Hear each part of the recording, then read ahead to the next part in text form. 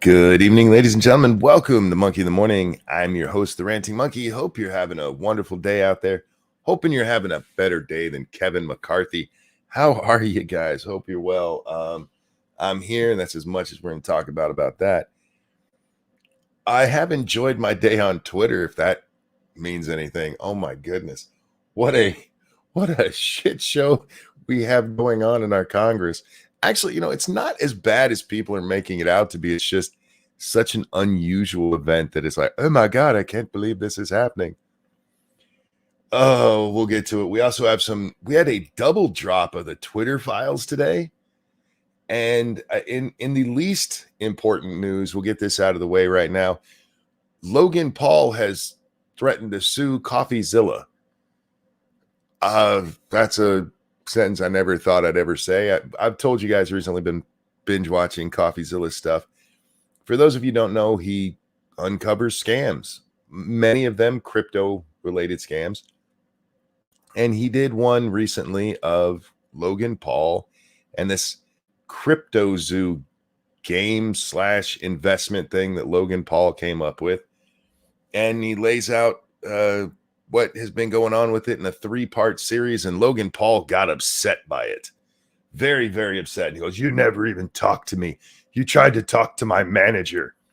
Instead of coming to talk to me, you tried to talk to my manager." That's what Logan Paul said. Logan, you understand what a manager's for, right? But even more interesting than that, Coffeezilla actually did reach out directly to Logan Paul. And for some reason, instead of when he sees it going, "Oh, I just missed the message when it happened," he's like, "Well, what do you expect me to see? All DMs I get?" Like, no, bitch, but at least admit you were wrong.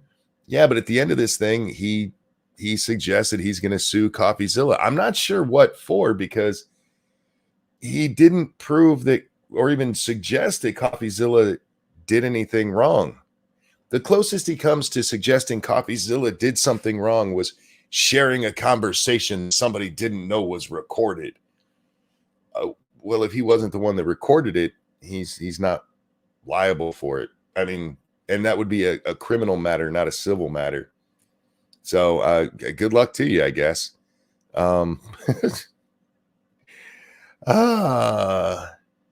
Logan Paul is going to sue Coffeezilla for slander, I guess. What a fucking day, man. So there's that going on. I kind of want to save the Twitter files for last because there's a lot to it. I will give you a little bit of a heads up on it. Adam Schiff was caught trying to silence reporters. Nice, right? We don't really have an update on the Hamlin story. Now I can't remember how to say his name. Darren, the giant, not giant, the Buffalo Bill who fell out yesterday. All we know is he's still in a coma, medically induced right now. So hopefully he gets better. What other little stories were going on today? They put that trans person to death for killing that woman. His name was Scott McLaughlin. They call him Amber McLaughlin in all of the fucking stories about him. They're like, Amber, they killed the first openly trans person. Well, it was Scott when he killed the woman. It was Scott when he raped the woman. I don't really give a shit about being sensitive to his pronouns and his fucking dead name. I'm glad that his dead name actually is his dead name. What's up, Jack? How you doing tonight? I'm doing. How you doing? I'm in a jovial mood though, because the world is funny. Just true story.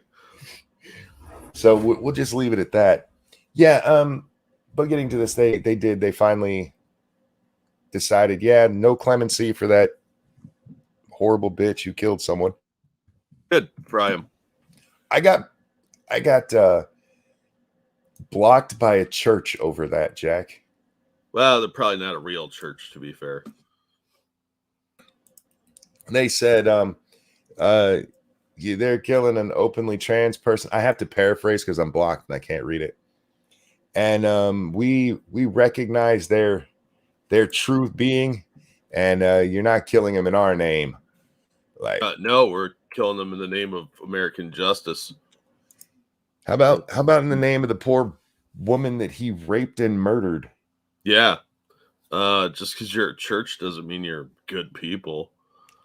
And all I said is I hope that he's burning in the hell that they believe in, and they blocked me for that. I feel that's in hell. That's a genuine thing to say. I'm kind of concerned that a church would be supporting a rapist murderer, but here we are. Yeah. Oh well, these things happen. Or as Adrasty would say, a murderer. A murderer. Yeah, man. I would have been here a little while earlier if not for two things: my health and Adonis Paul. I was watching AP stream from earlier, and I lost kind of track of time. So, for those of you who are wondering why the show wasn't at say 10:30, blame AP. It's his fault. I didn't realize how long his stream was when I turned it on. Yeah, he's unpredictable. Minister of Wrong Thing, thank you so much. Jordan B. Peterson announced he's being forced into social media re-education course, aka camp, in order to keep his job. Well, is it his job or is it his license? Because it's the license. Yeah, it's his license. The Canadian Psychiatric Council told him that he has to learn how to manage his social media better. Yeah, or else.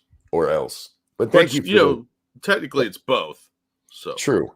Thank you for the donation there, Ministry of Wrong Thing. Well, I mean, he can keep doing his speaking tours, his writing, his YouTube channel. I don't know how much he actually practices clinical psychology anymore. I don't know. I think it's the principle of the matter. But I mean, yeah, he wouldn't be able to call himself a clinical psychologist. He'd have to call himself a former clinical psychologist. Yeah, I'm kind of surprised he hasn't just retired. I just stay on the talk circuit, man. It's doing well for you. Stay on the book circuit. That's doing well for you. The YouTube thing is still working out pretty well for him. So tell these fucking Nazi commie pieces of shit to go fuck themselves.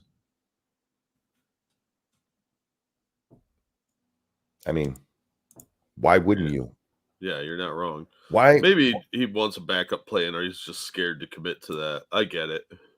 They're sending him to a re-education camp. Kind of, yeah. They're insisting that he's got to go through training. He's got to go through training to learn how to be a better person online. I can pull up his tweet. Let me find it. Yeah, I saw that earlier today. You got to be kidding me. Let's find this real fast. The Ontario College of Psychologists has demanded that I submit myself to mandatory social media communication retraining with their experts for, among other crimes, retweeting Pierre Poilievre, I don't know how you say that name, and criticizing Justin Trudeau and his political allies. Huh. Yeah. And that's Peterson himself tweeted this out. We'll throw it on the screen real fast. Now, people asked him about what the other things were that he supposedly did wrong. And he gives a little bit more, but he's very dodgy on it. He's but yeah. Well, they are watching him. So. Yeah, he's got to be. It might be to the point where he really does want to keep his license, and that he knows that if he says the wrong thing on Twitter, I mean, isn't that what he's in trouble for right now? Is the wrong thing on Twitter? Yeah. So yeah, Canada. Jesus Christ, what the fuck are y'all doing up there? If you had told me 20 years ago that Canada was going to become like a communist hellscape run by the son of Fidel Castro, I'd have laughed at you. I'd have been like, yeah, they're a little lefty, but come on, let's not get crazy here. Nah, it was inevitable. It had to be. Okay. Hey, real quick, thank you, Trimble, for the donations. It's Happy New Year, Jack. Oh, Happy New Year to you, too. Thank you. You should start a social media class. Fuck You 101 would be popular. I mean, it's how you need to treat most of the stuff, honestly.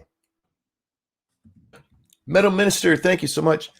Crap day. Thanks for being here to brighten it, guys. Well, I don't know how bright we'll make it, but we'll do our best. We'll do our very best. We're gonna do something. I don't know.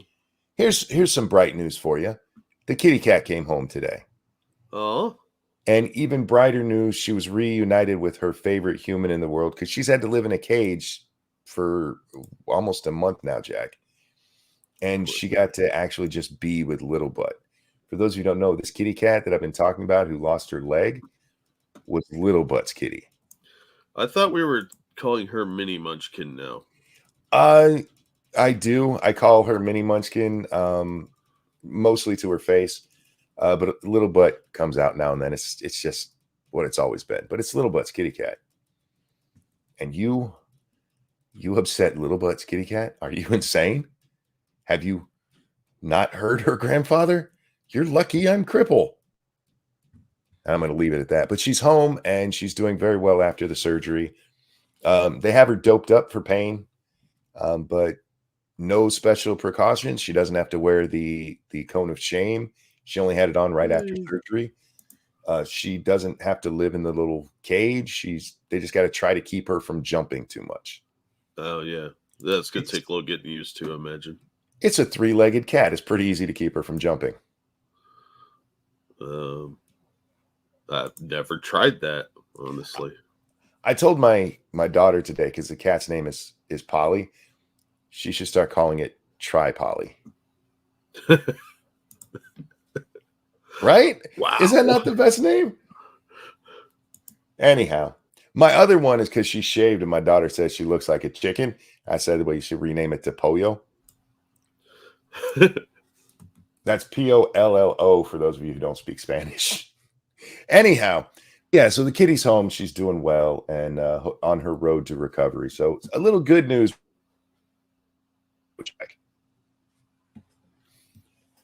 Now let's get into the shit show that is our Congress. Oh my God. I watched this. I was glued to my monitor, Jack. I was glued to it as they took 3 separate votes today for the new Speaker of the House, only for them to have to go, well, we got to vote again. So the first vote is McCarthy, Jeffries. Let's see, Jim Jordan's name got thrown in there. Was he Higgs? Was that his name? I can't remember. There were like 5 people who actually got votes. And since nobody got a majority, you have to get 218 votes in order to become speaker. That's the threshold. It doesn't matter if you have more than somebody else. It has to be the majority. Nobody reaches a majority, so they do it again. And Jeffries gets renominated. McCarthy gets nominated. And this time Jim Jordan gets nominated, which was kind of awkward considering Jim Jordan is the one who nominated McCarthy that round. Jim Jordan gets all 19 of the dissenting votes from the Republicans. They're unified now. So we go into round 3. It's McCarthy, Jeffries, and again, Jordan's put up this time. At first, it was by Matt Gaetz. The second time, it was by Chip Roy. And this time, instead of getting the 19 defectors, Jordan got 20. McCarthy actually lost a vote. Yeah, I heard that. I thought that was hilarious. And that's when they're like, all right, we're going to stop this for today. We'll be back tomorrow at noon to pick this up again. Okay. And so that's where we're at. Mostly, Jack. But then something funny happened. For those of you who don't know who's standing in the way of Kevin McCarthy becoming the Speaker of the House, it's called the Freedom Caucus. It's a group of Comedy Gold Caucus. the Comedy Gold Caucus. They really are. It's made up of people like Lauren Boebert and Matt Gaetz. And I mentioned Roy and God, I can't remember all of their names. Well, Matt Gaetz not being satisfied with just embarrassing McCarthy on the House floor. He writes a letter to the interior designer there at the house, because apparently old Kevin counted his chickens before they hatched and had already moved his shit into the speaker's office. And so Matt Gaetz writes to the interior, excuse me, why is his shit in that office? So they had to remove all of McCarthy's shit out of that office tonight. Good. You know what? Fuck McCarthy, okay? That guy's kind of a traitor. He cares more about Ukraine's borders than ours. The man has no principles. I absolutely agree. And he shouldn't be moving his shit in there until after the vote anyway. That's bad form. Yeah, he's treating it like he's royalty and he deserves to win. We'll talk about Marjorie Taylor Greene in a minute. We're not counting her with the Freedom Caucus today because she was not with them today. And her reasoning, Jack, was just, we'll go ahead and jump into it real quick. She was on Steve Bannon's show, and she said that she wasn't going to be voting with them because, Jack, they went in, who was it? Boebert, Gaetz, and I believe Roy were the three that she mentioned specifically. They went into McCarthy's office and were like, hey, we'll vote, but you got to give us certain chairmanships and put us on certain committees and keep other people off certain committees. And she says this, and they didn't bring up my name. So basically, voted for McCarthy because her other Freedom Caucus people didn't try to get her a backroom deal. Yeah. Matt Gaetz mentioned a couple days ago that he was told he would be removed from all committee assignments if he didn't vote for McCarthy. Yes. So it was a bit extortive, but let me show a picture of the guy we're talking about here. Sure, but while you're doing that, for the record, that's politics, bitch. I kept coming back to that today. If you've never seen Always Sunny, guys, there's an episode where Kevin runs for what is it, comptroller? Not Kevin, Dennis. Yeah, there's McCarthy. Wait. Yeah. Yeah, he's a sitting representative. This is at the U.S. Capitol building. He's wearing a pin for Ukraine and the flag. Yep. This is one of our representatives in the Capitol wearing the flag of another country. Yeah, here's the reason I looked at it is because it's kind of hard to see his flag pin there. So let me show you a blown up picture of that, or a different angle where you can clearly see what this shit is made of. That's the guy who wants to be the speaker of your house. And this was what, 2 weeks ago? Oh, yeah. Yeah, it was when Zelensky was there. Yeah. So when it comes to like Gaetz being told, if he doesn't vote for McCarthy, he'll be removed from things. That is politics. Unfortunately, that is part that is played there. So I don't necessarily have a problem with them doing that kind of backroom dealing shit. That's politics, bitch. However, it's not a good look, especially when you should be trying. He only needs, 218. They only have a cushion of 4 people. He can lose 4 votes and still become speaker. You should be trying to build those relationships instead of be going like, you're not going to be on these committees. It should be, hey, let me sweeten this deal for you. You know what I mean? Yeah. But that's the problem with the Republican Party is they're basically Democrat light at this point. And they're like, come on, we want to capitulate and start a war. Yeah. And look, you're going to hear all kinds of stuff. It's already started in the news about, oh my God, the Republicans are in disarray. Congress should be already starting to do stuff. Congress will be fine. The last time this happened, Jack, it was 100 years ago. Ever since then, they've nominated and voted somebody into speaker the first day of the legislative session. It was 100 years ago, and it took them, I want to say it was almost 100 days. Don't quote me on that. It took them weeks to get it done. Weeks. And it was fine. Nobody's going to die because Congress doesn't have a speaker. Nobody's going to die because these assholes actually have a fight about what they truly believe in. It'll be okay. I promise you. Now, I'm not a big fan of Matt Gaetz. I'm a really, how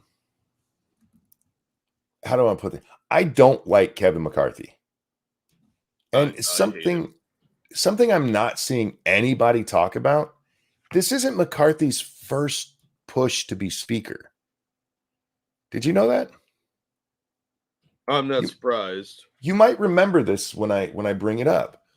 Back when Boehner dropped out, when he finally stepped down and like, all right, fuck it, I'm not going to do this anymore. You guys can pick somebody else since I'm such a wishy-washy bitch. I'm paraphrasing, but that's what Then he happened. cried. Kevin McCarthy wanted to be speaker, and it looked like he was going to be speaker until a whole bunch of people went, "Oh fuck no," and he realized he didn't have the votes to get it, so he backed out, and that's how we got Paul Ryan. True story. Paul Ryan was the compromise candidate between the overall Republican caucus and the Freedom Caucus at that time. And what'd that do for you guys? Kept the border open. You know, I've talked about how they didn't get anything passed on border security when the Republicans had the House. That was Paul Ryan. He's the reason it happened that way. Revenus, thank you. Found a kitty New Year's night, named him Medicare. Oh, that's awesome. Thank you for the donation. Yeah, so Kevin, he's a loser. And if the Republicans were smart here, they would just pull his nomination. Just pull his nomination and find somebody they can agree on. Now, please, please, please do not make Jim Jordan the Speaker of the House. Jordan doesn't want it. Even if he wanted it, I don't want him to have it because the Speaker of the House is not on committees, Jack. Yeah, we need Jordan on the committees. I need Jordan up there just ripping people apart in committee because that shit is too funny. And that he's good at it. C-SPAN is boring enough as it is. Please do not take away my Jim Jordan. Please, I'm begging. Well, yeah, McCarthy had a bad day, man. Yeah, fuck that guy. He's a piece of shit. He is. But I also don't really have a problem with what they're doing here. I think it's actually pretty healthy for the Republicans. Because it's very healthy. Gates and Boebert have really good points that these guys have done nothing. And it's going to be a bunch more of what Gates even said, I don't want to relive the Benghazi nonsense, where they had a performative show and nothing happened. And that's exactly what this would be. They'd give a little bit of lip service to the base, and that would be it. Because McCarthy's a fucking weasel. Who should be speaker then? Give it to Chip Roy. Yeah, give it to Roy. Or that funny guy, Johnson. Hank? No, not the Guam flipping over the other one. Ron Johnson, okay. I'm just making sure. Although Hank Johnson might be worth the pain too. I almost, I really think that the Freedom Caucus today, at some point, they should have nominated AOC. I don't think they could nominate her. The guy that replaced Nancy Pelosi, whose name's escaping me right now, he's like a default candidate. Jeffries, no, he is the leader of he was recently voted the leader of the Democrats in the House. Yeah, that's what I'm saying. But he's a default candidate for the job. They didn't nominate him. And the Republicans didn't nominate him. No. Anybody can get up there and nominate anybody they want to. Oh, yeah, because this is for the House overall and not for the party leadership. With the party leadership, it's only the parties vote on it, and then once they get to the House, anybody who actually, it doesn't even have to be somebody in the House. The Speaker of the House does not have to be a House member. It doesn't even have to be a politician, as I recall. You guys, if you wanted to, and you could get it to Matt Gates's hands, you could get him to nominate you. He's just nominating anybody now to keep McCarthy from getting it, which again, I'm okay with him not getting it because fuck this guy. Look at that douchebag. The record votes was like 113. That was the 100-year ago one. And I'm okay with that because fuck McCarthy. He's a piece of shit. He's going to screw us over. And he's going to just do whatever the Democrats want because he's a weak-willed pussy like most of the Republicans. And he's going to vote to get us involved in Ukraine even more than we already are because he's a piece of shit. Well, I wanted to see him get up there and be like, look, if we're going to have a Democrat run us anyway, we might as well get a real one. I nominate AOC. Oh, that'd have been pretty funny. Yeah. That'd have been funny as shit. And you could have done it with any Democrat. I mean, fuck. They could have preempted Jeffries. Well, except for they were letting the people who were going to nominate this piece of shit go first. But yeah, it would have been funny to see, Matt Gaetz rush up to the top there before say even Jim Jordan could nominate this shit bag and go, I nominate Jeffries, just to see what would happen. And then the Democrats would have to go, we agree. By the way, Democrats, the way you guys were behaving today was pathetic. They at one point actually started chanting Hakeem Jeffries' name. They just started chanting, Hakeem. He's got no chance of being speaker. Sit down and shut up. You lost. Yeah. Okay. The second vote, it starts out, and when the Democrat who gets up there to nominate Jeffries again, he goes, and the winner of the first round of voting. Stop it. I get a little salt in the wound on the other side of the aisle, but come on. I heard people all day bitching and moaning about this, mostly on conservative talk shows and radio. And I was like, you know what, you guys, I don't care how much chaos this causes within the Republican Party. They need it. They need to sort out these fucking rhinos. And the more they could make McCarthy fail this vote, the more of a strong message it sends to the other so-called Republican politicians. Yeah, so I have no problem with this. It is way past time for the Republicans to find some fucking principles. Yeah, and some testicles. Because they are so easy to sell out their principles. Paul Ryan is a great example of this. He is one of those people who kept over and over and over, we need to secure the border. We need to. And it came time to actually do it. He was the Speaker of the fucking House at the time, and he balked. Of course. Because they're not principled people. They don't believe what they say. And they're a bunch of spineless babies. And I see a whole bunch of media folks. Like, I read an article from the Washington Post right before we went live here, where this woman's like, whoever wins, it's going to be ungovernable. Why? The Republicans never would have lost the House since the 94 takeover if they had fucking principles and stuck to them. I'm convinced of that. Even with Bush coming in and anger against him, they would have still held it if they just held their fucking principles. They just haven't had any. Yeah. The majority, their leadership's principles have been, let's try to hang on to power.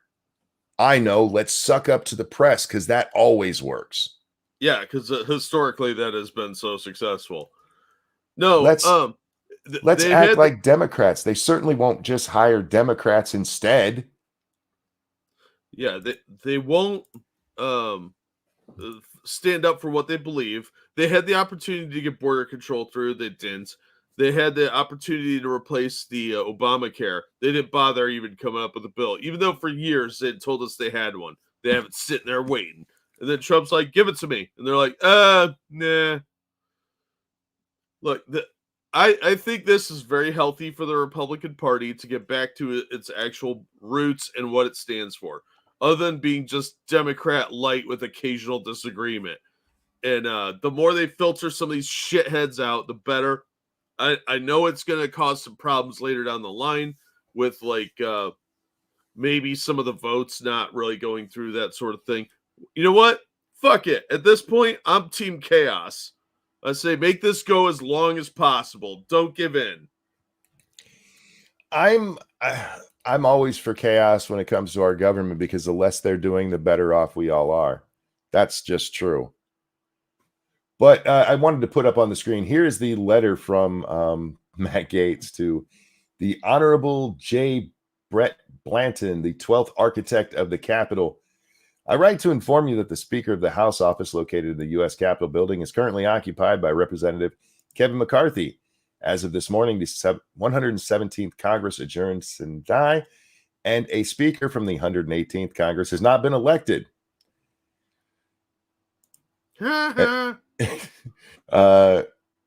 What is the basis in law, House rule, or precedent to allow someone who has placed second in 3 successive speaker elections to occupy the speaker house or the speaker's office?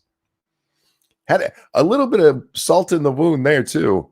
Not just what is the rule that allows somebody who hasn't been elected speaker? No. Who placed second in 3 of them? That's fucked up. Yeah. Matt's burning all the bridges.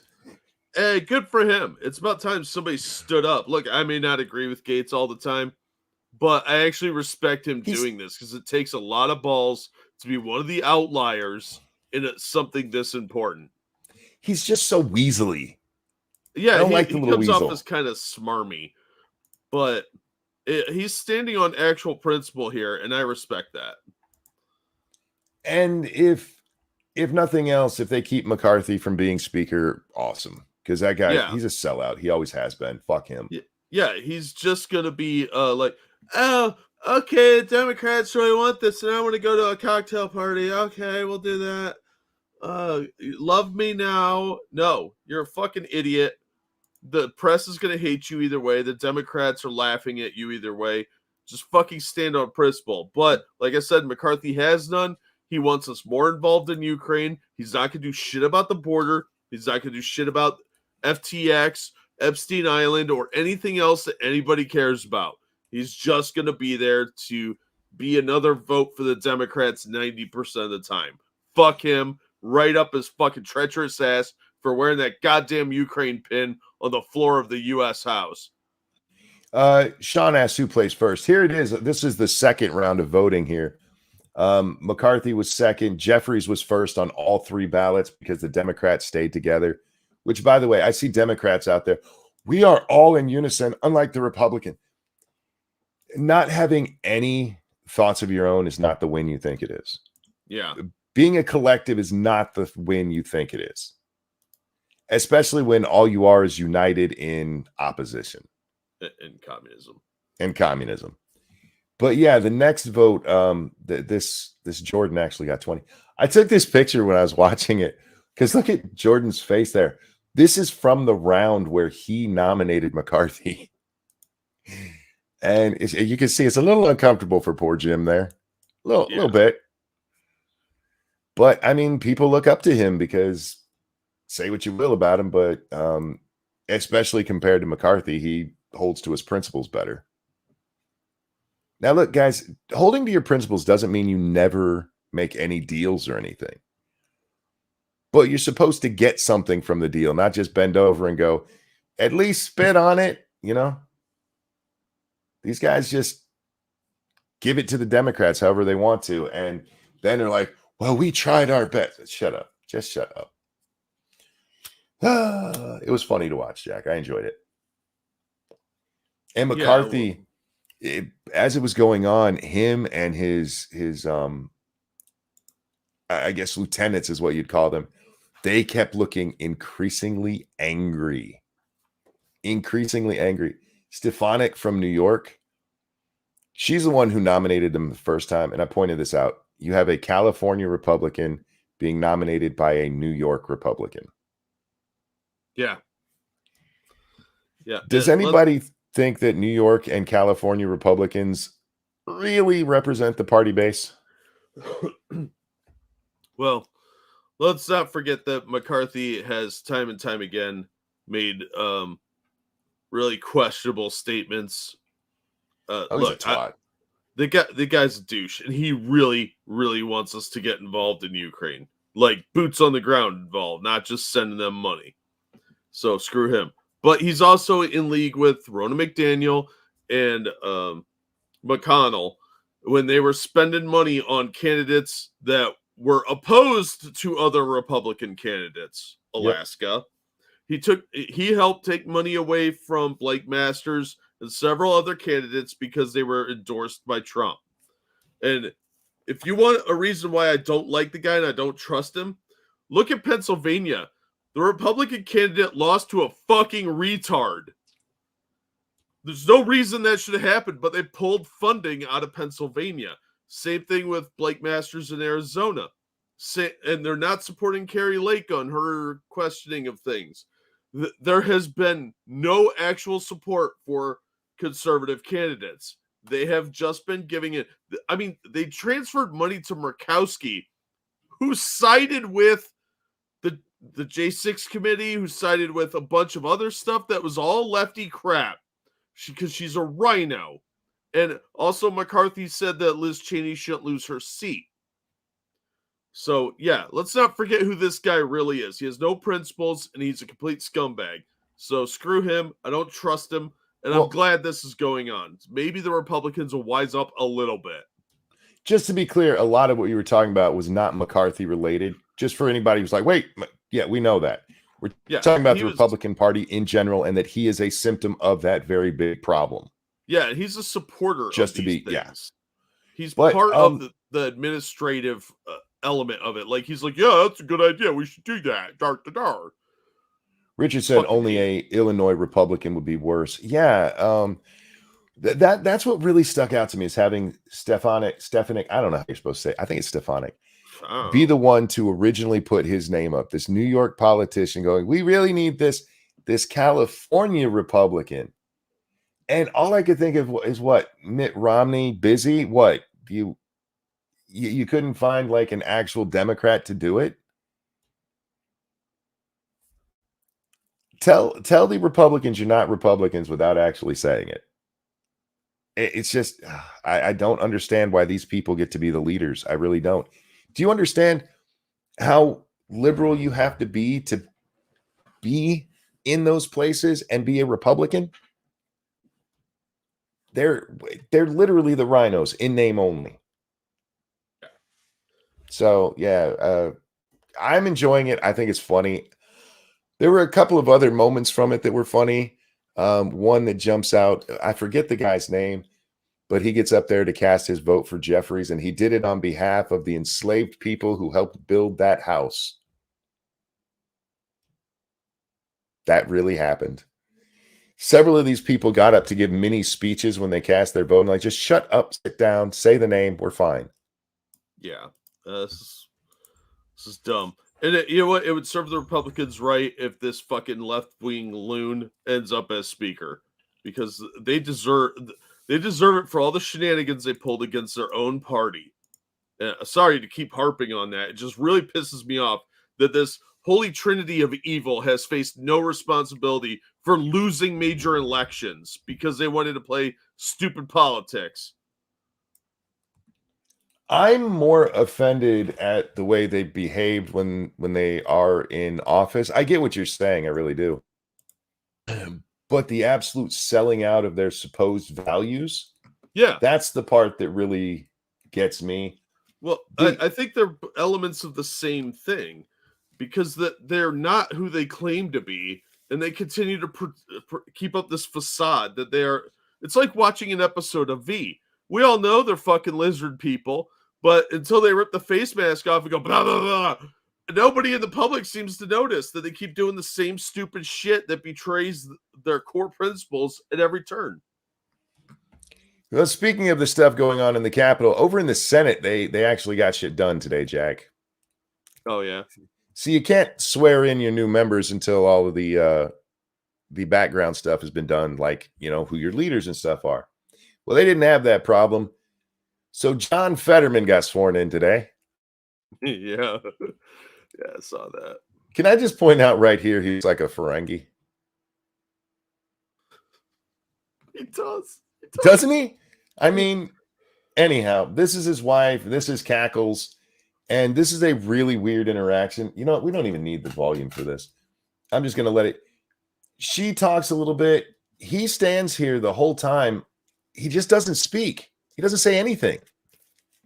He just stands there like that. That's like, probably the best thing he could do. Let's be real. Like, if somebody would have asked him his name, I don't know if he could have answered. Probably not. Now, Savannah Hernandez on Twitter asked if he actually owned a suit. And I had a file photo of that. Yeah, we knew he had a suit. I wonder if he's going to get himself a second one now that he's... Oh, wait, we got a little bit of a grin from him. There we go. How fucking creepy does he look? He's super creepy, dude. That dude has like a horror movie monster grin. Sloth here, and then we're back to this really awkward shit. Watch as he just awkwardly strolls out. That's your new senator from Pennsylvania. See? File photo. He has there a suit. You go. Although Herman's wearing it better in this picture. He is. It fits him better. Yeah, it wasn't found at like some off-the-rack men's warehouse. Hey, you guys, exactly. I tweeted that out once or twice today. Hey, you guys. I wonder if they can buy his vote with a Baby Ruth. Probably. Some Rocky Road. Rocky Road? Yeah. Anyhow. All right. We got to get into it. We've done them all. Go ahead, Jack. What were you going to say? I was just a little fired up earlier. Sorry. I really don't like McCarthy. I don't trust his ass. No, that's all right, man. But we have 2 Twitter files to get through today. Oh, I was unaware of this. Yes, there was a double job. Wow. Cryptic. That's Uncle Fester before the brain damage. Yeah, he's... You know, even if I didn't know he had a stroke, I'd look at that guy and be like, something's off. There's just something wrong there. Especially when he doesn't speak through the entire thing. Yeah. That's weird. Okay, the second Twitter file we'll get to second, of course, but I just want to give you a little preview. It's called Twitter and the FBI belly button. Yep. And there's a good reason for it. All right. I got to find the beginning of the original one. Shit, where'd it go? Matt Tiabi did both of them today, so I should have queued this up to begin with, and I screwed up. That's on me. That happens. Deeper, deeper, deeper. We're almost there. Deeper. Deeper? That's what she said. All right. I think this is it. Yeah, here we go. How Twitter let the intelligence community in.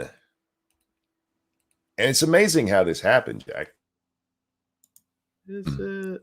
Yeah, because it's not as direct as you may think it. It actually... Well, I don't want to ruin it for you. Oh. In August of 2017, when Facebook decided to suspend 300 accounts with suspected Russian origins, Twitter wasn't worried. Its leaders were sure they didn't have a Russian problem. Huh. We did not see a big correlation, no larger pattern. Facebook may take action on hundreds of accounts. We may take action on 25.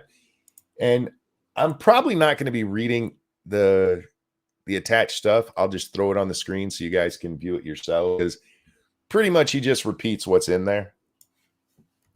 So that's fair, right? I guess. That way we don't have to read each and everything 3 different times for it to be the same thing. Oh, be like that. Keep the focus on Facebook. Twitter was so sure they had no Russian execs agreed that the best PR strategy would be to say nothing on record and quietly hurl reporters at Facebook. And again, this is just what's in the little clips here. Yeah, let's just make this Facebook's problem. By the way, not a good strategy. Not a good strategy. Did you not understand that if they were coming for Facebook, they'd be coming for you? No, they would be coming around the mountain when they come. You think you were going to get by with it? That they were just going to be on? Nah, probably not Twitter. You're one of the biggest destinations for reporters on the planet. For real? They had some real retards running this place, Jack. Oh, hold on. Let me continue my shack. What they should have done is come out, hey, we don't have much of a problem. We found what we can. We're sorry to hear Facebook had a worse problem, but yeah, it was a little bit of a problem here. We took care of it. There you go. Get that story. Now they're like, oh, shh, don't say anything. Twitter is not the focus of the inquiry into Russia election meddling right now. The spotlight is on Facebook, wrote Public Policy VP Colin Crowell. In September of 2017, after a cursory review, Twitter informed the Senate it suspended 22 possible Russian accounts and 179 others with possible links to the accounts amid a larger set of 2,700 suspected manual investigations. So they manually went through 2,700 accounts, Jack. Sure, why not? They found 22 that might be Russian, and they suspended them, and then another 179 who were just kind of following them. Is being Russian a violation of terms of service? Yes. Oh. I was unaware of that. It is now. Oh. Receiving these meager results, a furious Senator Mark Warner of Virginia, who is a piece of shit, ranking Democrat on the Intelligence Committee, held an immediate press conference to denounce Twitter's report as frankly inadequate on every level. How? Because they didn't find what he wanted them to find. Yeah, that doesn't mean it's there, though. Oh, no, I'm talking about a politician. My bad. It was there, Jack, and they damn well better find it. Yeah. Sorry, I forgot how witch hunts work. Got to see if that motherfucker floats or not to find out if he's a Russian. Yeah. Did you get the Rumble donut? No, I did not. Thank you, Cryptic. I want this to last as long as it takes to destroy the establishment. Fuck the neocons. Preach, brother. Oh, the problem is it's not just neocons. There's a lot of paleocons that are part of that group too. Yeah. Well, the Republicans needed a shakeup, and I think this is a healthy discourse for them to finally have. That should have been done back when Paul Ryan was in. Here's the supporting stuff for this.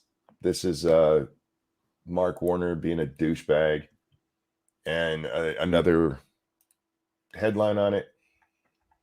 Hashtag irony mused Crowell the day after Warner presser after receiving an e-circular from Warner's re-election campaign asking for $5 or whatever you can spare. Oh, fuck. People are shameless, man. Aren't they? Hey, real quick. Thank you, Cryptic. The FBI are raiding an alleged spy's apartment when they discover a hard drive labeled KGB. One of the agents holds it up with a look of confusion and says, "Why did he just write 1 TB? A terabyte." I get you. That's actually really funny, Cryptic, and I understood that joke, which is rare with technical stuff. Well, see, they got this email because they were donating to Democrats, dumbass. Stop doing that. You won't get these emails. But anyway, keep producing material. After meeting with the congressional leaders, Crowell wrote, Warner has political incentive to keep this issue at the top of the news, maintain pressure on us and the rest of the industry to keep producing material for them. There's several things that are written here, so I'm going to leave it on the screen for a second for you guys. But the highlighted portion is what the tweet was about.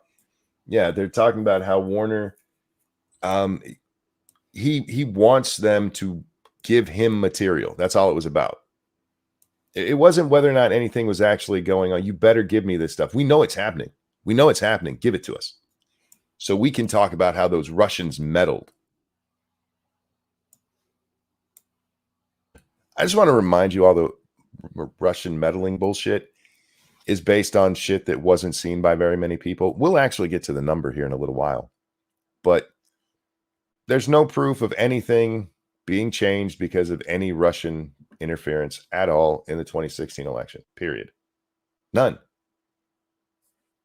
Anyhow, taking their clues from Hillary Clinton, Crowell added Dems were taking clues from Hillary Clinton, who that week had said It's time for Twitter to stop dragging its heels and live up to the fact that its platform is being used as a tool for cyber warfare. And we get the same clip from last time, but he's highlighting the next one down. And then we get a Mercury News thing. Hillary Clinton accuses Facebook, Twitter, and Google of enabling Russian agents. Are you starting to see where the pressure is going to come from, Jack? It's not Mark Warner. In growing anxiety over its PR problems, Twitter formed a Russia task force to proactively investigate. And this is just an email where they say, yeah, we got a new team together to check this shit out. Because if we don't, they're coming for us. The Russian task force started mainly with data shared from counterparts at Facebook, centered around accounts supposedly tied to Russian Internet Research Agency, the IRA. But the search for Russians was a dud. And we're going to see a couple of these in a row here. We have a list of an initial list of suspicious advertising content. This is specifically advertising stuff that they're looking at in this area, Jack. Mm-hmm. A lot of benign content need to further investigate. Too long didn't read. Models built that produced lists of tweets of around 8,000 election content posts and further 700 accounts with potential lists of accounts with Russian links. Deeper analysis is needed to determine blah, blah, blah. On 2 days later, this is after that first one we just read, we found suspicious accounts which demonstrate our investigation strategy is working. However, we see no evidence of a coordinated approach. All of the accounts found seem to be lone wolf activity, different timing, spend, target, less than 10,000 in ad spend. Manual review has begun with 6 accounts identified with some signal to Russia, mostly login driven. That's interesting, really. Have been identified with election activity. 2 of RT accounts, the Russian news agency. Times. Yeah. That had already been identified. Deeper analysis required, but at first pass, it would suggest that these are low spend, isolated actors rather than anything significant. Please don't share beyond this group, which is my favorite part of all of these today. What's up, Nuts? How you doing, sweetheart? Hi, Stargazer. And this one is 5 days later. No update. First round of RU investigation shared with Legal Comms PP yesterday. The results suggested 15 high-risk accounts, 3 of which have connections to Russia, although 2 are RT. Feedback was positive around methodology and approach. Key next steps are to document in detail the methodology, along with agreeing on the specific data points to share with legal outside counsel. So far, they haven't really found anything, Jack. I'm so shocked. 2 days later. Built new version of the model that is lower precision, but higher recall, which allows to catch more items. We aren't seeing substantially more suspicious accounts. We expect to find 20.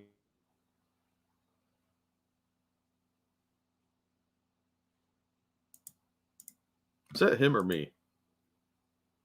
Is my internet going out? One of us is cut out. I heard you cut out, but I thought it might be on my end. No, because I lost the picture, so I'm guessing that was me. Ah, okay. Yeah, they're saying monkey. Okay. Are you on your proper internet? For the love of God, am I here now? Yeah, you are right now.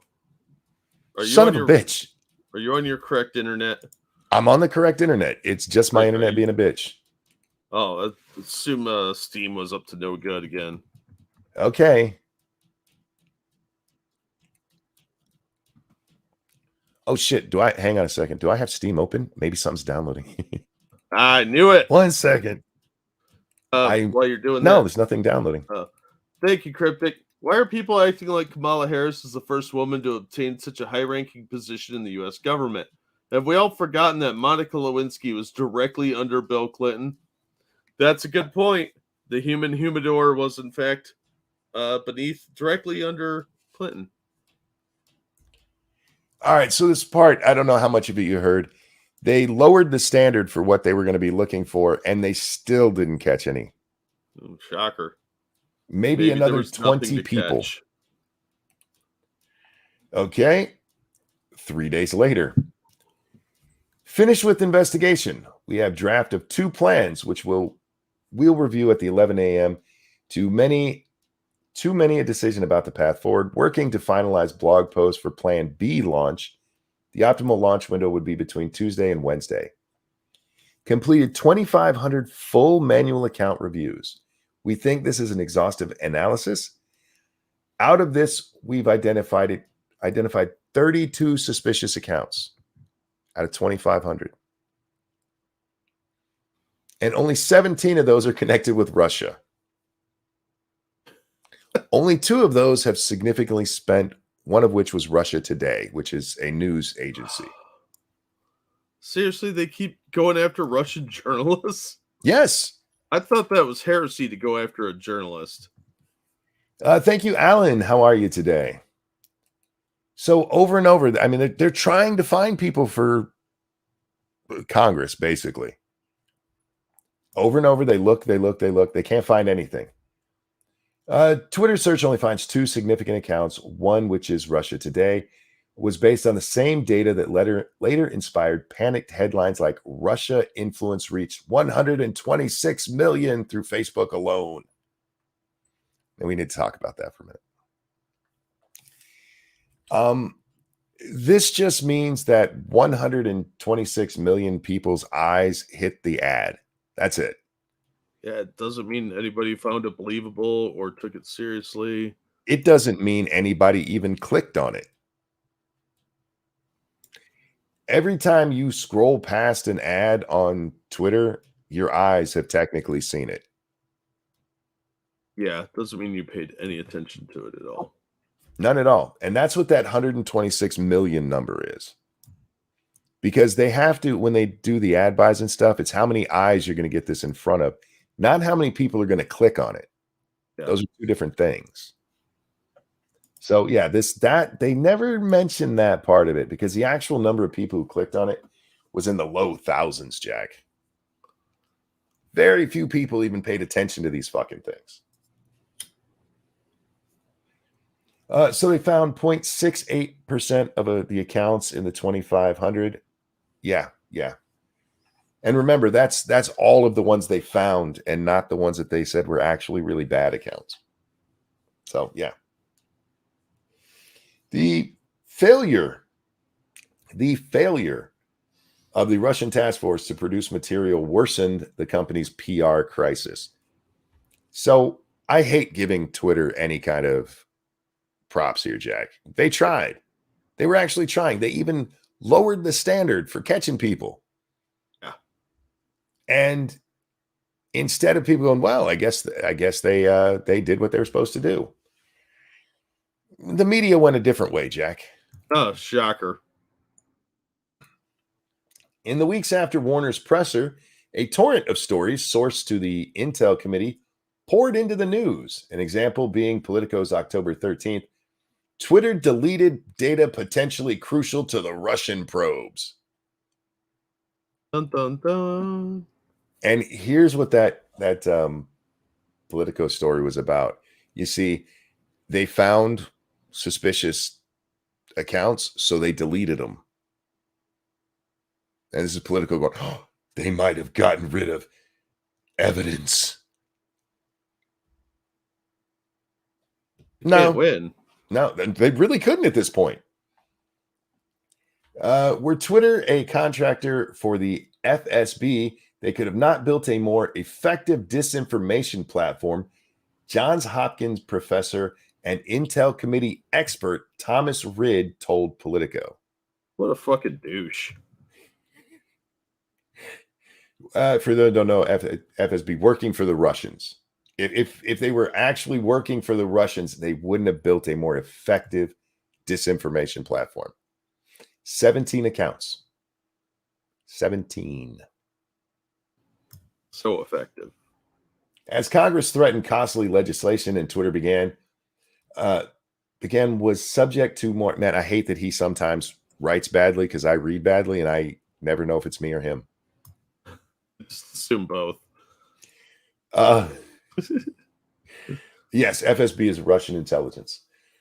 As Congress threatened costly legislation and Twitter was subject to more bad press fueled by the committees, the company changed its tune about the smallness of its Russia problem.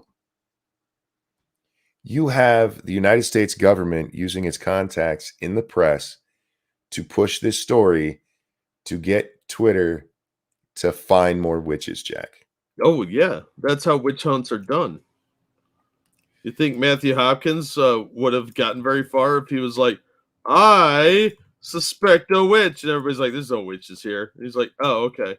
No, Fair. he's got to put pressure on him to find those fucking witches. Oh, you got a mole somewhere? That's a mark of Satan.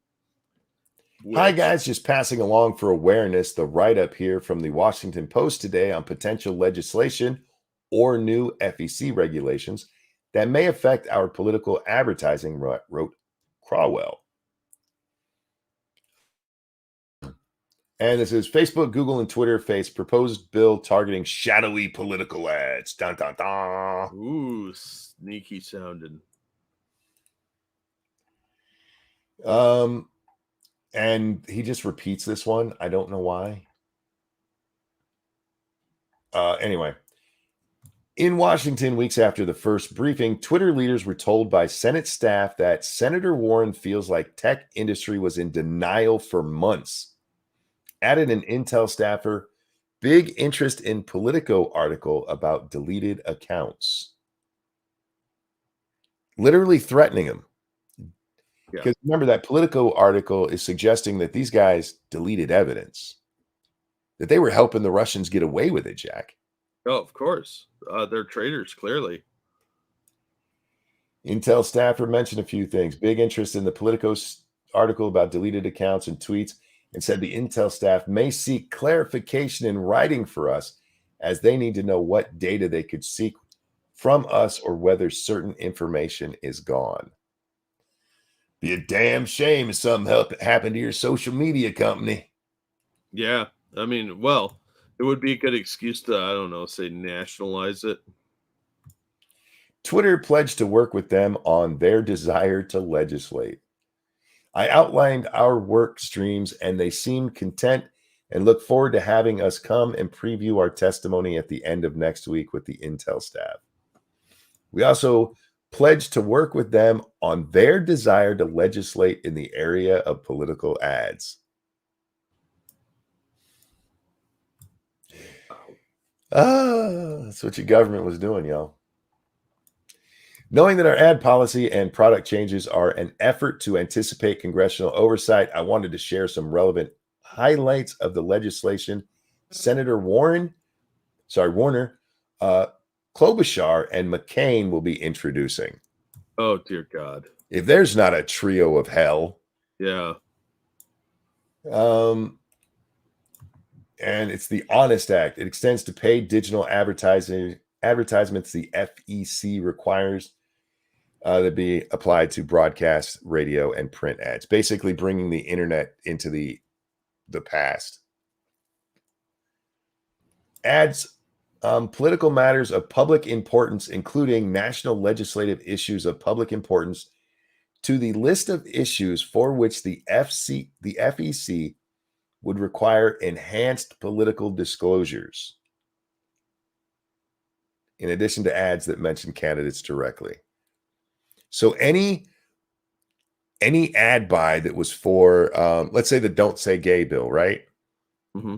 If there was an ad buy that was supporting the Parents Privacy Protection Act down there in Florida, well, we need to know who did that. We got to see them names. Any legislative important issue. Ain't that some shit? Yeah, ridiculous. These are the people that saying, "Oh, we can't look into them silencing people for political views because they're a private company."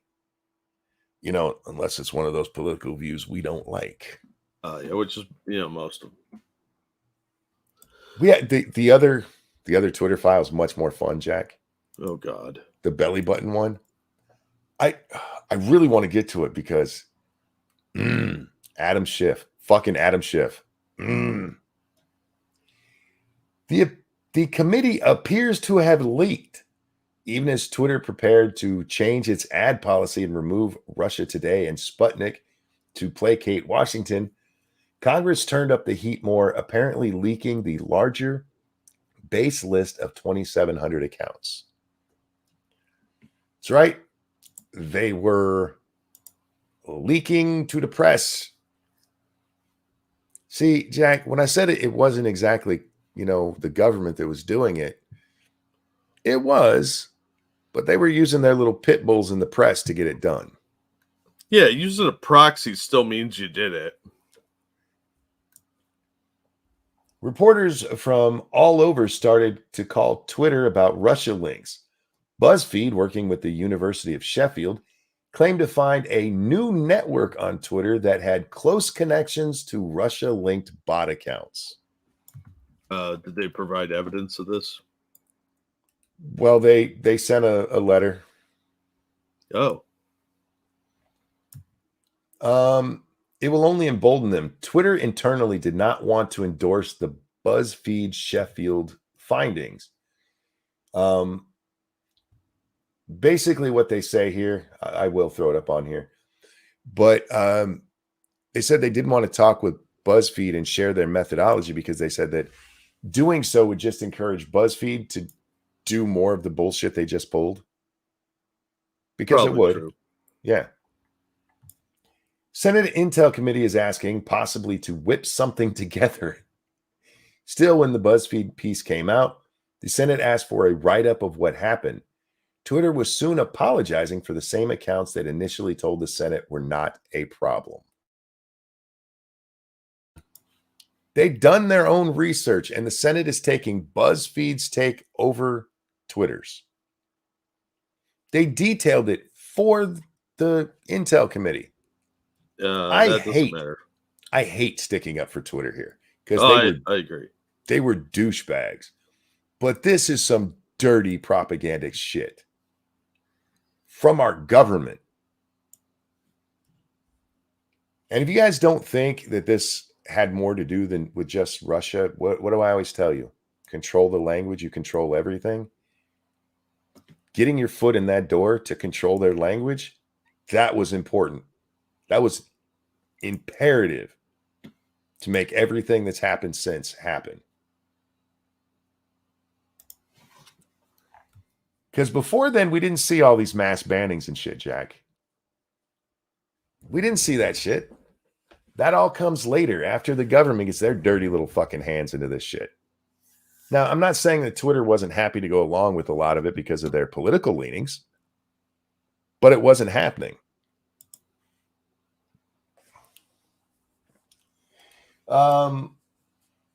Senate Intel Committee is asking for a write-up of what happened with these accounts from our perspective. Possible to whip something together. Yep, I'll work on something. Blah. Reporters now know that this is a model that works. This cycle threatened legislation wedded to scare headlines pushed by congressional intel sources, followed by Twitter caving to moderation, and would later be formalized in partnerships with federal law enforcement. I guess I should show this one on the screen. Given we've now suspended all accounts, we will take a hit in the press that moves from BuzzFeed to more established publications. We'll work to contain it. Good luck with that.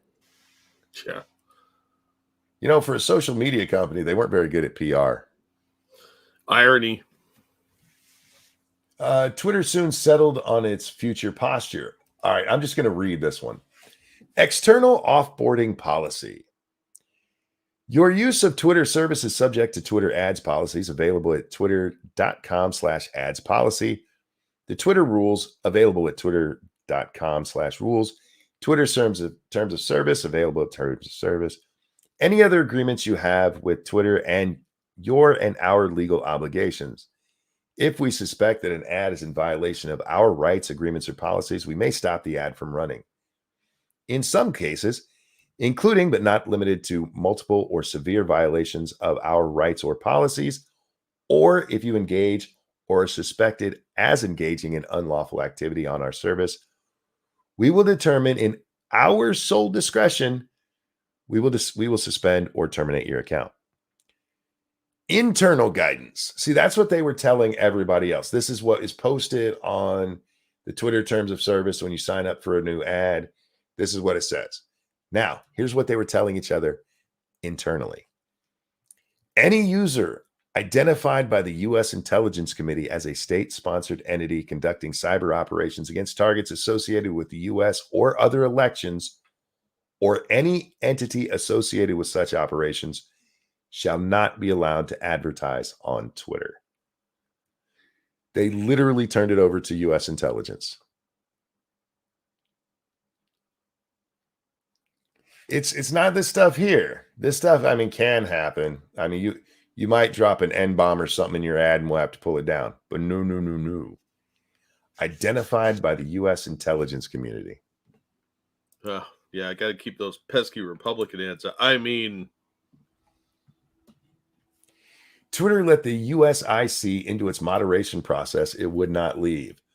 Wrote Crowell in an email to the company's leaders, "We will not be reverting to the status quo." Because they can't at that point. How do you kick them out? How do you kick out the feds? You can't. They're like an infestation. For more of the Twitter files, check out Barry Weiss, blah, blah, blah, blah. All right. So there's Twitter file number 1, Jack. That's just the first one. That's how the Intel committees forced Twitter to basically let the Intel community in. Sneaky feds. Again, this doesn't mean that there wouldn't be some of the same moderation, but this is where it all starts. And this is where the Fauci ouchie, the election interference, any of this, all of that shit comes down to this right here because of a bullshit scam the federal government has been pulling on us since the 2016 election, trying to pretend that the Russians actually mattered in that fucking election. It had nothing to do with it. It was such a minor thing as to be negligible, but fuck it. Oh, how can you not be afraid of the Russian interference? Oh, they're such bastards. Such bastards. They are trying to get Moose and Squirrel. All right. Twitter and the FBI belly button. Now, I really think this should have been called something else. And there's a moment in this where, Jack, I don't think highly of the U.S. press. Fact. Yes. Every minute that goes by since I read this, my respect for them drops just a little bit more. They go into negative numbers? Yes, it's getting there quickly. Oh. I've seen 2 outlets report on it. I'm not going to tell you about it in advance for those of you who don't know. And Jack, you didn't even know these drops, so I'm sure you don't know. Nope. Only 2 outlets have reported on it: the Washington Times and Fox. That's it. All right. Twitter and the FBI belly button. By 2020, Twitter was struggling with the problem of public and private agencies bypassing them and going straight to the media with lists of suspected accounts. This is kind of continuing what we saw earlier, Jack. In February 2020, as COVID broke out, the Global Engagement Center, a fledgling analytic intelligence arm of the State Department, went to the media with a report called "Russian Disinformation Apparatus Taking Advantage of Coronavirus Concerns." So we have a new intelligence arm of the fucking State Department, Jack. Oh, of course we do. They love making new agencies. Getting involved with this. Look at all these Russian accounts they see here. Tons of them. Just tons. Amazing they can organize an intelligence agency like this, but they can't manage to get people on airplanes at a fucking airport. This is funny from this. These same Russian-linked accounts have previously been tracked by the GEC because of their involvement in the Chilean protest, the Yellow Jacket protest in France, the conflict in Syria, and other geopolitical events. The State Department has no business being involved in any of this shit. Not with social media, Jack. They can look at all this stuff going on around the world. The State Department, they're basically our diplomatic arm of the government. They should not be reaching out to Twitter going, these guys said some mean things about Yellow Jackets or about the French government, whichever they decided was the bad thing that day. Yeah. The GEC flagged accounts as Russian personas and proxies based on criteria like describing the coronavirus as an engineered bioweapon, blaming research conducted at the Wuhan Institute, and attributing the appearance of the virus to the CIA. Well, I hadn't heard that last one offhand, but won't rule it out. I have heard that one. It didn't go very far wide, but the Wuhan, any of you out there, myself included, whoever tweeted that you thought it came from a lab, there's a chance you ended up on a list from the fucking State Department. What the fuck? Well, we've seen what the government will go to stop parents from speaking at a school board meeting in a local area. So talking about this might get you on a special kind of list. Job, monkey. We're both on lists now. Yeah, I mean, it probably had to happen eventually. I hope we get a scenic gulag. Depends on what the scenery is. Yeah, that's fair. If it's just the other side of the gulag, I don't know. Trust me, that might be prettier than some parts. State also flagged accounts that retweeted news that Twitter banned the popular US Zero Hedge, claiming the episode led to another flurry of disinformation narratives. Zero Hedge had done reports speculating that the virus had lab origin. So, if you were following this account and you were upset that it got banned for no fucking reason, State was calling you a possible Russian asset. This is two in a row that are absolutely retarded. Oh yeah, absolutely. Zero Hedge is definitely conservative leaning, I would say. Sure. But they've been doing some really good reporting on multiple topics that we've covered. So, yeah, that's bullshit. They just didn't like their politics. Or the truth. Hang on to that. The GEC still led directly to news stories like the AP headline, Russia-linked disinformation campaign led to coronavirus alarm, U.S. said, and a Politico story about how Russian, Chinese, Iranian disinformation narratives echo one another. Dun, dun, dun. Propaganda. Yeah. And I'm not going to leave these on the screen very long. Pause it and read it if you'd like to. It's, again, literally just what he said. You haven't made a Russian attribution in some time. When Clemson Media Forensics Hub complained Twitter hadn't made a Russian attribution in some time, Trust and Safety Chief Yoel Roth said it was revelatory of their motives. You haven't found enough witches this quarter. You need to boost your quota. Yes. They did ask about our findings regarding the latest list of accounts they shared with NBC, and I relayed that we did see some inauthentic behaviors, but we were unable to attribute the accounts to the IRA. They noted that we haven't made an attribution to Russia in some time and asked me if there's any information they could provide to help us make those links. I offered that it would be helpful in the future to arrange an analytical exchange ahead of any conclusions they released. We would be open to doing so. And then here it is again. This is Yoel talking to somebody else saying, I think this shows their motives. Yes, exactly. We'd be happy to help you figure out how to make some of those attributions, Jack. Yeah, be a real shame if anything happened to your pretty social media site. We're happy to work directly with you on this instead of NBC. Roth tried in vain to convince outside researchers like the Clemson lab to check with them before pushing stories about foreign interference on media. So this is based on the one that we just read. Reaching out, hey, you haven't made any of these attributions lately, and they ran to the media to say it. When Blank left, I started interfacing directly with the Clemson folks in the hopes of getting them to stop going down this path of running to the press with claims of IRA activity. Obviously, I was unsuccessful, as we've been unsuccessful with them for years now. Happy for whoever to manage this, but I do think direct outreach to them to say something like, hey, we heard from a reporter that you say you found the IRA. As we've said a bunch of times, we're still happy to work directly with you on this instead of via NBC would be justified. Yoel, can I just say this once more?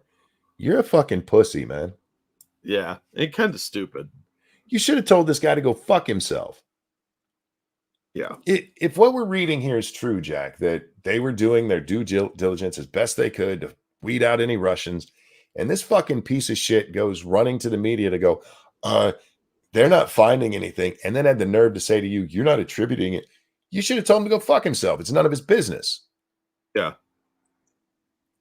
Heartfelt. That's right, JMK. Heartfelt. Go fuck yourself. Yo, you're such a pussy. Twitter was also trying to reduce the number of agencies with access to Roth.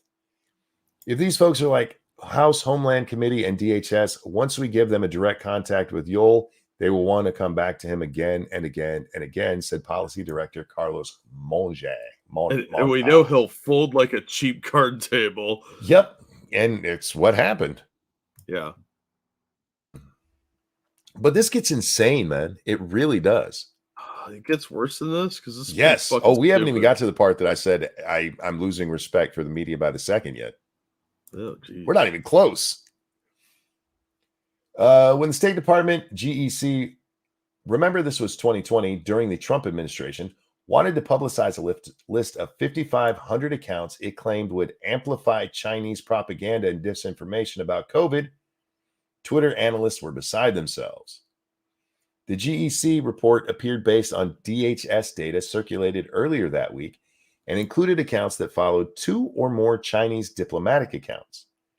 They reportedly end up on a list or with a list of nearly 25,000 names, including Canadian officials and a CNN account.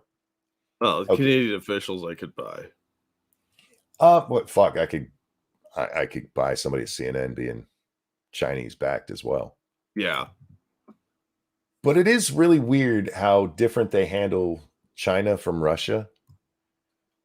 I'll just throw this on the screen briefly.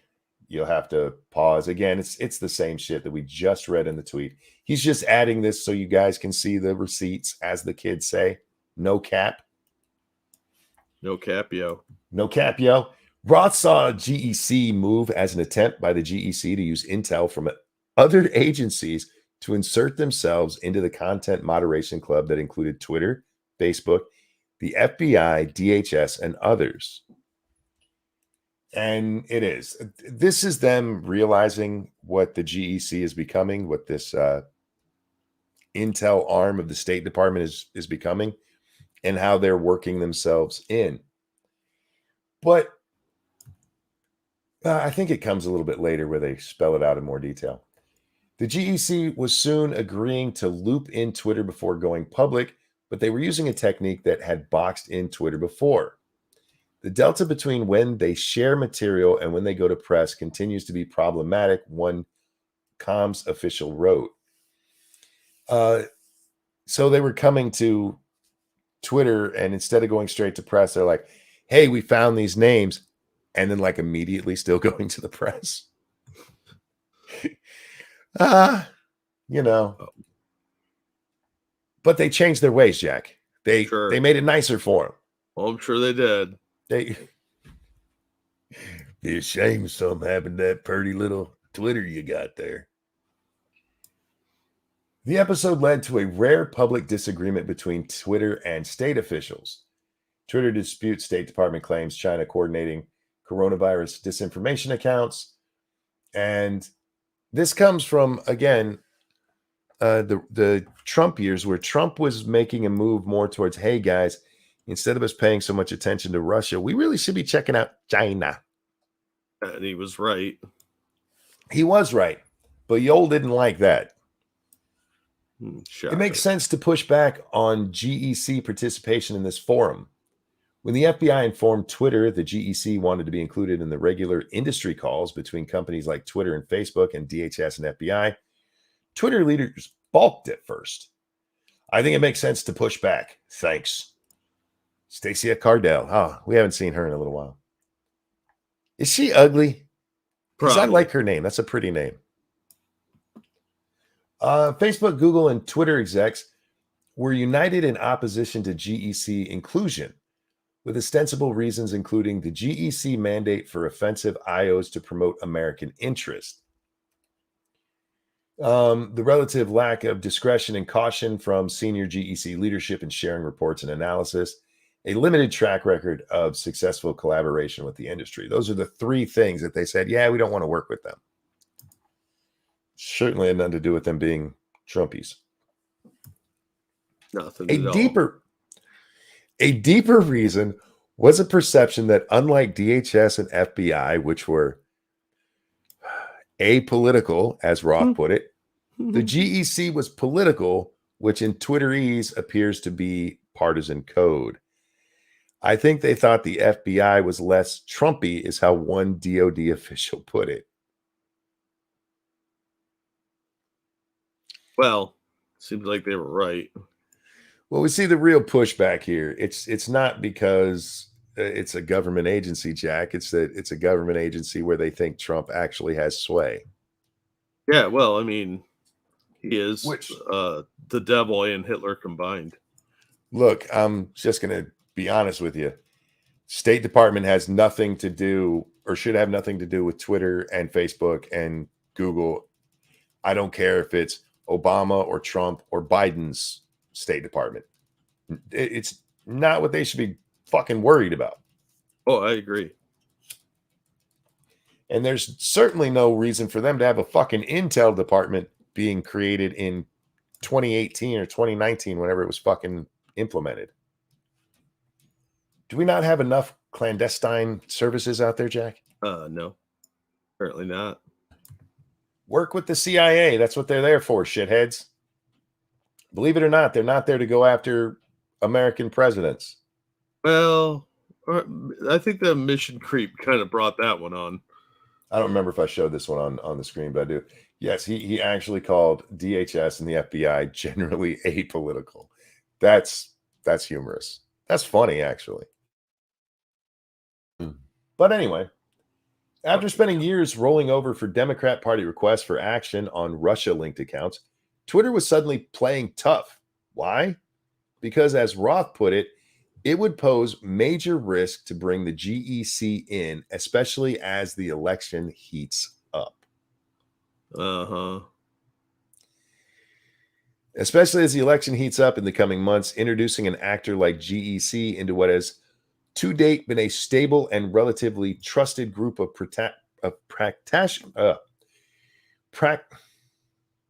you can do it. I know I can. Practitioners. Yay. Why did my brain do that to me? Anyway, I don't know. Trusted group of practitioners and experts poses major risk and could undermine a channel of significant importance to our election security efforts. Oh, fuck off. I cannot stress that part enough, because remember, we can clearly see a bias from DHS and the FBI in what we've read so far. There's a clear bias there. Yeah. There's a clear bias coming from the GEC at this point with the move towards Chinese rather than Russian interference. That is the Trump influence there. So one set of partisan actors is fine, the other isn't, for election security efforts. All right. When senior lawyer Stacia somebody look her up for me. Is she hot? Tried to argue. I want to picture her in my head, Jack. Is it Stacia? Yeah. Stacia. Cardile. Card ILLE. Does she look like a man? Because I'm kind of picturing her looking like a man. Nope. She looks like kind of like a Karen. Oh, bring her up. Hang on, let me find a good picture of her. I mean, I could do that. I could probably do that myself. Yeah, it sounds like a lot of extra steps, though. Let's see. Oh, I've seen her before. Oh, okay, yeah, I know who she is. Yeah, she looks a little frumpy here. Like, do some sit-ups.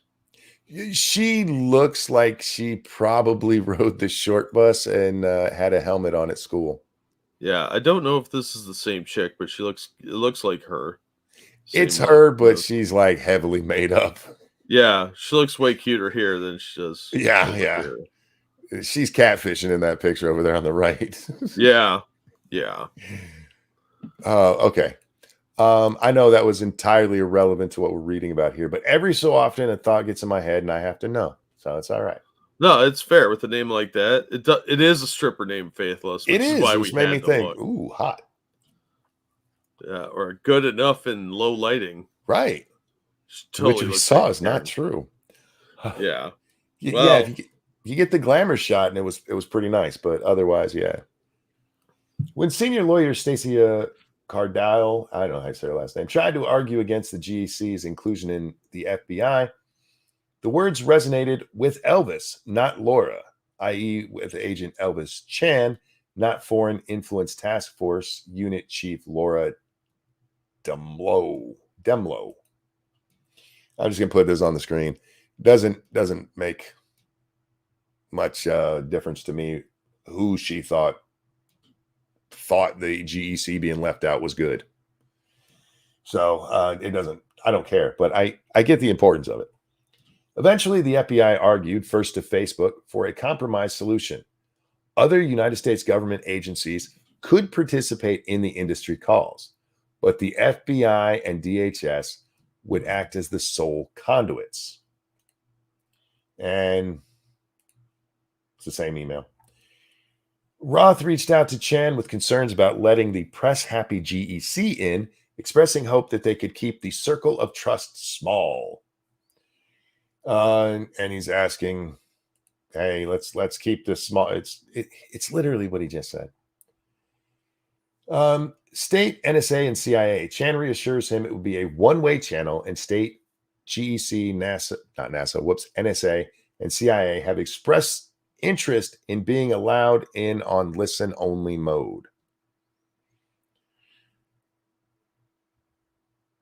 Those are agencies that should have nothing to do with Twitter. Sorry. Oh, you'd like that, wouldn't you? Just show it on screen real fast. You guys can pause it and take the picture or whatever you need to do with it. All right. We can give you everything we're seeing from the FBI and United States intelligence agencies, Chan explained, but the DHS agency CISA will know what's going on in each state. He went on to ask if the industry could rely on the FBI to be the belly button of the United States government. I don't know why the belly button. I don't know. I don't get the metaphor there. Maybe it's because it's the feeding tube. But not when it's not a belly button until you cut the tube. Oh, maybe they're full of lint. If he said the umbilical cord, I guess that would work. Is it an innie or an outie? Oh, given who these people are, it's all innies, I promise you. Yeah, it sounds like it. It's a bunch of innies running around this whole situation. I honest to God, I don't fucking understand what the belly button thing is there. Everybody understood it, I guess. The whole them being the hub, basically. Navel gazing, maybe that was it. They have eventually settled on an industry call via Signal. In an impressive display of operational security, Chan circulated private numbers for each company's chief moderation officer in a Word doc marked Signal phone numbers. Whoops. Yeah, so we just blast out everybody's phone numbers to the working group. Okay. Jack, I'd just like to say from reading this, I can see that they sent their very best for this operation. Yes, and clearly they all know a lot about anonymity and security. Hang on, I got to scroll down just a second. Yep. Okay, I got to stop on these two because the next one, Jack, the third one down. All right. Twitter was taking requests from every conceivable government body, beginning with the Senate Intel Committee, which seemed to need reassurance Twitter was taking FBI direction. Execs rushed to tell Team SSCI they zapped 5 accounts on Facebook or on an FBI tip and put it on. Yeah, literally the Senate Intel Committee reached out. Did you guys take any action on what the FBI did there? And like, we are so thankful you guys sent the FBI to show us these people. Thank you so much. It's really depressing that this is what our government's up to. Requests arrived and were escalated from all over, from Treasury, the NSA, virtually every state, the HHS, from the FBI and DHS, and more. So we have the Treasury Department, National Security Agency, all 50 states in the union. What's HHS? Health and Human Services, FBI, and Department of Homeland Security. Plus, we also know that ONDI was there. You have this new one that they've given us, this GEC. All of these people hitting Twitter up going, hey, can you get rid of these? Can you get rid of this? Oh, I'm curious why the Department of Education wasn't involved. They probably were. You got to ferret out all these witches. Well, given HHS is on here, Homeland or Health and Human Services is probably on there for coronavirus. I guarantee you education was involved. It wouldn't surprise me at all. All right. Here it comes. They also received an astonishing variety of requests from officials asking for individuals they didn't like to be banned.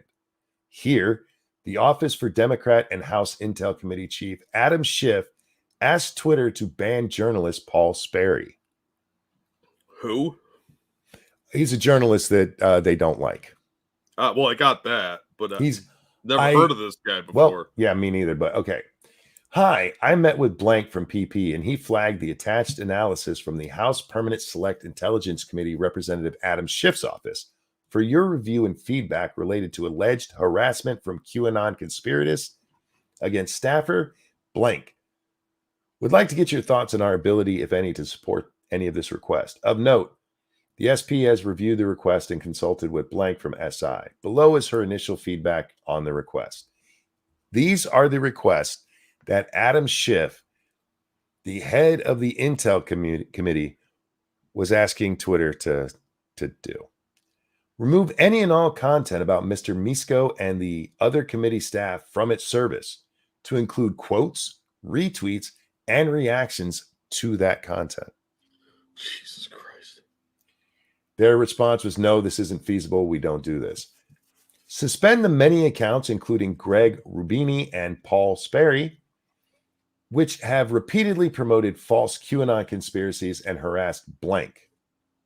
We'll review the accounts again, but I believe blank mentioned only one actually qualified for suspension. By the way, Paul Sperry was not suspended for this. He was suspended later on, though. Suppress any and all search results about blank and other committee staff. Wait, he actually used the word suppress? Yeah. Wow. Yeah, fuck your First Amendment, right? Says, no, we don't do this. If it is related to QAnon, it should already be de-amplified. Stop the spread of future misinformation on Twitter about blank and other committee staff who are not public figures. And I'm sorry, if they're on staff in these committees, they work for me, motherfucker. Yeah, They if are they're public. a civil servant in any capacity, they're public figures, aren't they? Yeah, these are public figures. Yeah, they're in the course of their duties. So yeah, and I don't know which person this is. I don't know why they blanked them out here. There's no good reason to do that. But anyway, committee staff who are not public figures and who were not central actors in impeachment inquiry or the 2020 presidential election. No, we don't have a general misinformation policy. You lying pricks. Label and reduce the visibility of any content about blank that Twitter does not remove for the reasons cited above. Literally, if this is mentioned, remove it, even if there's no good reason. yeah, it must be nice to have that kind of power, I guess. The head of the United States House Intel Committee is sending this to Twitter to silence people he does not like and stop discussions he does not like. Yeah, that is a direct First Amendment violation. Mr. Schiff, you have a lot to answer for. And U.S. news media, I know you guys have ignored all of this so far. Yeah. But how in the fuck do you ignore this one? This is them going after the press. I thought you guys had each other's backs. Why is it suddenly when it's Adam Schiff being a dickbag to people who are in the press, well, it's not really a big deal? Because he went hard after Donald Trump. He had the evidence, monkey. The evidence! He said so. This is the kind of shit we've warned about and haven't had the proof of. Yep. We've suspected it for a very long time, and here's the evidence, and nobody's going to do anything about it, especially Kevin McCarthy. We don't do this. Even Twitter declined to honor Schiff's request at the time. By the way, if you read because I told you there were two places who wrote stories on this, Fox News and the Washington Times. The guy who wrote it for the Washington Times, he wrote it incorrectly because this came from Schiff's office. But the way that that's worded, you can get the idea that this came from the Intel Committee office. It's not the Intel Committee. This was Adam Schiff's office who wrote this with his direction. They don't write anything without him going, yeah, you can send that out in my name. And in a real American society, he'd be booted out of office tomorrow. They would chase him out for violating. He should absolutely be kicked out of office for this. Going after, this isn't just the First Amendment speech part of it, Jack. It's the press part of it.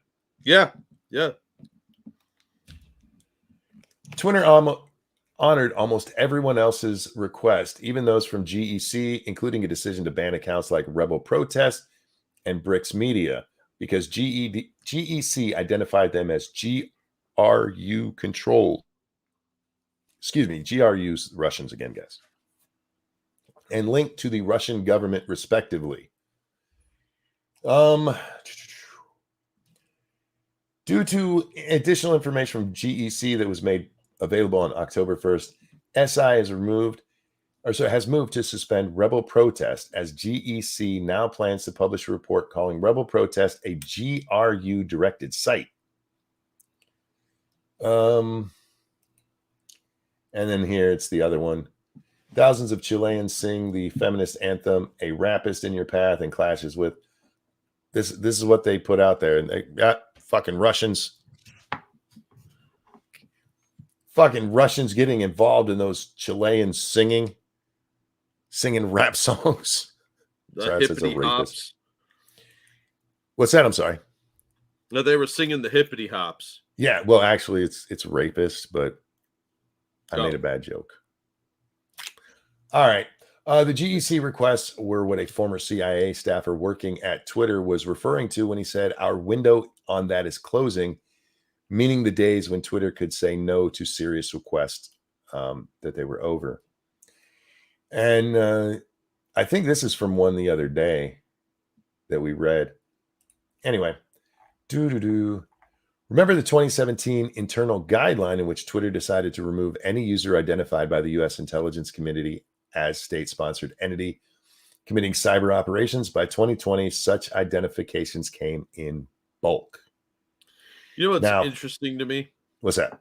Is if the feds go to Twitter and say these people are working for the Russians, so Twitter in turn says, okay, these people are working for the Russians and takes them down. Couldn't the government then, by the logic they used with the Steele dossier, say, Twitter said these people are Russian assets, we should search their homes? Yes. Because that's the precedent that's been set. That is incredibly dangerous. Thank you, Evolved Potato. It's okay to target the press when it's the wrong type of press. You know, the people that disagree and don't toe a party line aren't real journalists. That's fair. Yeah, that's true. This is disgusting, though. Of course it's disgusting. This is repulsive on so many levels. This is Adam Schiff personally asking to have people silenced. And not because they broke any law, but because they said mean things about somebody who was working for me.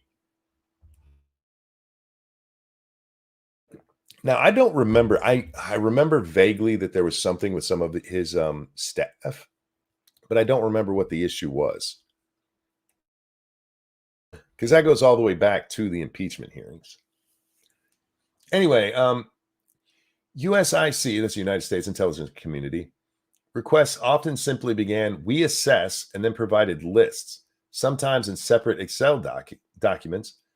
They believe were connected to Russian Internet Research Agency, the IRA, and committing cyber ops from Africa to South Africa to the U.S.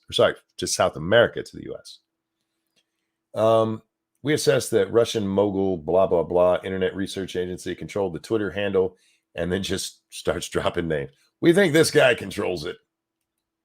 And remember, this is why he just said that a moment ago. They agreed their internal policy was if U.S. intelligence came and told them it, you were gone. I wonder how many people were gone that way who it was clearly not true. Full Metal Joker, thank you so much. Repeat after me. I am not now, nor have I ever been sad. That is true. I'm not sad. I am also not sad, just for the record.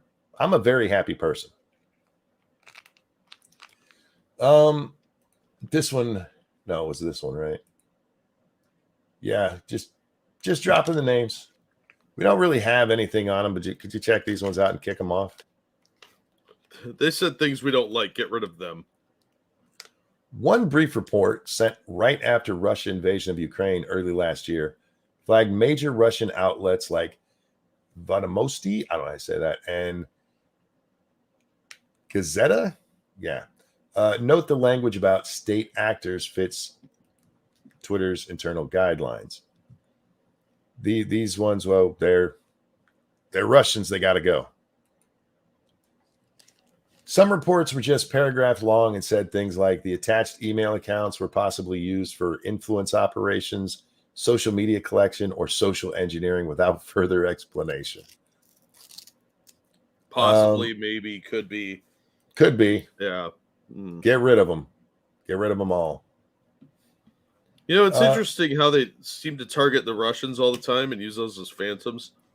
It's almost like we've heard something like this before. Are we going to start making the Russians wear little stars? It sounds like it. And remember, they had no interest in the Chinese side of this. Yeah, which is way more damaging and threatening to our system of beliefs, quite honestly. The Russians are not as scary and powerful as they used to be. Yeah, they're dangerous, but they just want to be left alone for the most part. They weren't fucking with us like they seem to pretend. China, however, has been stealing our IPs, copying our technology all over the place, and just outright seizing land.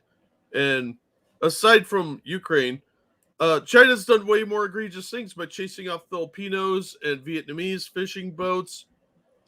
Well, we know from the other Twitter files that most of these accounts that got hit and stuff had like 5 or 6 people following them. They were tiny fucking accounts. They were meaningless, but we were going after them as though they were stealing state secrets. Yeah, which, the Chinese have been doing. I guess it helps if you're getting a cut from the big guy. I don't know. Look, fuck the Russians, and if they're trying to interfere in our elections, fuck them. But that's not what we're seeing. It's not even what we're seeing here. Yeah. They were going about it because of fucking COVID. Those damn Russians are trying to COVID us. What? They weren't the ones questioning the COVID stuff. It was normal, everyday people who paid attention to the fact that the fucking virus came from the same place. They had a fucking lab where they were working on the virus. Oh, you mean Russian assets questioning things? Because only a Russian asset would do that. Vlad, from what I hear, you owe me a shit ton of money, homie. Because apparently I work for Putin. I need my check, bitch. Well, maybe that's where your account went. Fuck. Well, I did get in a fight with a Ukrainian supporter, that little blue and yellow flag, man. How dare you? Ukraine is sacred. Well, speaking of that, Jack.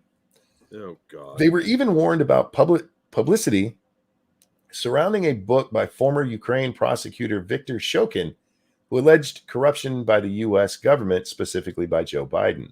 Yeah, it sounds legit. They actually warn in here in this little part. I'm not going to read it all because it's long and ridiculous, but the Russians are known to promote books like that. You mean of the people that they were attacking? While it is unclear at this time how involved Russian intelligence might be in the creation or promotion of this book, they have been known to direct this same influence organization to propagate similar information in previous operations. You mean like our CIA does in foreign countries? Except in this case, the whole Shokin thing played out in public. Yeah. Shokin had been making those accusations since he got fired. Yeah, yeah. And he it doesn't look like he was wrong. And he gets a chance to capitalize on it, and he wrote a book. That is not an uncommon thing. But you got to protect the Bidens at all costs. Tell me about Mary Trump, for fuck's sake. The only reason anybody knows that ignorant bitch's name is because she wrote a book about Donald Trump being mean and cutting her dad out of her wealth. She got mad. She had to get a real job, Jack. Oh, the horror of it. That was probably Russian, if I'm being honest. By the weeks before the election in 2020, Twitter was so confused by the various streams of incoming requests, staffers had to ask the FBI which was which. I'm going to throw this up there. Yeah, in this one, they're like, okay, we were asked this. Is this the same one that we were asked about before? That's how many people were just throwing fucking shit at them trying to get their way on Twitter. You know what, Twitter? You brought it on yourself by giving any of them sway. Should have told them to fuck off. It was none of their business. Once again, Yoel Roth, you're a pussy. I apologize in advance for your workload. Requests poured in from the FBI offices all over the country, day after day, hour after hour.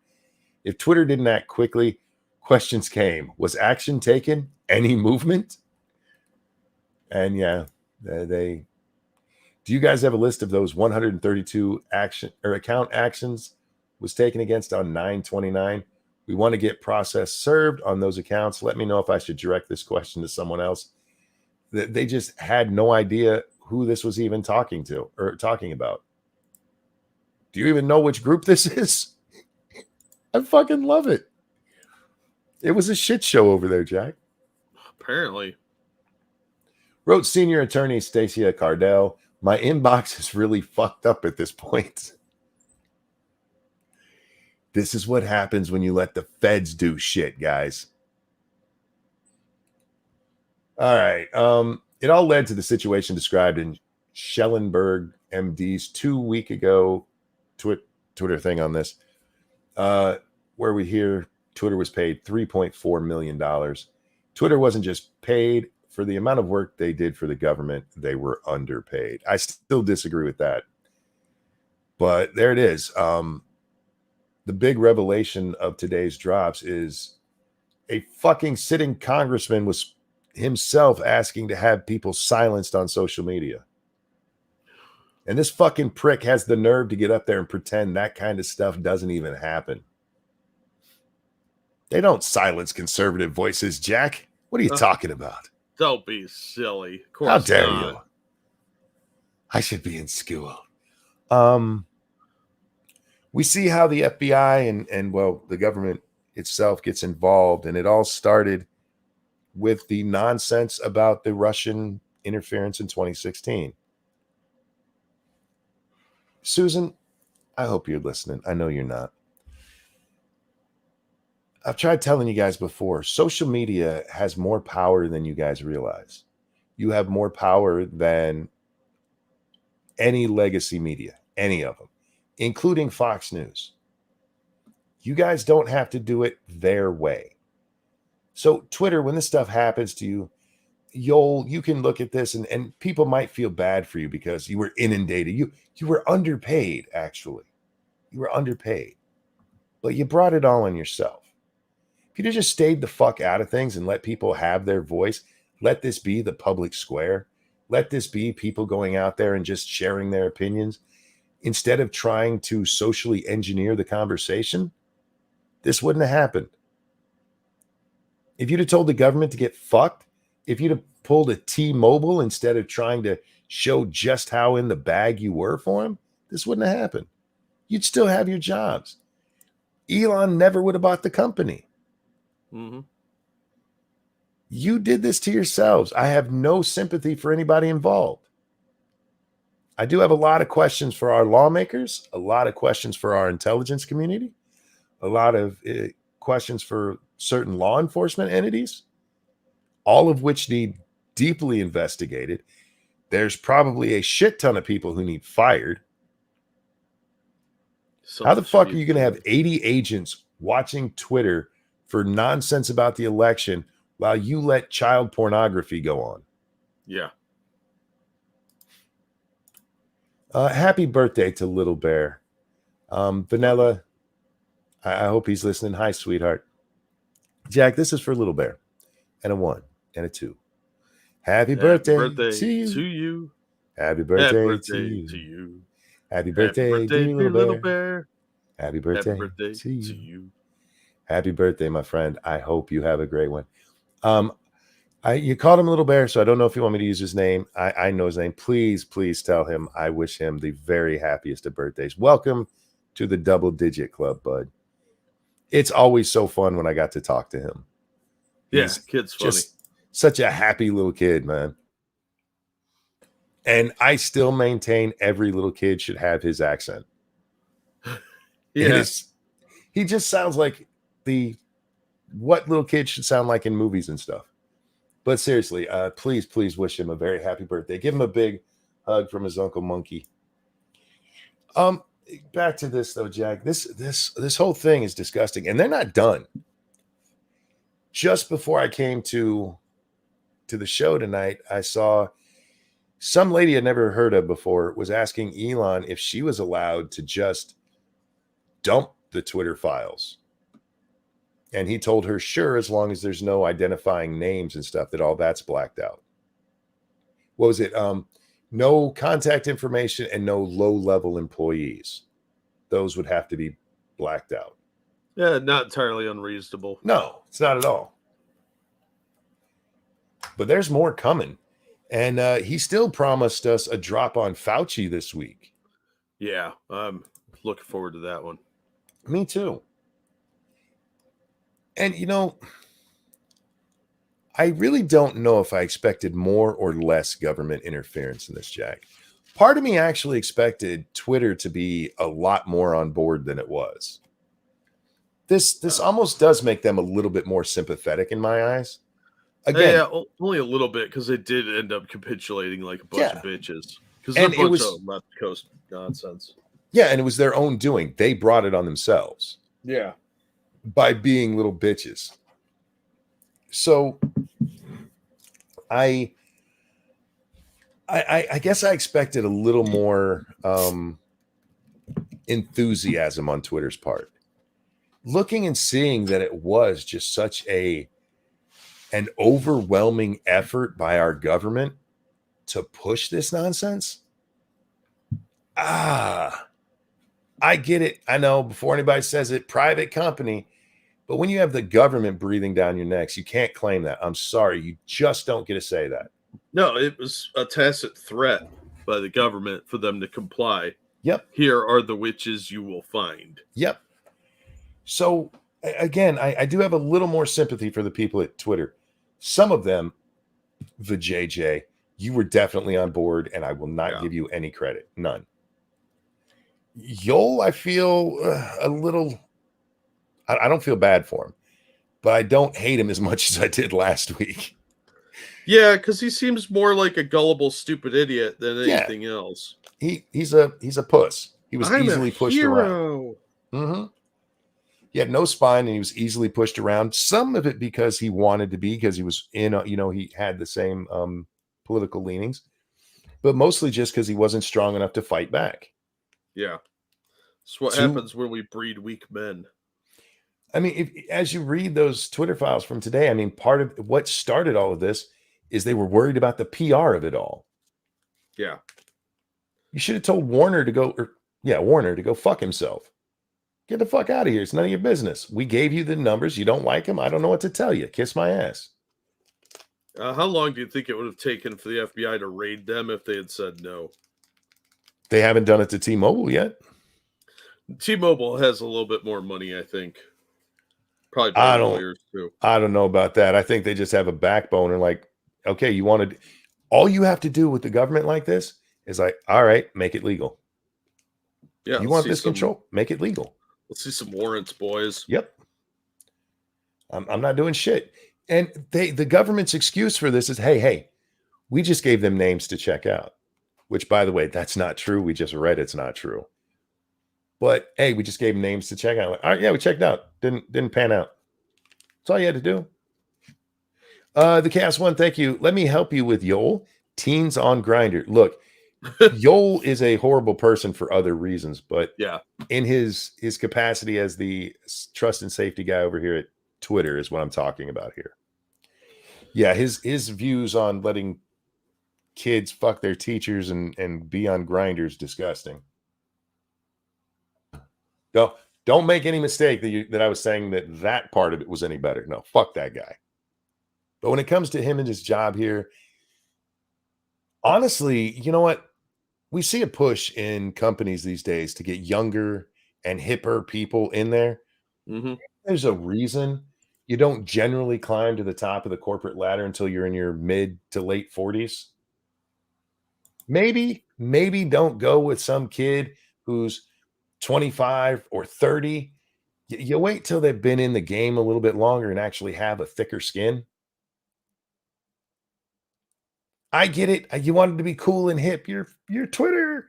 And how'd that work out for you? Oh, that's right. You got bought out by a millionaire in his 50s? Yeah. Fired all your bitch asses because you weren't good at your fucking jobs. There's a general dislike for older people now, Jack. And oddly enough, as the life expectancy has gone up, suddenly the age where you're considered too old to be useful is dropped. Yeah. And we end up with a lot of really shitty people in positions of power they never should have had. Sam Bankman-Fried. There is absolutely no reason that guy should have ever had that kind of money and that kind of power. He didn't earn it. And I don't mean, nobody deserved, but he did not earn it. He stole it. Mm-hmm. And if people paid attention, like, wait, this 30-year-old saying some really stupid shit. Maybe I'll put my money in a bank. Yeah, and everybody wanted to believe he was not bullshitting them, even though just objectively sitting and listening to him, you should have all kinds of red flags going off. Cast One, thank you again. A worm is a worm. A maggot does not become more because of circumstance. Yeah, but you can talk about a worm in two different situations. A worm will thrive in the dirt, throw him in the driveway, he's going to shrivel up and die. He's still a worm, but circumstances change. Also, you don't know how that maggot identifies. Fair enough. But we saw the same thing with Theranos and that crazy bitch. We have this push to have younger and younger and younger people controlling things. We live in a very youth-centric culture, and for Mhm. some reason, we give them a lot more credit than they ever deserve. And that's not to say there's not a rare one out there who does great. That's fine. But typically, you want to go with somebody who has experience. You want to go with somebody who's done something with their life more than just, you know, um, look good for a couple of days. Yeah. I've been successful for 3 years. Yeah, that guy over there's got 20 years experience. Why don't we talk to him? And again, I'm not age, what is it? I'm not an ageist either way, Jack, because I've been on the younger end when I can do things. I'm like, oh, you're a little too young. And they didn't give me the shot. And I laughed as it blew up in their face. Mm-hmm. And now I'm getting older and I'm the worthless old guy now. Yeah, you are. I am. Well, I'm also crippled, but you get the saying. No, it's your age. Yeah. At our age, Jack, we're past our prime. That's true. It's this wee stuff. I identify as 25. But we're also at the stage where, guys, we've done stuff. And if you want some wisdom, you probably want to talk to older people who've been around a while. That doesn't mean all old people are wise, but they tend to have, if you want to find out how to do something, go find an old guy who's done it his whole life. Yeah. Yeah, you have a much better chance of finding out from somebody that's been around for a while, especially something that's like, a system that's been in place for a while. And if nothing else, it breeds real confidence. Do you know how easy it would have been to actually slap down Sam Bankman-Fried if anybody had ever once actually stood up to him? Well, look what happened Yep. when Binance finally stood up to him. He crumbled like a fucking cheap deck of cards, man. Just Were they the ones that looked at his books and were like, no? yes. Yeah. The only people that paid attention, and they don't get enough credit for that. Well, they actually get, some people blame them because what happens is this article comes out about how bad FTX's finances are. And the guy who runs Binance is like, yeah, we are selling out all of our positions on this. And it's a smart move on their part. Yep. And it caused a run because everybody's like, oh shit. And they all left. And then Binance steps up and goes, all right, we're gonna help keep them afloat. And that's when they looked at the finances and went, oh hell no. Fuck this. We're trying to stay in business here. So yeah, and it's like, did they cause it? Well, no. What caused it was Sam Bankman-Fried being a fucking thief. Yeah, if anything, they just preemptively made it fall apart sooner rather than later. Like this could have gotten a lot bigger because so many celebrities were pushing it, including like Tom Brady. So people were buying into it. Nobody was looking at it. They blew on the house of cards. They didn't build that shoddy piece of shit. Yeah, it was gonna collapse at some point. It was just a matter of when and how long.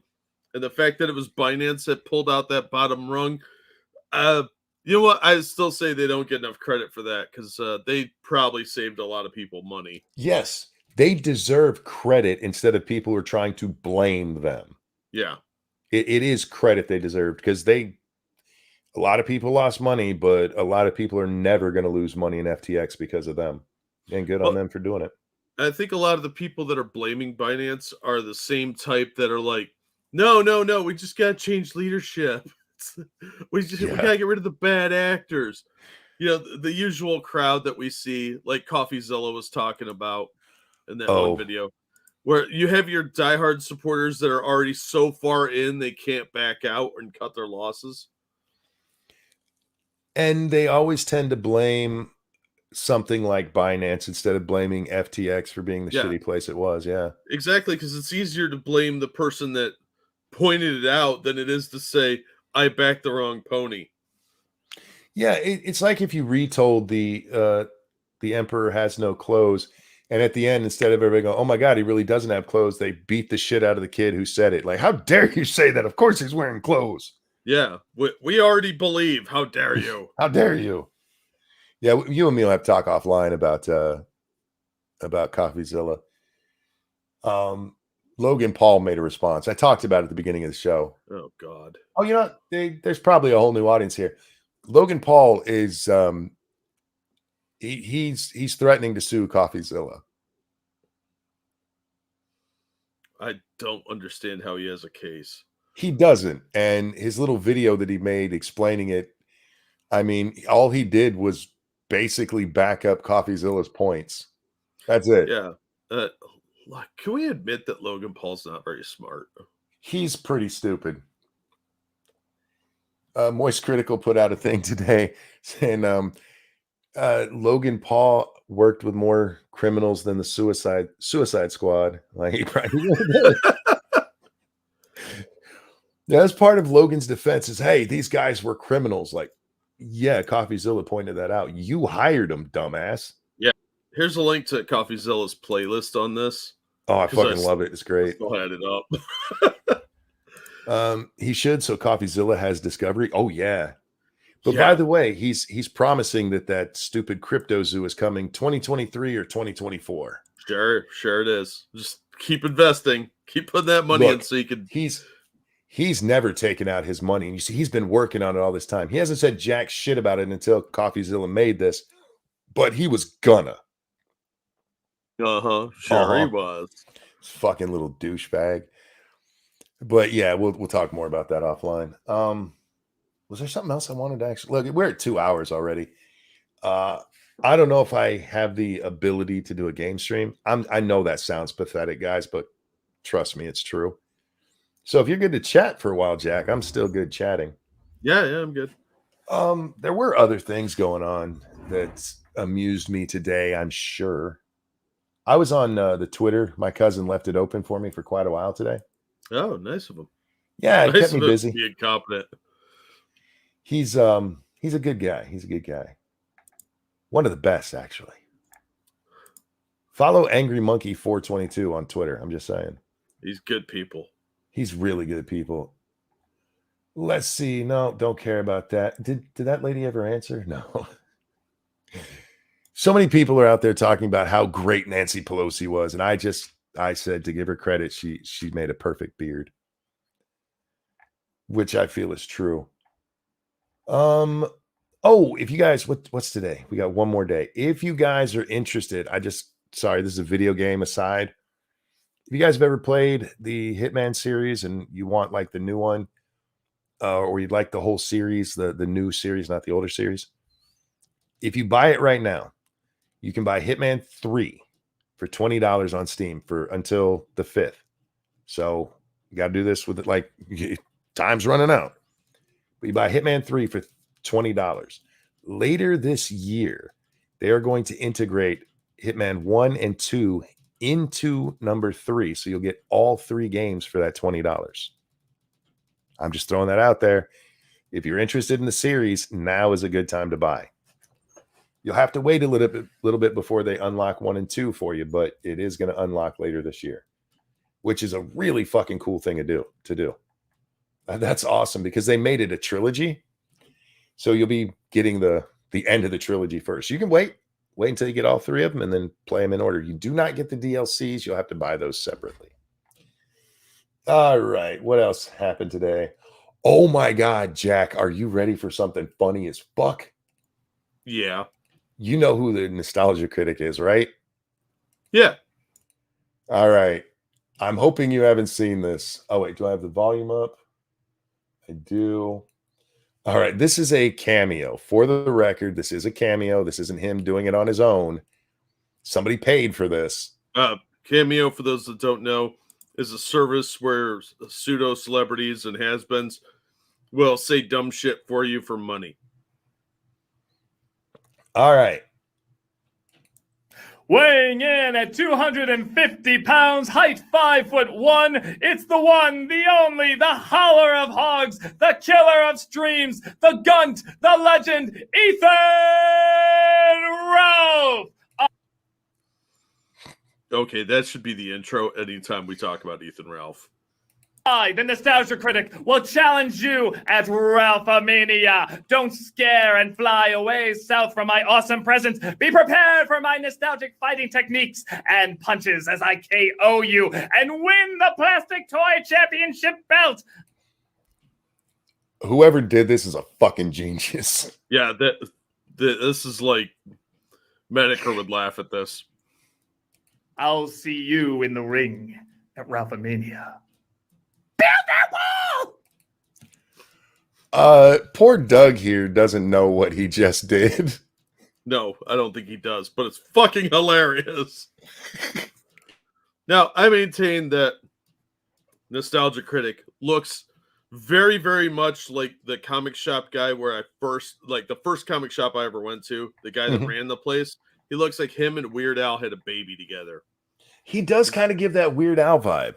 It's the facial structure, like the nose and mouth area. He's got like the Weird Al look there, like similar regional genetics. But yeah, cross him with the old comic shop guy, and I can't get that out of my head because that dude was a total scam artist. But so whenever I see this, that's who I think of, and it does sound like something he would do in a commercial or something. Cheap T says, I love you so much for this, Doug, you sweet, ignorant angel. Right? Yeah, because guys, if you've seen this going around, that is a cameo. He was paid to do this. He probably didn't even write much of that script, if any of it himself. And you just know the A-hog is going to be out there whining about this shit. And it made me laugh, so I had to share it. Fucking retard, man. Not Nostalgia Critic in this case, but Sure. Ralph. Ralph. Anything to make a buck. That dude is going to bitch about this for a month. Do I want to get into this? I guess I do. Do you know who BX Bullet TV is? No. Are they affiliated with BX Beast Boy? No. She's a former YouTuber. She got kicked off the platform.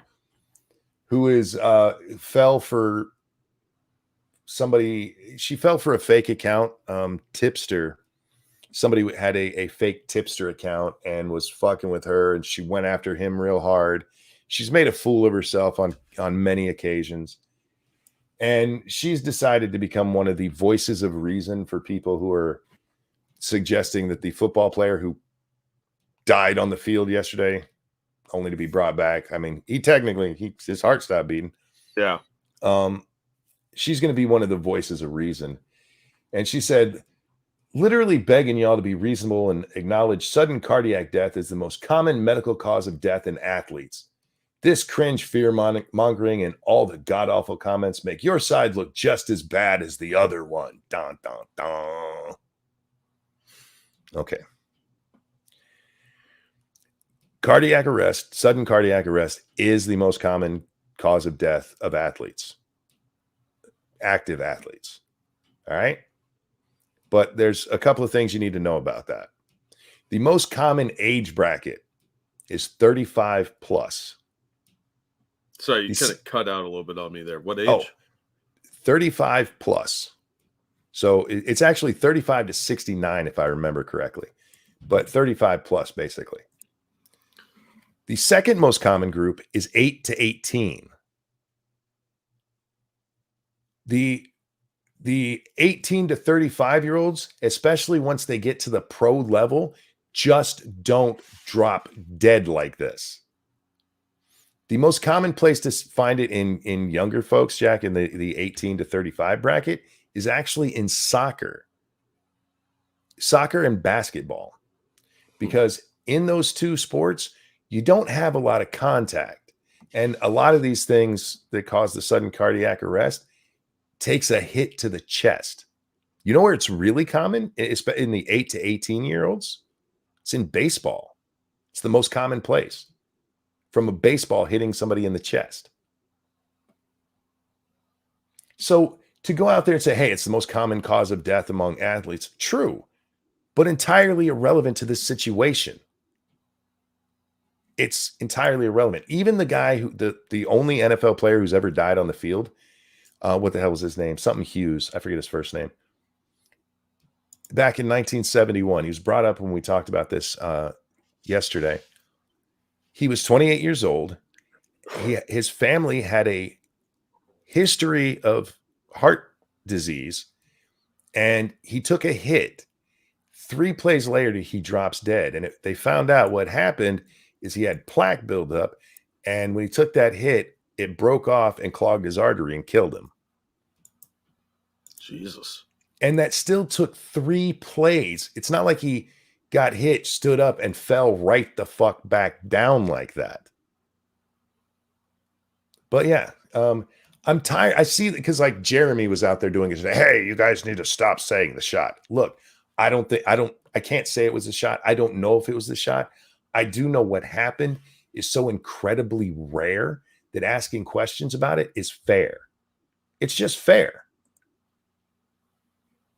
I still call bullshit either way that the hit had anything to do with his heart. Look, it is still possible that he had some defect that somehow managed to make it all the way into the NFL.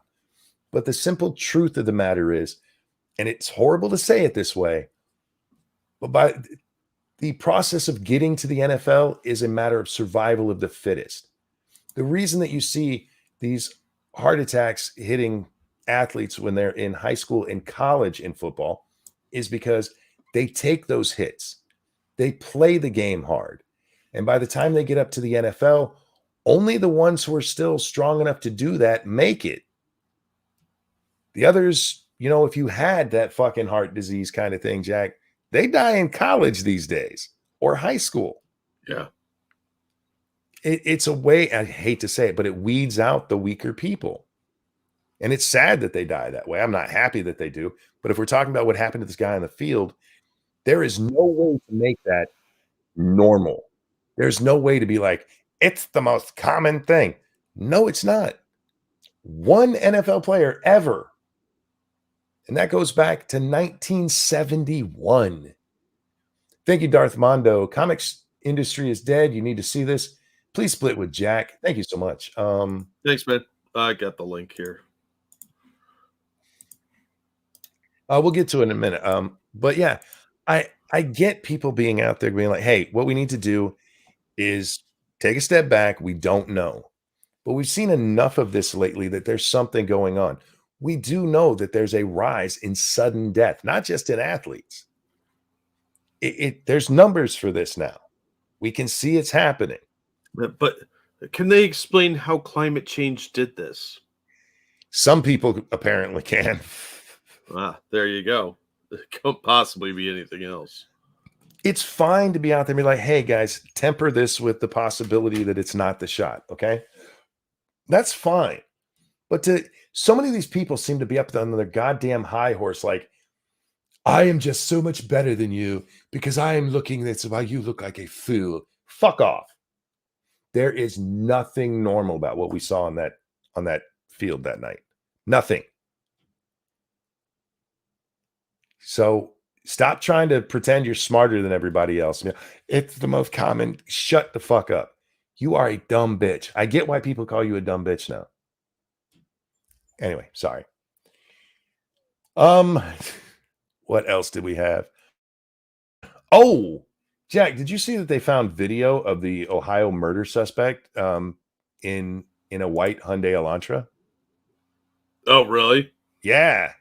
He was pulled over on his way back home to Pennsylvania. He was pulled over for, I'm not exactly sure why the cop pulled him over. Oh, yeah, he got stopped twice, right?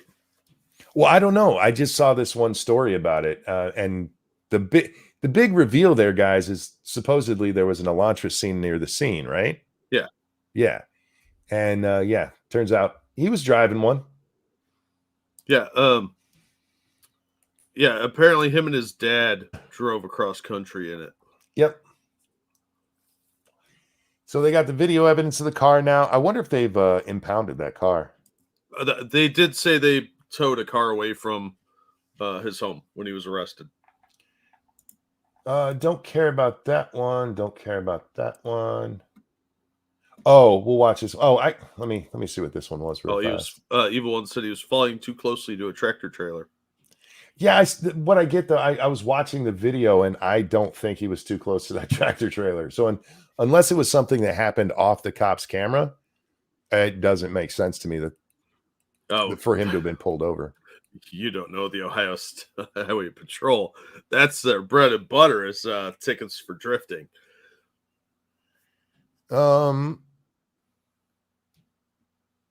What is this? Today, DC released a comic in which the Joker becomes pregnant and gives birth to a mud monster who transforms into a child version of himself who he adopts as his son. Okay. Yeah, that's a real thing that's happening. Good job, DC. I mean, at least we're dealing with comic book characters, and it's not like, we have to pretend that a man actually had a baby somewhere. Oh, that's the message they're actually pushing with this. Have you seen the video of that man who had a baby and doing it in a pool in his own house? Yeah. It's fucking disturbing. Yeah, well, so much of this crap is disturbing. Yeah, DC's really gotten woke. They've been trying to course correct a little bit. So it's a real 50-50 when you're buying a DC comic, whether you're going to get the wokest of the woke or something that's a lot less so. Well, I mean, I don't even know how I want to say this. There's weird pregnancy lines that run through literature and popular culture forever. Where weird shit happens. Sometimes, yes, even men have babies and stuff like that. I think that one's like really weird, adopting or whatever exactly happened there. But I got to be honest, I feel like I've seen worse from DC. Yeah, well, everyone's gay now, so yeah. It's the only way to have babies is men to get pregnant. Yeah, I was shocked that Tom Taylor didn't write this book because he's infamous for making everyone gay. Maybe I just my expectations have just been lowered so much that I'm like, yeah, that sounds right. Yeah. I don't know what to tell you. It's just disappointing because they want $4, $5 for this trash. Yeah, I mean, if people buy it, that's on them. I feel like it should come with a warning on the front of the label, though. Yeah. Like back in the day, like in this issue, Molten Man, like in this issue, Pregnant Joker. Yeah. That way you can see at the front, like, do I want to bother with this shit?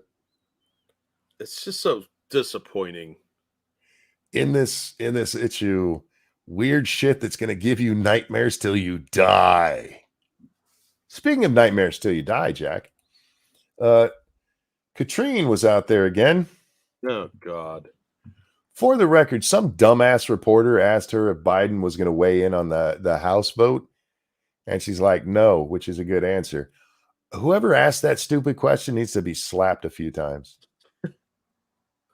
He has no role in that whatsoever. But anyway, this is a whole different thing. I don't know if you saw. Did you see her talking about whether Biden was going to the Pope's funeral? No, I was offline most of the day. Okay, good. As the president said in his statement, as I'm sure you saw, he joins. Can you hear okay? Yeah. Okay, thank you, Metal Minister. But will Batman pay the support for his mud baby? Probably not. We all suspect that it's actually Clayface's kid. Batman, he's got parenting issues because he got his parents killed, at least in the newest movies. So he's never going to be a good father. I'm just saying. Wow. What? I don't think he got his parents killed, and Dick Grayson would disagree. In one of the movies, he absolutely got his parents killed because he made them leave because he was afraid of the bats in the movie. And yeah, well, he didn't put the gunman out there and be like, haha, now we got him. If it wasn't for his little bitch ass fear, his parents would have been alive. That's just fact. I don't think you could blame that on a child as opposed to the In gunman. that case, you do, because it was his fault. You show me the text messages between him and the gunman organizing this. No. See, you're no. If they had stayed in that theater, somebody else would have got shot. He caused his parents to get killed. We do, because the gunman's just going to hang around. He was waiting for the Waynes. Like, that dude had a job. What are you talking about? Come on. We know it was his fault. Look, Batman is a bastard. Don't let them tell you otherwise. No. And I love Batman, but I'm just being honest about him. Anyhow. All right. Take it away, Latrine. As the president said in his statement, as I'm sure you saw, he joins Catholics and so many others around the world in mourning the passing of Pope Emeritus Benedict XVI. He will always remember the Pope's generosity and meaningful conversation they had when he visited the Vatican in 2011. Okay. Now, the 2011 one's not where he pooped. That was last year. Yeah. And it's emeritus, not emeritus. Latrine here can't speak as very well. All right. She trying. She is not qualified for this job at all. She is the diversity liar. It is not her fault. It's all her fault. But anyway. So to answer your question, the U.S. ambassador to the Holy See, Joe Donnelly, will represent the United States at the funeral of the Pope in line with the wishes of the late Pope and the Vatican. Did you catch that? Hang on. Listen to what she says here, guys. 2011. So to answer your question, the U.S. ambassador to the Holy See, Joe Donnelly, will represent the United States at the funeral of the Pope in line with the wishes of the late Pope and the Vatican. This is what their requests were. This is what their wishes were, and so that's what you'll see from. The Vatican and the dead Pope requested Biden not come. Well, can you blame him? The last time he was there, he shit himself, so I don't blame him at all. Like, that will ruin a funeral. Yeah. Plus, he might try and talk to the dead body or something weird like that. Start whispering to it, or take a sniff. Look, Joe has restored the United States to its welcome and embrace in the world. Except that apparently the Catholics were like, stay the fuck away. Yeah. How much do you have to suck that the Pope is like, you're not welcome here? We'd prefer if you didn't come around. Fuck. The late Pope and the Vatican. So the late Pope, Benedict, had in his last will and testament, keep that nasty fucker away from my funeral. It might have been on his deathbed. Maybe, yeah. But don't let him come. People already think we're pedos. Keep him away. I mean, how the fuck do you get disinvited to the Pope's funeral? I mean, seriously. And yeah, he's supposedly a Catholic. And stay away. They got crosses up, keeping him back. No. Or I guess grown adults, because he likes the little ones. Yeah. Well, Cannibal pointed out they might want to keep their kids because the Catholic kids, not the Pope's, not the president's, to sniff. I've been asking him on Twitter when he stopped showering with his daughter, and he won't answer me. Yeah, it's weird that way. I'm not happy about that. But yep, the dead Pope in the Vatican asked him to stay the fuck away. All right. Oh, this fucking story. All right. So the main gist of the story doesn't matter to me at all. Victoria's Secret CEO Amy Huck to exit after just 8 months, and the stock plummets. I don't care about that at all. Don't care. I don't know why you would put this lady in charge of Victoria's Secret brand, but they did. They're hoping to boost some sales, Jack, because I've had some sales problems recently. And that's what I wanted to talk about. Where is it? Victoria's Secret is striving to regain its once dominant position in the women's intimate apparel retail space. The company, which generated north of $7.7 billion in annual sales in the early to mid 2000s, has been slow to adapt to the changing tastes of consumers who prefer body-positive products, critics charge. Just say your customers are fatter now. Well, hang on. Hold that thought. At the peak of its power, Victoria's Secret owned more than a third of the market share in the women's lingerie category. By 2018, its market share was at around 24%. The company had suffered a further hit to its reputation after it was learned that Leslie Wexner, the billionaire entrepreneur who is credited with building Victoria's Secrets into a behemoth, shared close ties with the late pedophile Jeffrey Epstein. The brand, which was once known for promoting its waif-thin supermodel angels, introduced plus-size additions to its catalog in recent years in hopes of keeping up with current trends. Okay, so here's what happens. Victoria's Secret owns the market. Then they started putting fat chicks in, and everything's gone down, and they're like, it's because they didn't put the fat chicks in sooner.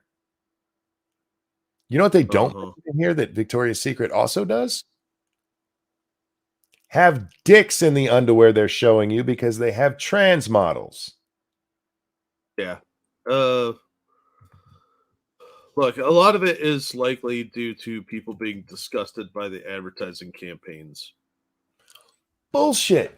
Well, their new ones. Their old ones did great. When they were promoting the angels. Oh, yeah, that was huge.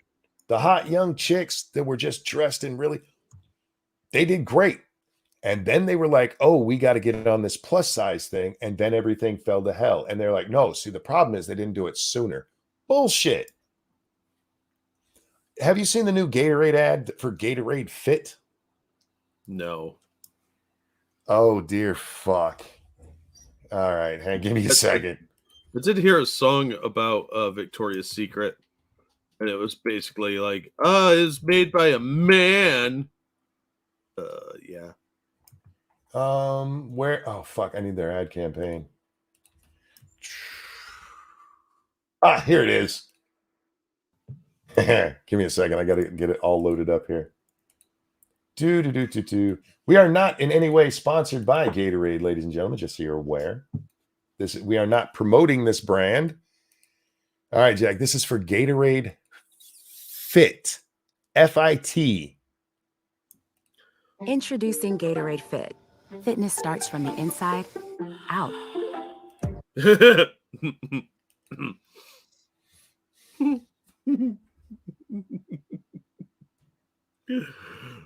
Gatorade Fit. Gatorade Fupa? What? Now, I forget this chick's exact name, but I've been aware of her for a long time. We've talked about her on the show many times. She is a yoga instructor, and she has written books about yoga, and she's also been featured in magazines for yoga being so white, and she's helped make it a more black place, as well as yoga being for fat people. She does know that yoga is from India, right? Evil one, hold that thought. Hold that thought. No, I don't know if she knows or not. I just know that she's an idiot. And the reason I became aware of this ad, Jack, is because I saw somebody on TV or on Twitter who said something very similar to what Evil One says here. In all fairness, maybe she's trying to lose weight. And this lady said, hey, look, we got to stop making fun of fat people who are trying to get fit. All right. I first became aware of this woman in 2016, and she's bigger than she was then. She's not trying to lose weight. She's not trying to get fit. She's one of these fucking body positive pieces of shit who's out there telling you, you can be fit when you're disgustingly overweight. She has to have a reinforced seam on her pants, for fuck's sake.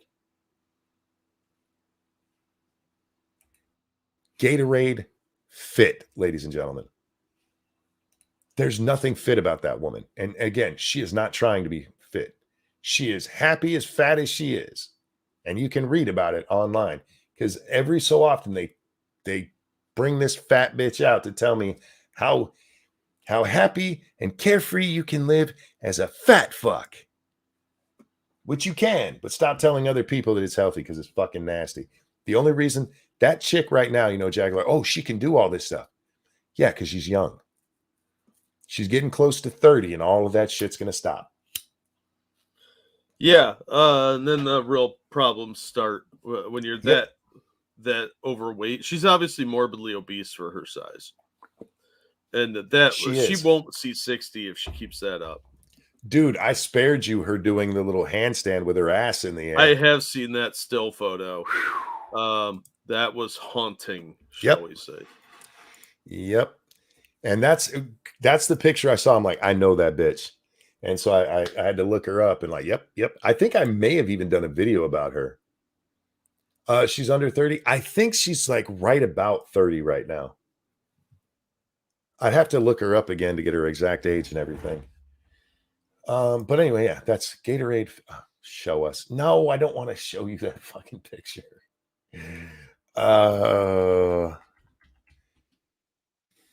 Let's see. Let's see if we can find it. Oh, it's right here. It's one of the first things that pops up. Here you go. Da da da. There she is doing a headstand. Looks like somebody's trying to win the award for biggest pumpkin that year. Yep. That's her. That's Gatorade Fit. Fuck me. Anyway, I didn't mean to stay on that so long. That just pissed me off when I had that. I get it. I do not think you should make fun of fat people who are trying to get fit. When Biggest Mikey, who was fat as fuck when he started losing his weight, said, I'm going to lose weight, I was all in on the guy. You go do your thing. And I've cheered him on every step of the way as he's gotten pretty fucking healthy. But some blob who's staying that way, I'm not going to pretend that they're fit. I'm not going to pretend that they're trying because they're obviously not. By the way, she says this in one of her videos. I do the kind of yoga that they give to new people because anybody can do it. So that's what I do. So she never advances. Yeah. She does the bare minimum even at yoga, for fuck's sake. For breathing. Oh, fuck off. Anyhow, and I don't mean to be so dismissive of yoga because I know that there are poses and stuff that can actually, help with core strength and such. But Jesus, that pissed me off. Stop trying to normalize that. You're just normalizing early death, which, from the look of it is kind of the direction people want to go. Yeah. They want you to die. Oh, you're slightly unhealthy. Well, here's your free injection. Thank Canada.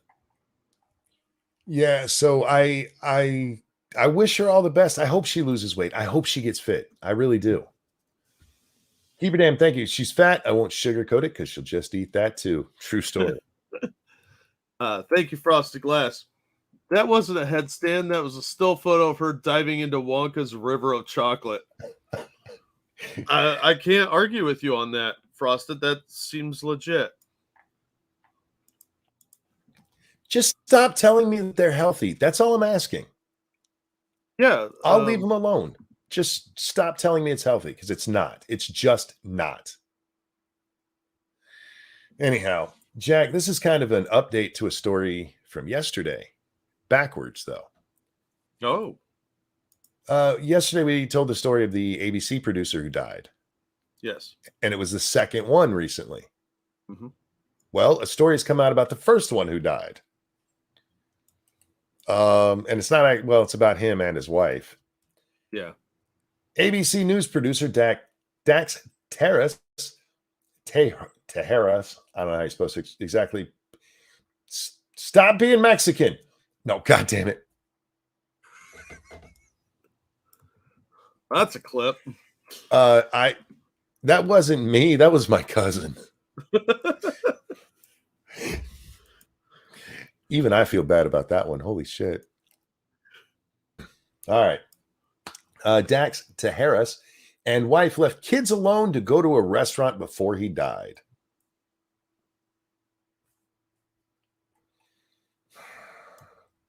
ABC, guys, I know how to pronounce it. Leave me alone. ABC News producer Dax Tejas and his wife left their two young daughters alone in their room at a members-only Midtown club to go out with friends to a nearby steakhouse before he suddenly collapsed and died of a heart attack, sources told the Post on Tuesday. His widow, Veronica Tejas, 33, was arrested just hours later on December 23rd and charged with child endangerment for leaving the girls, who are 5 months and 2 years old, unattended at the Yale Club at 50 Vanderbilt Avenue. This bitch left a 5-month-old baby alone. Yeah. This is how that McCann kid went missing. Madeline McCann. Oh, yeah. That's how she went missing. Her parents were out at the restaurant in the hotel, and they left the kid alone. Come back, kid's gone. Imagine being Mexican. Oh. No, see, Monkey was just advocating for legalizing all the immigrants. Yes, right I there. wanted them to become Americans. Yeah, America. And yeah, guys, I was getting to the age part because I was with that too. If the kids were 10 and 14, no big deal. Yeah. But anyway, the mom said in a statement that when her husband collapsed, she accompanied him to the hospital and asked her parents and a close friend to watch the kids as I monitored them by camera. She claimed the hotel wouldn't allow her friend in and called the New York Police Department instead, as well they should have. Both sources said the children were left unattended for much longer than the two were left unattended for much longer while the two went out on the town at, I don't care, around the corner from the private club. According to the source, the two left their hotel around 8 to join the couple at the restaurant. An employee said the group ordered dinner and weren't here long before their server noticed Tahara seemed unwell. As they're walking back to the hotel, he passes out and dies. Because sudden cardiac arrest is the most common cause of producers dying, Jack. Yes, it is now. Thank you, Frosted Glass. Pretty insensitive to Mexicans, Donald Trump. Stop being Mexican. I actually hate myself a little for that one. Nah. So before anyone ate, just after the server brought the orders, he asked, "Are you okay, sir?" The staffer told the Post Wednesday.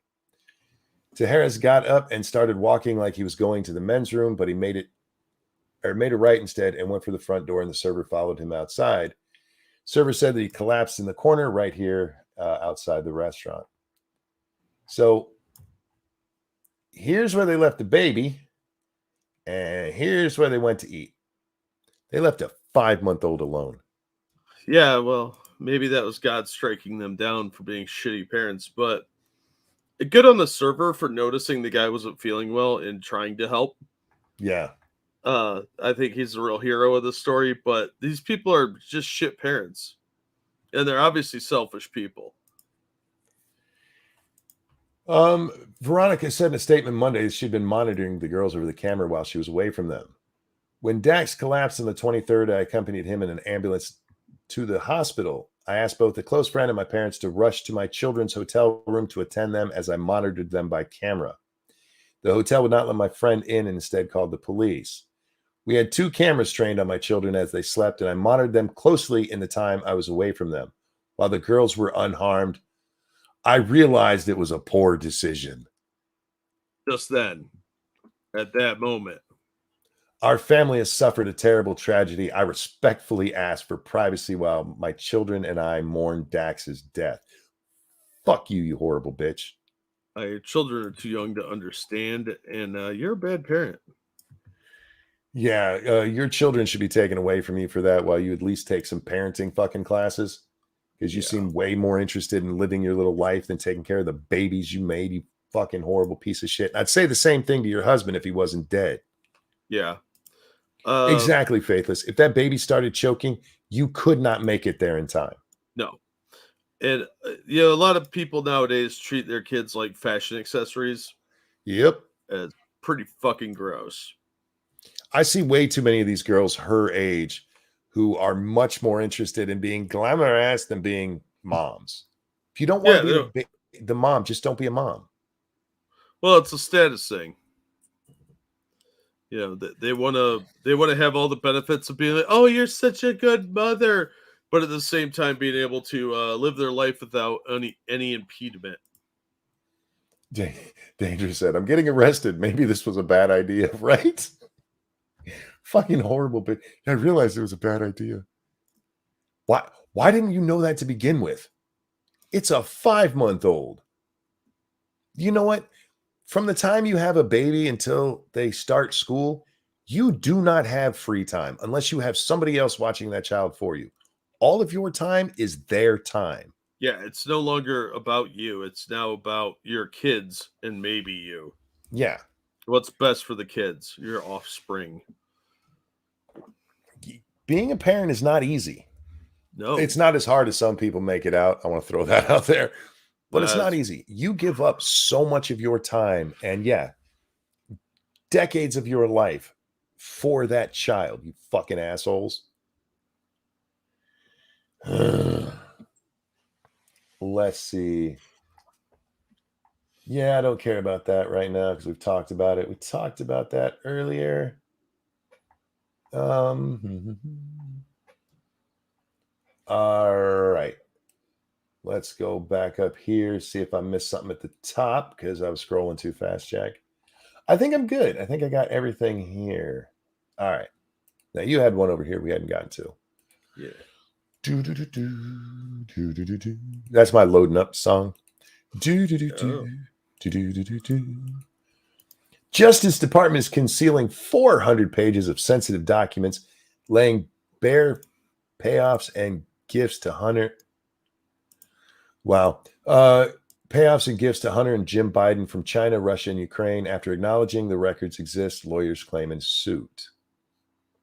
Before we get to this, did you see it turned out that the January 6th committee has hidden a whole bunch of shit? Oh, I'm shocked. Yeah, I saw that. A whole bunch of shit. Yeah, but don't worry. Someday they might possibly let us see Ray Epps' testimony. Yep, it's all hidden. Don't worry, none to see here, guys. We got the important stuff. Trump sucks. Yeah, he should be in jail. Yeah. So the Justice Department is hiding this information. Now, the weird part about this is we already know it happened. It's on the laptop. Yeah. We know. I didn't know about Russia. We knew about China and Ukraine, though. Those are known facts. Why are you hiding this shit? Unless you guys have some information that's even worse than we know, like direct ties to Joseph. Yeah, that would be something the feds would seem interested in hiding.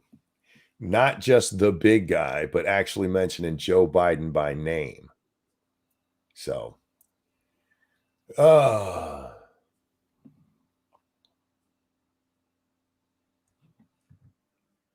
dad went to work, did 12 hours, and came home to my mom crying on the stairs because I hadn't made a sound in all that time. Plus 6 hours before, when I'd been put down, she thought I was dead, 14 months old. Was she just afraid to go check? I mean, I can understand that. That would be terrifying as a parent. It would be. Look, when my son had RSV, I've told the story. He stopped breathing when I was holding him, Jack. Yeah, that's brown trouser time. I gave him a little shake and he started, and not like, but just a little shake, and he started breathing again. And that made me watch him very closely, and he stopped breathing again. There's not a day that goes by that I don't thank whatever God exists that I was holding him that day. Yeah, no kidding. If he'd been in his bed, he wouldn't be here. Oh, you got to watch the kids, man. Jesus. A 5-month-old in a fucking hotel, you horrible bitch. Colorado lawyer Kevin Evans sued the Department of Justice in March after it failed to comply with his request for records from the Biden's business dealings. Evans asked for documents under the Freedom of Information Act. He requested information regarding any relationship, communication, gifts, and or remuneration in any form between Biden's and China, Russia, or Ukraine. He said government lawyers first admitted in court to having at least 400 pages of potentially relevant documents. Evans claims the DOJ are now trying to get away with saying they can neither confirm nor deny the existence of any such records. Fuck off. Fuck right off. Keeverdam, yes, SIDS is a hard one. Luckily, this wasn't SIDS with him. It was the RSV. He was 2 weeks old. RSV will kill kids. It really will. You and I just get a bad cold. It's like reverse COVID. Yeah. The younger you are, the harder that shit hits you. And yeah, he ended up in the hospital for 2 weeks. We have this picture, this tiny little baby laying in a full-size bed with tubes in every hole he had. It was sad, Jack, and a very scary time.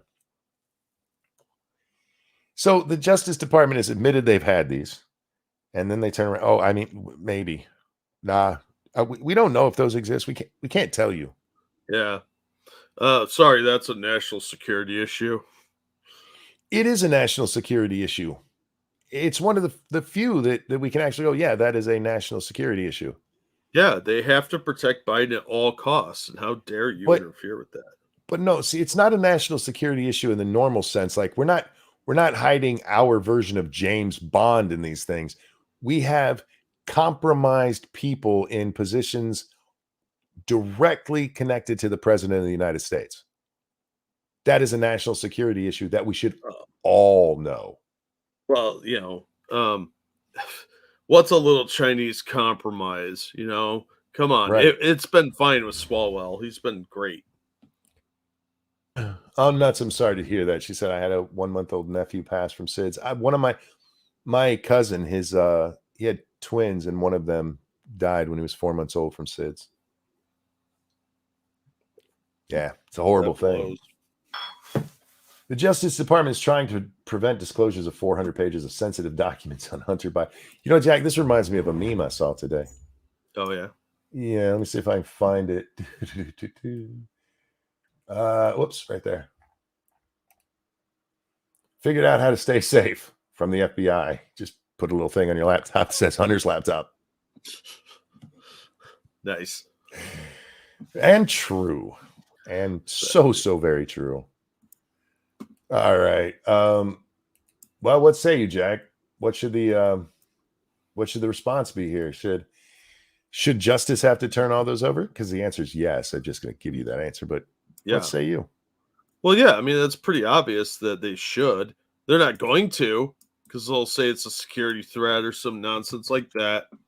And they'll do anything they can to cover up for the Bidens. Because the Feds seem to really be in the pocket of the Bidens, or maybe China. I'm not sure which. I just can't believe that this is allowed to happen. I mean, I saw some people in the press today whining because the Republicans' agenda right now, they don't have a lot on their agenda. And I'll be honest with you, I don't care about that. There's not a lot that I think on the federal government side, besides cutting a whole bunch of shit that needs done. But they're promising to investigate a bunch of shit. And that stuff needs to happen. We had 2 years of a Congress that did not do its job while it was investigating the former president over nonsense. Yeah. The sitting president is very likely compromised with China and Ukraine. And we have some very big flags out there telling us this is true. Yep. And what's he been doing? Reducing restrictions on China and shoveling dollar after dollar over to Ukraine. Turned Ukraine into the third highest expensed military in the world. Yeah, at the cost of us printing more money. We are weakening ourselves financially and militarily for the sake of a country we have no ties to, other than peripherally with Biden getting his kid jobs over there. Yeah, that is our connection to Ukraine, and it's also Biden's connection to Ukraine. And when Biden suddenly, I've gone over this timeline. It's 2014, right at the end of 2014, early 2015, Hunter gets this job. Suddenly, Joe Biden gives a shit about Ukraine and arming them when the official U.S. policy is no, we will not arm them. We will help them with humanitarian things. And there's a story written, you can look it up, where Joe marched his happy little ass down to Obama's office after he gets a call from some Ukrainian and goes, we need to give them arms. And Obama told him to go fuck himself. And we go from that to suddenly arming Ukraine being the most important thing, the most American thing we can do, Jack. I've actually read that shit. I've read that if you do not support Ukraine, you are not an American. Yeah, well, that's the position of both the higher ups in the Republican Party, including McCarthy, and the Democrats, all the way up to the president. This is vital to our national security, McConnell has said. Yep. Somehow Ukraine is all about us. It makes no sense. And one more motherfucker tells me that I am not an American. I'm not a patriot because I don't support Ukraine. I'm going to lose my fucking shit, Jack. Ukraine doesn't mean fuck all to me, okay? Not a goddamn thing. Why would it? If it got glassed, I wouldn't care.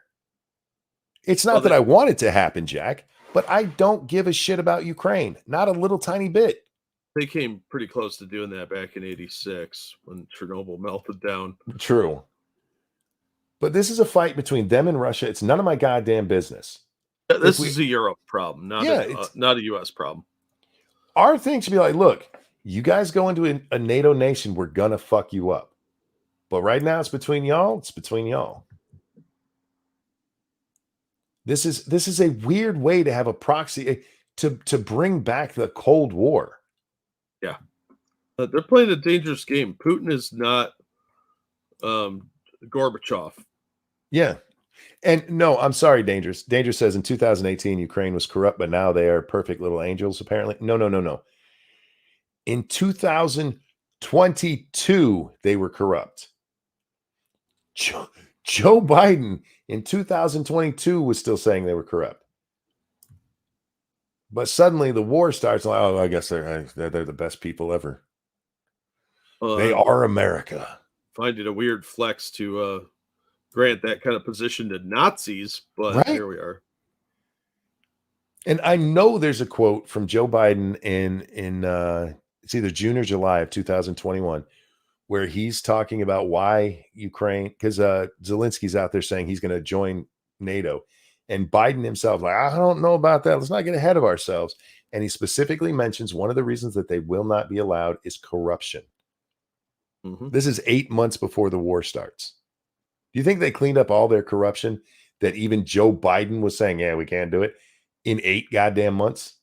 Oh, fuck no. But, maybe Joe got some more payments through FTC or something. Or FTX, my bad. FTX, yeah. It's so blatant. It's so blatant. They're running around with Trump like, oh, he might build a hotel in Moscow. That means he's compromised with the Russians. Yeah, because everybody who does fucking business overseas is compromised. Meanwhile, we have almost rock solid proof that Biden is bought the fuck off. And everybody's like, what? If you don't support this, you're not American. Eat me. The government is covering for Biden because reasons. I'm wondering how many people in the intelligence community are compromised by China. Oh, I bet a lot. Sure looks that way. It seems to me as they're all pointing at the Russians, there's a reason for that. It's so you're not looking at what they're doing. Especially over in China. If you look at what happened with China with the trade restrictions, the tariffs that we've removed, the sanctions that we've removed for no fucking reason. Yep. There's no good reason any of that was done except for Joe Biden decided it needed done. Why? Well, he did sell a big pile of our strategic oil reserve to China through one of the companies that Hunter used to work for, possibly still does. Yeah, Jack, could you remind me the two countries that that old Hunter got really sweetheart deals from? Oh, that would be China and Ukraine. And the two countries that Joe Biden has been giving some really preferential treatment to? China and Ukraine. No connection. That is one of the weirdest coincidences. Yeah, but let's not look into that because that would be un-American. That's some like serendipity shit right there. Yeah, it's just a freak coincidence. Look, there's nothing to see here. You don't want the FBI come looking at you because they might think you were at a school board meeting or something and treat you like a terrorist. Eagle says those are the two we know about. That's the problem. Those are the two we know about, and it's so blatant, and nobody's saying shit. Yeah, it makes me wonder why he's so eager to go and lift sanctions on Venezuela now. Joe Biden goes and gets Shokin, gets him fired, brags about it. It's on tape. And everybody's, oh, well, all of Europe wanted him fired too. Okay, but not necessarily at the time that Joe Biden did this. That's what they always leave out is the exact timeline of it.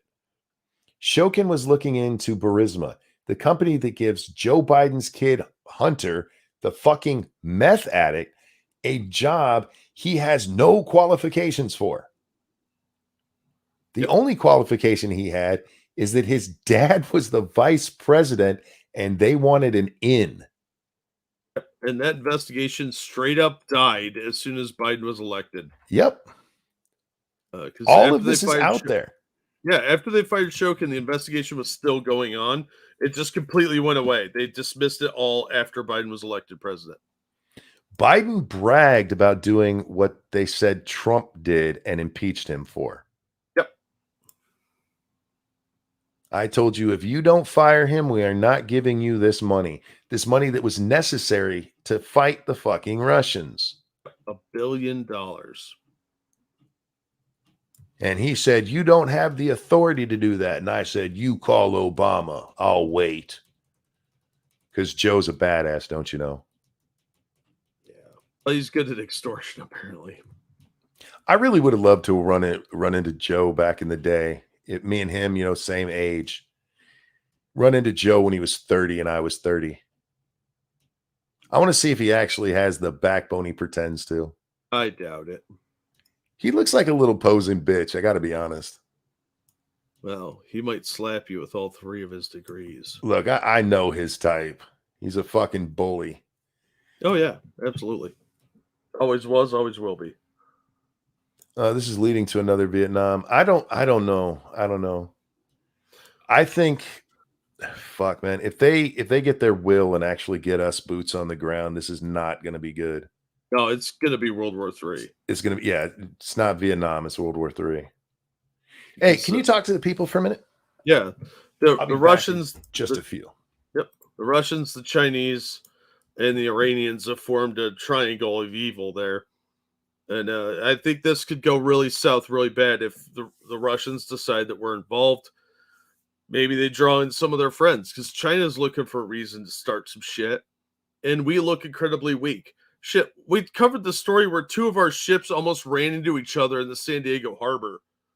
Well, I think they did run into each other, if I remember correctly. We're doing all this woke messaging. China's doing more masculine training. Russia's always been a very masculine country. And we are pussifying our military. We're hamstringing our people and doing all this diversity shit. We look very, very weak. Trump withheld funds to have Biden investigated. Just ignore the fact that Joe announced until weeks after Trump started withholding funds. Yeah. Well, that's a hate fact. Fire on the small aircraft carrier. Yeah. Yeah, we've had a lot of problems here. And they don't necessarily have to turn out the best equipment. They just have to overwhelm us with it. So I'm not buying into a lot of the propaganda going on right now, but it's not looking good. And if we end up in a war with Russia, China's going to go take Taiwan and maybe attack Japan. So I don't know. It's pretty ugly. All the money should have gone to helping veterans instead of going to Zelensky. The money could have been better spent rebuilding our infrastructure, helping out our vets, helping out a lot of other people. Unfortunately, all our money seems to go to Ukraine and illegal immigrants these days. The only thing that scares me about the Chinese are the missiles. Yeah, and they are making big strides in hypersonic missile technology. And they are making a lot more strides in military in general because they've been stealing all our technology. So, yeah, I don't trust them. I don't trust China, and no one should. But if we take the eye off of China and focus strictly on the Russians, we're really opening ourselves up to a lot more problems. The power of God and anime on their side.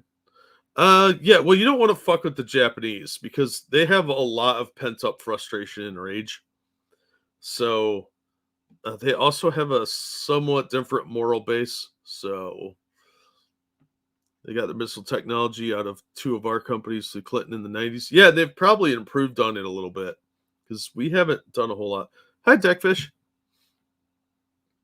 So, yeah, I do worry about that because if we're so focused on Russia, we are opening ourselves up to attacks from their allies, mostly China. I think Iran doesn't have that much influence. They might be able to refine some stuff or build some stuff if they are given the technology. But of course, there's also North Korea, which would be able to open up war fronts against Japan and South Korea, and more of our allies would be put at risk then. Sorry about that. I am back. Oh, no, you're good. I hope they have secret Godzilla robots. I don't mean to keep harping on this. You and I have talked about this subject so many times, but it is so important. We are compromised at the top of the federal level. We have whatever you think about what's going on in Russia and Ukraine right now. That is a serious conflict that at the very least needs watched. Which, as you were just saying, I mean, as we're only paying attention to them, China's out there fucking with us now on the regular. Yeah. We just read a report the other day about them buzzing one of our planes within 10 feet and sailing by Guam as a show of force. They sailed by Hawaii not long ago. Yep. They've been fishing out that way too, by the way.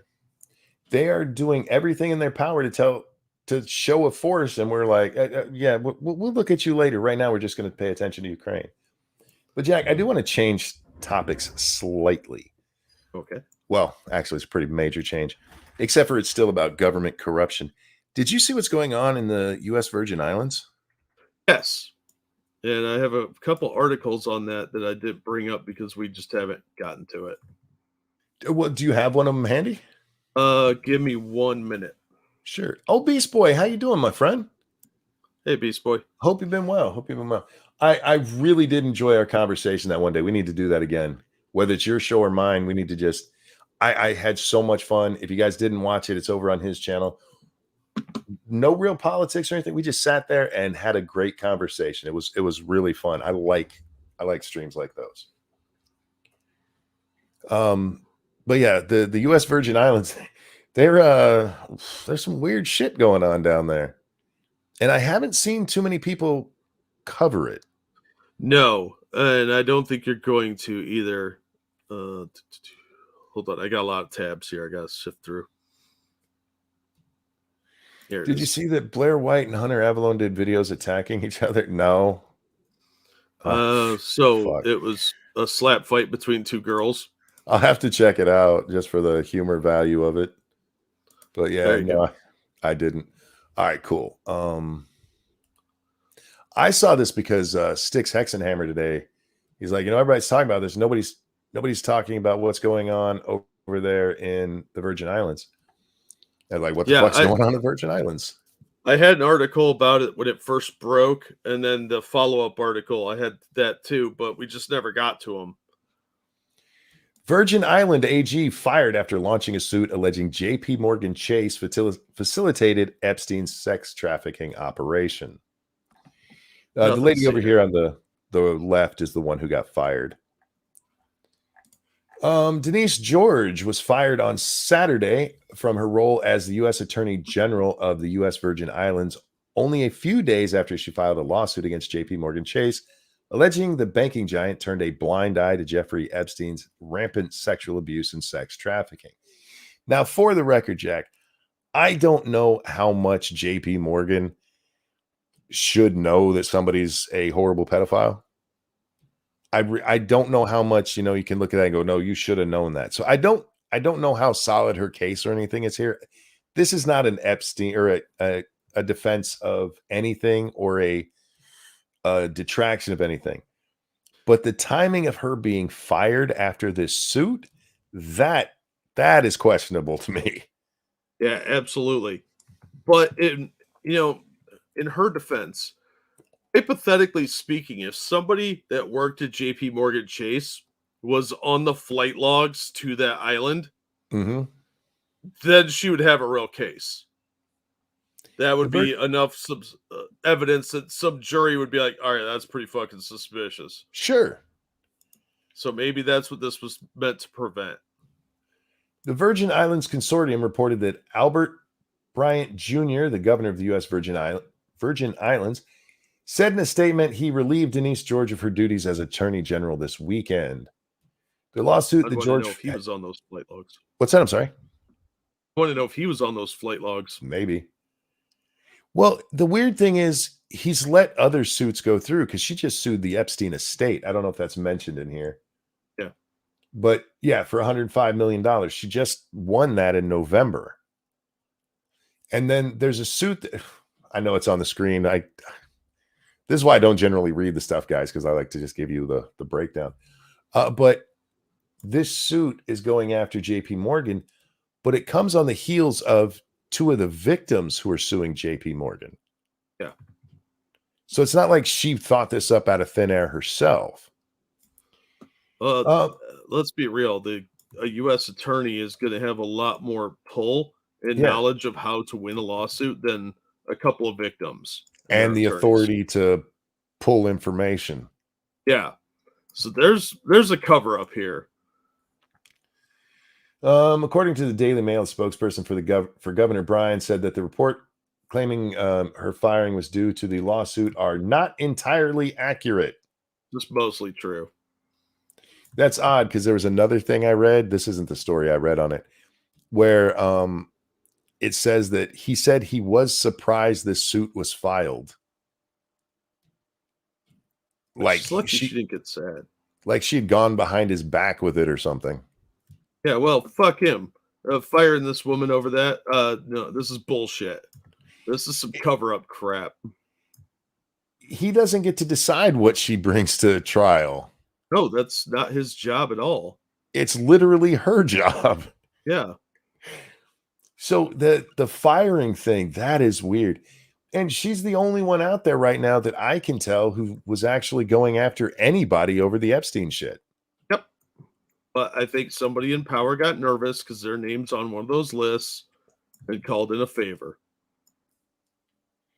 George led a sex trafficking case against Epstein estate in November and won a $105 million settlement for the territorial government of the U.S. Virgin Islands.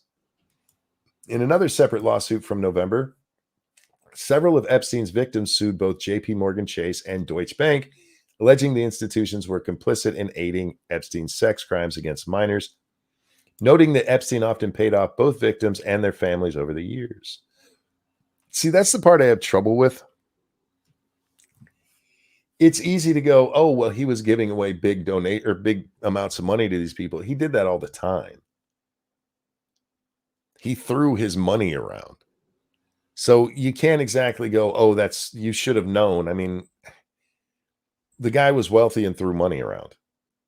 Oh, that's why I think she probably had something else, like flight logs of somebody from JP Morgan being on the island or something like that. It seems weird that she would go in blind like this without having some kind of evidence.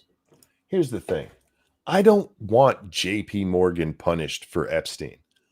I want all the motherfuckers who were fucking kids with him prosecuted. Yeah. Well, like I said, that could have been somebody at JP Morgan. It's very weird that a lawsuit like this gets her fired. And that would make me think there's something to this. I want to know who the people were who were with Epstein abusing children. I don't give a shit about JP Morgan. I really don't. Punishing them is not the way to go. The way to go is to find the fuckers who were guilty here. And nobody is going after that. Nobody. Nope. And they're not going to either. Obviously, this is high-level government officials, as well as people with pull, rich people, obviously. They've all got a lot of pull, and they're using it to cover their own asses because that's what kid diddlers do. 80 FBI agents were watching Twitter for people making jokes about the election. 80. Meanwhile, the abusers have gotten away scot-fucking-free. The only one who's even come close to suffer anything was Prince Andrew. And they just hid him in the back like he was a Catholic priest, for fuck's sake. Yeah. Nobody has faced any punishment for this except Ghislaine Maxwell. And she's going to jail for 20 years because she helped him. Yeah. And all her client list is not going to be released to the public. It's all buried. How about this, Ghislaine? We'll knock off 2 months for every person you name. Yeah, I'd be fine with that, actually.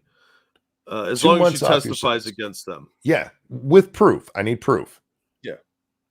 2 months off of your sentence for every person you name. You could probably get your sentence gone, and you and I both know it. Yep. But, that's not going to happen. The government seems diehard set on covering this up. Yep. Much like the Vegas shooting. Dangerous, yeah. 15 FBI agents over the NASCAR garage pulley. Yep. Well, it probably took 20 agents to dump all the evidence in the ocean from this case. It is a goddamn shame that nobody else has been brought to justice on It's this. disgusting. It is. And look, if you get JP Morgan, you can make some actual proof connection there. Great. But I don't care about them. They weren't the ones fucking children. Anyway, sorry. I didn't mean to go off on that, but I'm really sick of this shit. And good for her for at least getting something done. Yeah, or trying. But again, we're not getting, nobody's going to jail over that. You're going to get a fat payout from JP Morgan. Yay. Yeah, but these pedophile rapists aren't getting tossed in a hole somewhere where they can be forgotten. This is repulsive on every level, but it looks like what we have running our government and our government agencies are a bunch of communist pedophiles. Lotus Eaters did a segment on this yesterday. Good for them. Here's the problem. It's me and Jack. It's Lotus Eaters. It's Styx Hexenhammer covering this on a major scale. None of the major news is. No, they don't care. They don't care because as far as the media is concerned, kids can consent, remember? Yeah. Oh, and by the way, and post-millennial, I'll give them credit here too. Yeah. The problem is the people who need to care for anything to actually happen don't. Yeah, and they're not going to either. Because either they're in on it or they're afraid of the alphabet agencies. If they were funding the pedophile ring, you'd have to prove it. I mean, Epstein was rich enough. He didn't need anybody to help. And as they point out, he was making payments to families and stuff. So, yeah, it's not like they needed JP Morgan's. The complaint here is that because of his account activity, they should have known what he was doing. This is an old government technique. They've done this with banks before, like with RICO statutes and shit. Pull them in as co-conspirators because you should have known they took out more than $10,000. Do you remember when that was a thing? Is that still a thing where if you took out $10,000 in cash, you had to fill out a fucking form for the government? I think it's 5,000 now. Is it really? Yeah. Fuck. Mine would say, fuck you, none of your business. It's my goddamn money. I should be able to take it out whenever I want to, however I want. Should be able to, but remember, the IRS is going to make you explain $600 transfers soon. True. So, yeah, and the stuff with the banks with that money, that's all because of the war on drugs. How well is that going? Well, the CIA was dealing a lot of drugs, so our government is one of the biggest drug dealers on the planet, but hey, you better not smoke that weed. We have a problem right now in the United States, Jack, where people who are doing perfectly legal activities, selling marijuana in their states, like here in Michigan, cannot use the banking system because technically that money is illegally got through drug law, through drug money. Federal drug laws. They need to get the shit. There shouldn't be federal drug laws, period. The only kind of stuff there should be like the regulation through the FDA. But there should not be, hey, you can't smoke pot. Fuck you.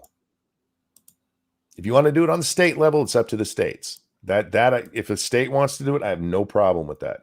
That's in line with the 10th Amendment. I'm good with it. But the feds can go fuck themselves.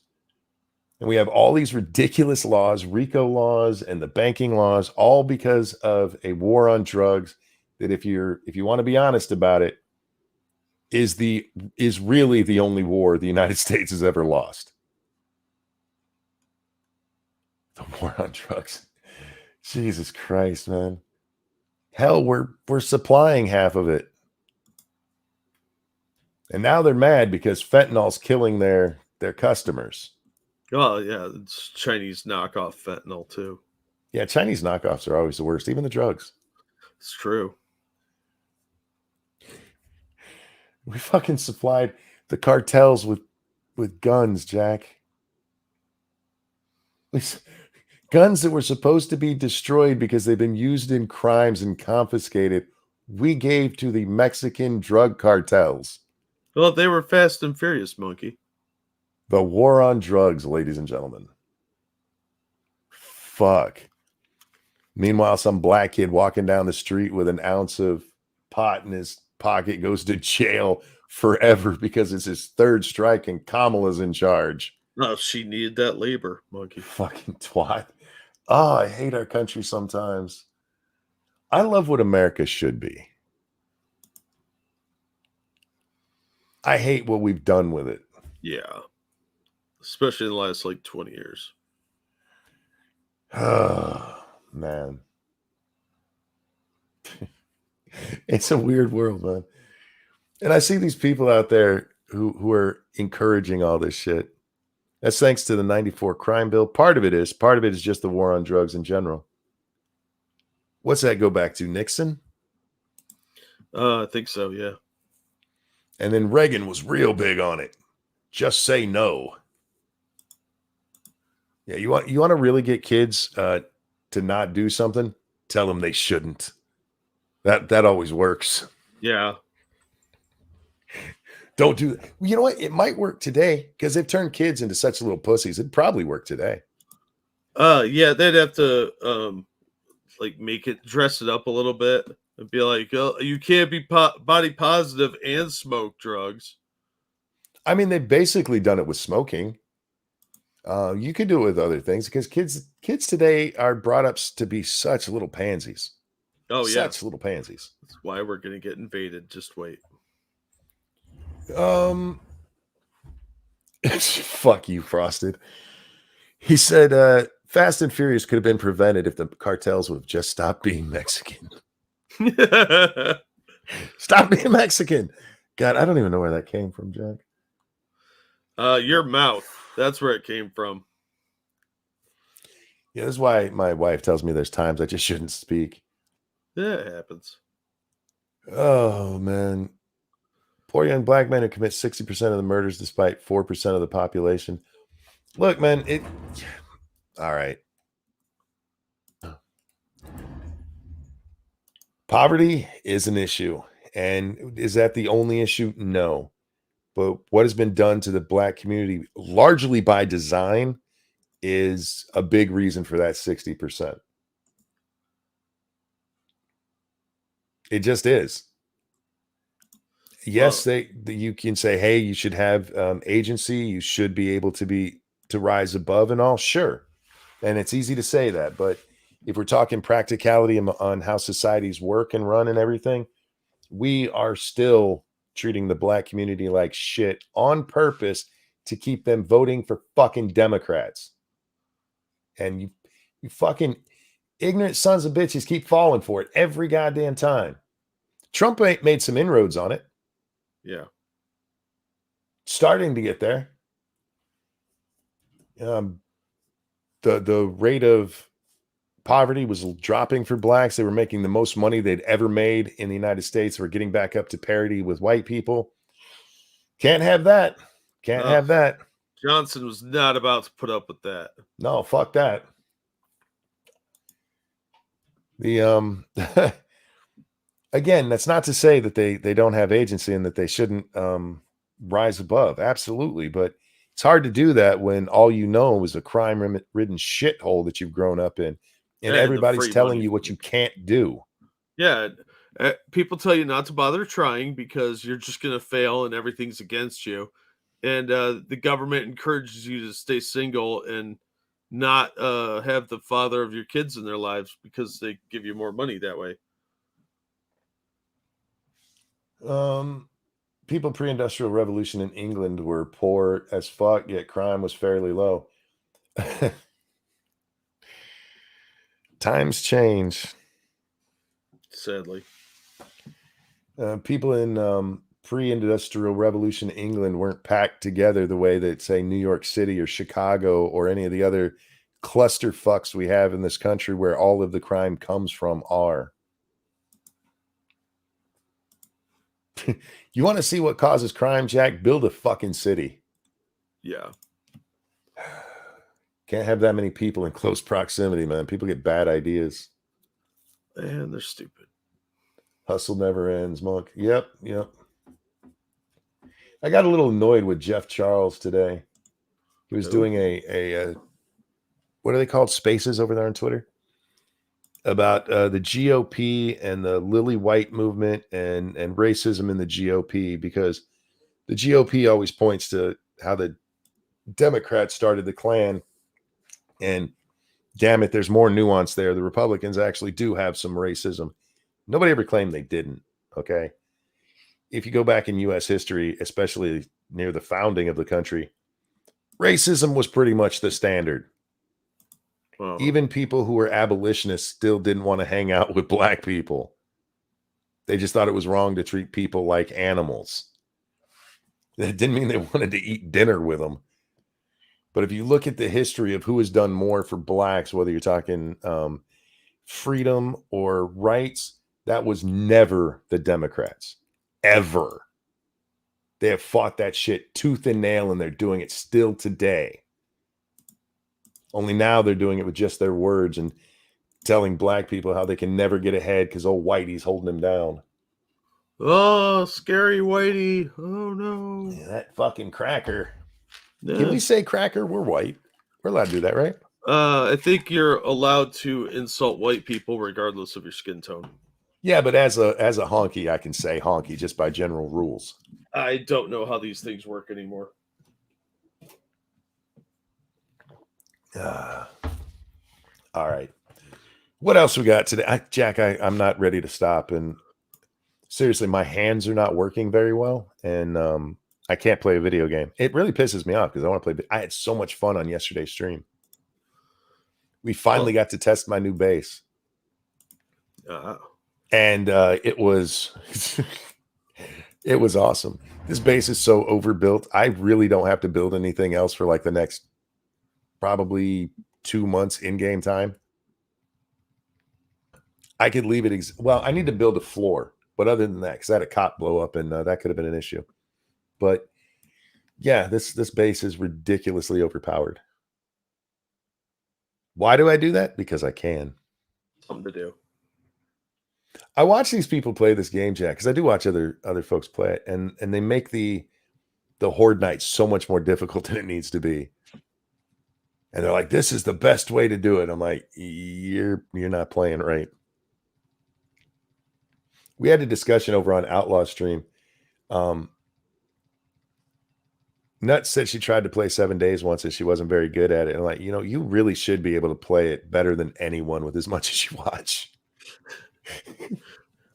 And I love her for it. That is not an insult to her. That girl loves her 7 Days to Die. And one of these days, I'm going to get her to play it. I'm going to get it set up so me and her can play together.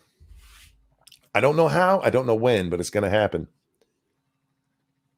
Laugh my ass off. Monk thinks New York has a bigger population than London. All right. Let's go with what I said. What was the population in London pre-industrial revolution? And compare that to modern day New York. I'm fairly certain New York's going to be bigger. In 1780, London had 750,000 people. Yeah, that seems a little bit less than New York has right now. Aren't they at like 5 million? I don't know. I'm still looking at the past. In the 1800, they had 6.7 million. No, modern day New York. No, I'm not looking at New York. I'm looking at London. Oh, how much did you say? In 1800, they had 6.7 million. Its population expanded from 1 million in 1800 to 6.7 in 1900. So the Industrial Revolution was right around the 1800s, right? Okay. So they had about 1 million people then. And New York has 8.4 million right now. Columbus has like 2 million people. Columbus was bigger than London at that time. They were still Yeah, in small New York slums. has 8.5. I tell you what, guys, I was wrong. Poverty has nothing to do with crime, and all the indications that prove it does are just wrong. I stand corrected.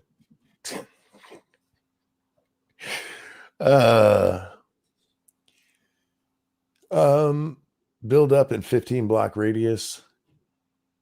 People packed in like sardines, all big. Yeah, you pack people in like that, and it's not good. And you're always going to have a poor side of town, Jack. It's impossible to have nothing but bright, shiny city. Yeah, there will always be poor people as long as we live in a society where money's involved. Yeah, because you have the upper echelon of earners, and then you have your medium earners, and then there, unfortunately, somebody has to be the bottom. Just how it works. Poor white communities have far less crime than wealthier black neighborhoods. If I remember correctly, that's wrong. Isn't that the statistic that Jontron threw out? I don't know. I don't know where that came from. Yeah. Crime causes poverty. It's a circle of shittiness, Peter. Because crime will drive down, property values, drives down the neighborhood, just ruins the neighborhood. Yeah, businesses pull out. Yep. It's the circle of shit. New York City subway shooter pled guilty to 11 counts in his indictment, including 10 of committing a terrorist attack against a mass transit system. Damn. Sweet. Less money the taxpayers have to spend dealing with the fucker. Yeah. I saw an article talking about the machete attack on those two police officers at Times Square. And it actually said this. It might have been Muslim related. Like, really? Might have been. Could be. Maybe. It's a possibility they're not willing to rule out just yet. Baltimore is run by criminals. Ever heard of the Mosbys? It's amazing. And I don't know if we're far enough in. YouTube's probably not listening anyway. It is amazing how many large cities are run by shitbags. Yeah. And basically government-sponsored mafiosos. I mean, you look at places like New Orleans, that place has been a shithole forever. Chicago, same thing. These are corrupt cities, and everybody just kind of agrees, yeah, they're corrupt, and does nothing about it. Not a damn thing. Sounds like a lot of work to fix, Monkey.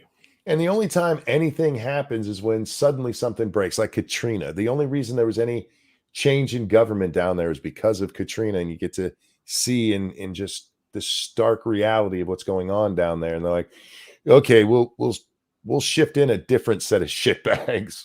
Yeah. It's all the same. Man, Chicago's been that way, since Daley? At least. At least. The Illinois state government is so bad that their governors had to step down more times than prime ministers in Australia. It's just fucked up, man. And these people, I don't understand, Jack, because it's not like they're charismatic, pretty people and you're just drawn to them. I mean, most of them even look like shitbags. They look like the kind of people that if they walked up to your kid, you'd run up, grab your kid, and run away. I don't understand how they keep getting to hang on to power. Fortified elections? Well, yeah. I know we're not allowed to say that, but yeah. So, I don't know. I don't know what to even do. I don't think most people even want stuff to change. I don't think most people want to get involved. No, they want to just go along their merry way and be left alone. Yep. And the sad fact is that fucks with everybody. And then they bitch because everything's fucked up. Well, no shit. You hired a retard to run everything. You literally hire criminals. Well, and look, solving those problems takes a lot of effort, and That's just not in my wheelhouse. In our last presidential election, we had the choice between Donald Trump and Joe Biden. And like, Donald Trump is a liar. Joe Biden is a proven liar over and over and over and over again. Look, but there's no mean tweets now. I guess. Fuck. I don't know, man. It just annoys me. Did you see that Avatar suddenly started making money? Well, they can't afford to let it fail. Yeah, it was weird to me that out of nowhere, after the first week where it not only had horrible ticket sales, it didn't get very good reviews. There was not like anybody out there going, you must see this movie. No, everybody gave it very middle of the road to terrible reviews. Yeah, at best, people were like, it's okay. And then suddenly it just has this huge ticket sales over the next week. It just seemed to me like it was a little manufactured. A little bit. But bit. They've been busted doing that before by renting out theaters for like Captain Marvel. And they're all empty. It's like when some politician will write a book and the party's like, oh, we'll buy them all. Yeah. It's like, look, it's a bestseller. Yeah, but nobody read it. Speaking of movies, though, check out the third to last link. Oh, okay. Yeah, I would just because I saw a lot of people going, see, I knew it was gonna do well. Like, that looks like bullshit to me. Yeah. Oh, you've got to be fucking with me. It's just a rumor, but it's a funny one. Oh, God damn it. I just read today, I didn't realize that it had been official that Henry Cavill got fired as Superman. Oh, yeah. Yeah, James Gunn fired him. And fuck Gunn for that, because I really liked Henry Cavill as Superman. He had the look. I wanted to like Cavill as Superman. He looked great as Superman, but the roles he gave him in that was shit. Yeah, but he can't control that. Look, True. The guy was a huge Superman fan, and he looked the part. So, a lot of potential there. Wait, does James Gunn want Elliot Page as Superman in the DCU? Oh, fuck. God, I hope not. I know a lot of people love James Gunn because of the Guardians of the Galaxy and some other shit he's done. But y'all got to be careful putting these people on pedestals because a lot of them still make shit movies too. Steven Spielberg, for all the great movies he's made a lot of fucking shitty movies. Yeah. I could see James Gunn doing this because he likes to fuck with people and he thinks he's an edgy boy. Hence all his pro-pedo tweets. But I could see him doing this. I really could. This is dumb enough to be true. Following the recent news of James Gunn's recasting Henry Cavill as Superman, the internet has been on fire with speculation and complaints about what the filmmaker has in mind for DC's future. Gunn further explained that he wanted to remake the Superman films and focus on a younger version of the hero while he's still a reporter in Metropolis. In the comic book, Clark Kent is in his early 20s and is introduced to Lois Lane. So naturally, fans descended on the news with large amounts of backlash. But before long, forums such as Reddit and Quora were filled with theories of who will replace Cavill as a younger version of Superman. Names such as Austin Butler and Jacob Elordi were thrown around frivolously, but there's one name that fans were surprised to see associated with Superman: Elliot Page, who used to be Ellen Page. I don't mean to dead name her, but for anybody who's like, who's Elliot Page? She was that annoying chick in that Juno movie that everybody fawned over, even though it's really stupid. Sorry, if you like Juno, I don't mean to offend you, but that movie was dumb as shit. That was so millennial. Following James Gunn's announcement that he would be rebooting Superman films, focusing on a chapter from which the hero is much younger, fans took to the internet. You already told us that. Many theories about the film's plot and whether it would be an origin film were thrown around. One of the main things fans were focused on was who Gunn would be casting. Obviously, there was much controversy around the subject. Why are you building it up to? You've already told us. Fill space, dude. Oh, God, you're a bad writer. One such this rumor is was like some rumor site. What do you want? I want him to at least not tell me the same goddamn thing in 2 full fucking paragraphs. No. One such rumor was recently seen on Twitter, a post that claims Elliot Page might be in the running to play Superman in the DCU. Elliot Page is a Canadian actor who was assigned female. No. Elliot Page is an actress who was female at birth. You got her boobies chopped off. He only recently openly came out as transgender male in 2020, so some people might not recognize the actor that has been in the film industry for years at first glance. The actor is most recognizable in his role as Juno McCarthy. And his role as Kitty Pryde. I can't even. As Juno McGuff in the 2007 classic Juno. Further than that, the actor saw roles in other popular films such as X-Men: The Last Stand, Whip It, Inception, and most recently, the documentary film There's Something in the Water. The water turned Elliot Page gay. She's a frog? She's a fucking frog. Well, she is Canadian. Is she from Quebec? Oh. She might be a frog. Yeah. Well, Frenchies. Holy shit. Alex was right again. Never underestimate Alex Jones. He may speak in parable and metaphor and allegory, but he does seem to know things. All right, this is where it comes from. Sources within Warner Brothers revealed that James Gunn is considering Elliot Page to replace Henry Cavill as Superman. Shut up. Just shut up. That's such a metaphorical dick slap to Henry Cavill, but watching this dumpster fire crash and burn would be fucking hilarious. I would actually enjoy this happening. I wouldn't watch it, but I would enjoy it happening. Yeah, what I hate is that the people that bitch about this stuff online, we see them all the time on YouTube. Yeah. They're going to be the first ones in line to see it. Oh, sure. I have no interest in seeing this trash fire until it's free. I'm not giving them any money for this. That just rewards bad behavior. You sit, point at it, and laugh like a normal adult and watch it for free. DK says, wouldn't Paige also be too old? Yeah. She's getting old. It. What is it? I don't he. Zero. Elliot Page minus the boobies. Yeah, she's 35. 35. How old's Henry? Henry Cavill age is 39.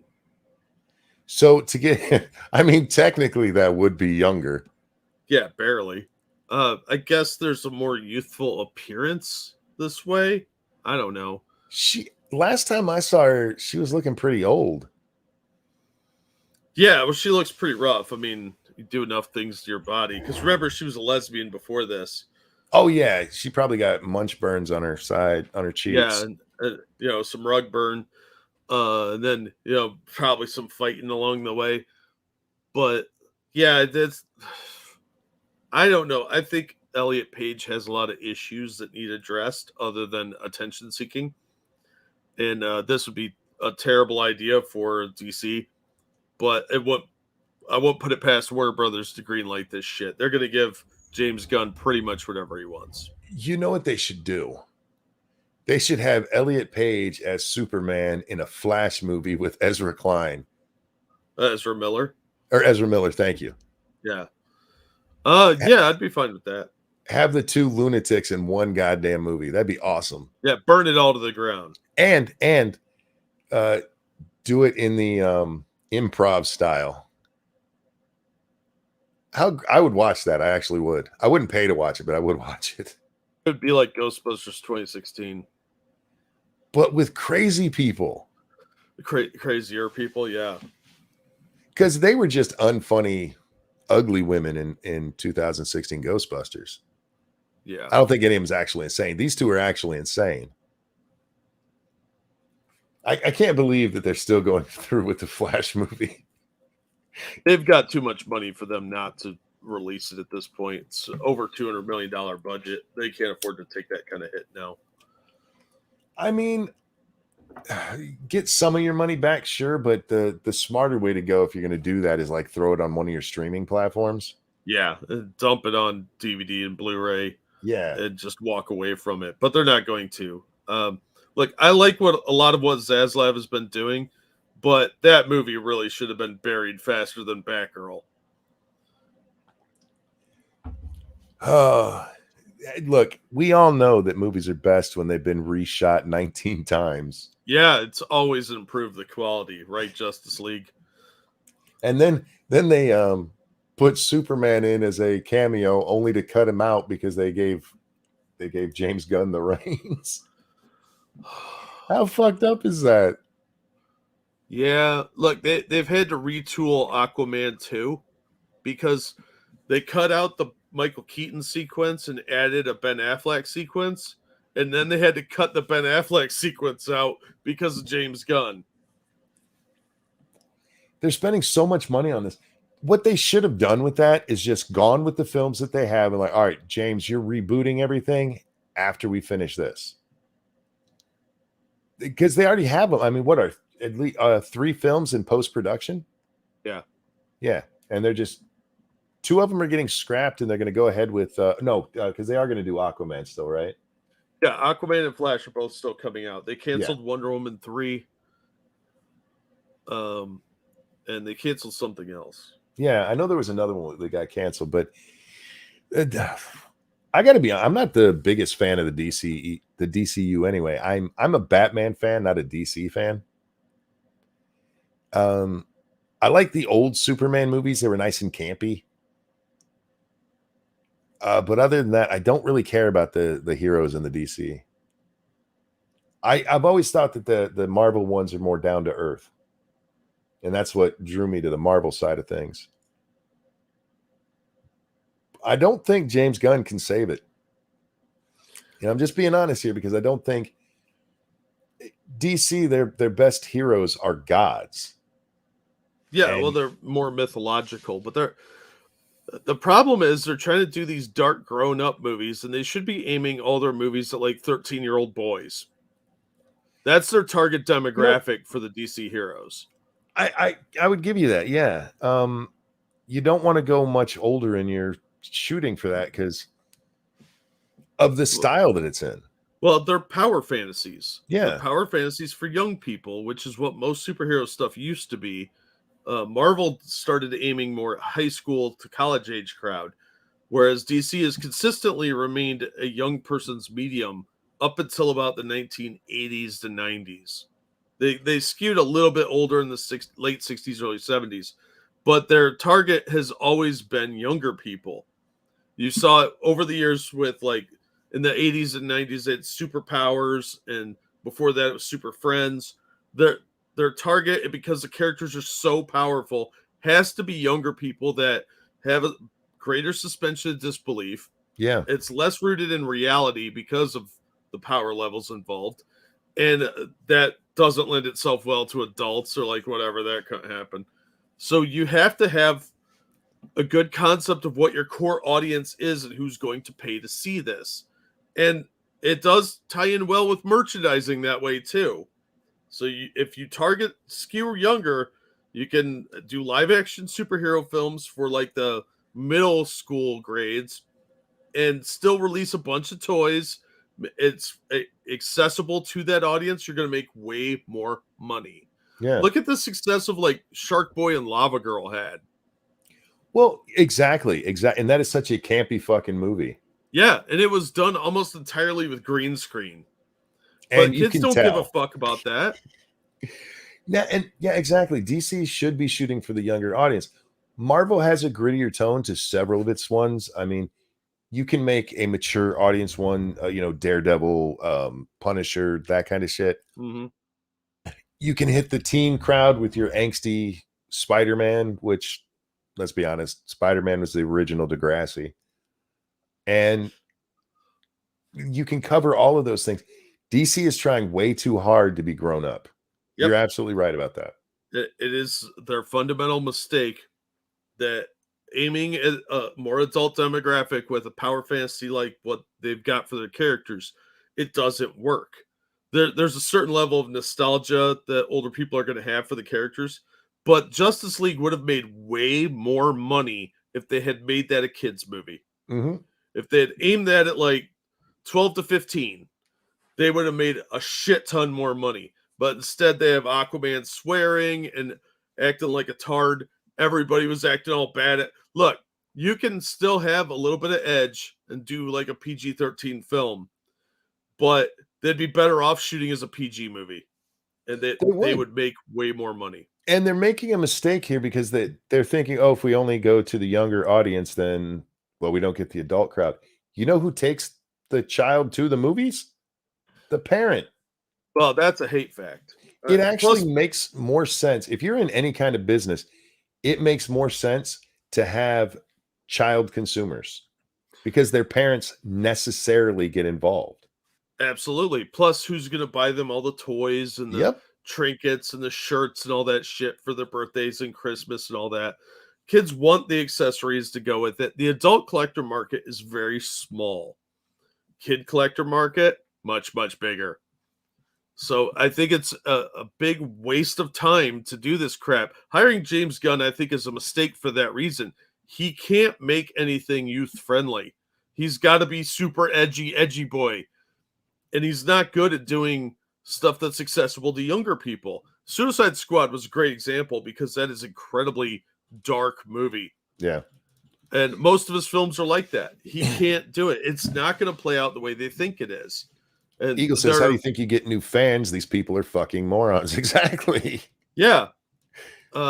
It's a real shame because, like, look at the Christopher Reeve Superman films. Look how huge those were and how many people have massive nostalgia, even though the last two sucked donkey balls. Oh, 4 was shit. Oh my God, that's so bad. Yeah, it was horrible, but they knew their demographic. Yep. And if you watch those movies, you can see where they were aiming it at younger audiences. Because Superman is so insanely overpowered, especially in the Silver Age, which was the tail end of the 70s there. Still, they still had a functional storyline. They still had Superman in peril, damn near drowning. It was a kid's movie, though. If you listen to the dialogue, Gene Hackman is really playing it up. But they knew their demographic then. Even 89 Batman was aimed at like 12, 13-year-old kids. Oh, yeah. So you can, and that one was a fairly dark movie. I mean, there is death in that one. There was a lot of peril. There's action and adventure all over the place, though. It was a boy's power fantasy. But if you're watching that, in charge, if you're watching 89 Batman and you're like 10 to 13, it's a whole different experience than if you're watching that and you're 20. Yeah. Because you do have the suspension of disbelief. There's going to be things like the killing in it. You might not even realize those people are dying. Yeah, well, I mean, younger audiences, they don't really grasp the concept that well.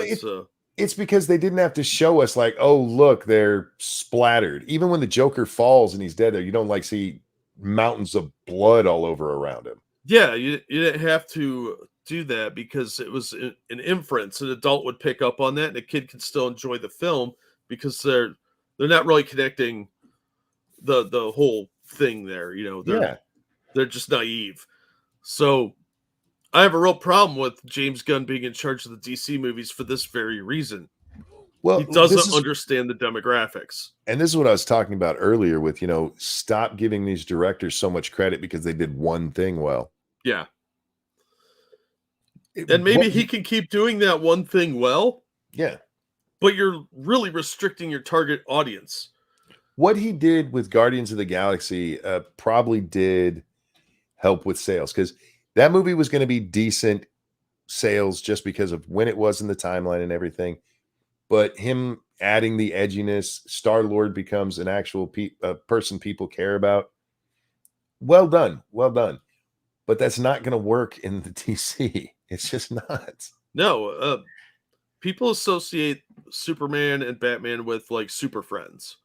That's how they see these characters. The general audience public, not comic fans. Even a lot of comic fans do this too. But they see these characters as like the super friends. And once you stray outside of that, it really kind of hurts your ability to market it. It's why Jason Momoa's casting was kind of a bad idea for Aquaman. Yes. He He doesn't didn't- look anything like Aquaman. Everybody No. wants the blonde dude that talks to the fishies. And the movie was good. I liked Aquaman. I thought it was a better version of the same story they told in Black Panther. But they really went against type, but that movie was Jeff Johns had a lot of influence, and it was still aimed at a younger audience than Justice League was. And it did really well. I just don't think they get it. And Gunn is going to fuck this up. How much you want to bet some point in the Superman movie, Superman's going to give somebody the finger? Probably. Because that's his style of humor. Anyway. What about on the Marvel side of things? We haven't talked about this in a while. Hang on. go Thank ahead. you, Evolved Potato. They should just have given Cavill control of the Superman movies instead of firing him. He's Yep. an actual fan. Yeah. That's why I'm hopeful for the Warhammer show he's doing with Amazon. Since Amazon is very hit and miss, a hardcore fan in control will do it justice. I'm hoping so. I'm hoping he has a lot more influence in it, but I don't have a lot of faith in Amazon. These big companies are very slow to learn and very slow to adapt. The more I learn about Henry Cavill, the more I like him. And the more I think fans are getting fucked every time he gets removed from a project. The Witcher is going to go to straight shit. And it's already on the iffy to begin with. Yeah. But without him and his insistence on, being true to his character, it's just going to turn into straight shit. But yeah, I didn't even mean Evil had just said the Marvel releases for this year. On the Marvel side of things, man, the characters that they have, they're just not interesting. Well, that's the problem, isn't it? Marvel is delving head first into identity politics, and they're dragging out a bunch of like D-list characters for it. Well, you kind of have to, because all those are D-list characters. Yeah, well, they could make some of it work, but they can't make all of it work. And with the writers they've got now, they're not gonna make it work. She-Hulk was shit. Miss Marvel was shit. Falcon and Winter Soldier had a few good moments, but overall the tone and messaging was shit. And all they did was crap on Steve Rogers, which was really stupid and made no sense based on the relationship they had previously with him. So it's all about fuck Whitey, and that's pretty much the entire idea of Marvel these days. Well, they desperately fucked up the Black Panther film by just not recasting T'Challa. The Marvel's coming out. Oh, dear Christ. And with them getting into the Skrulls, I mean, that is such a convoluted storyline. And they've been teasing it for since Captain Marvel? Yeah. We had it in Spider-Man. We've had it in a couple of movies, and they're slowly dragging them in, and such a bad way to go. In the stories, in the comic books, it's a little bit different than when you put it on screen.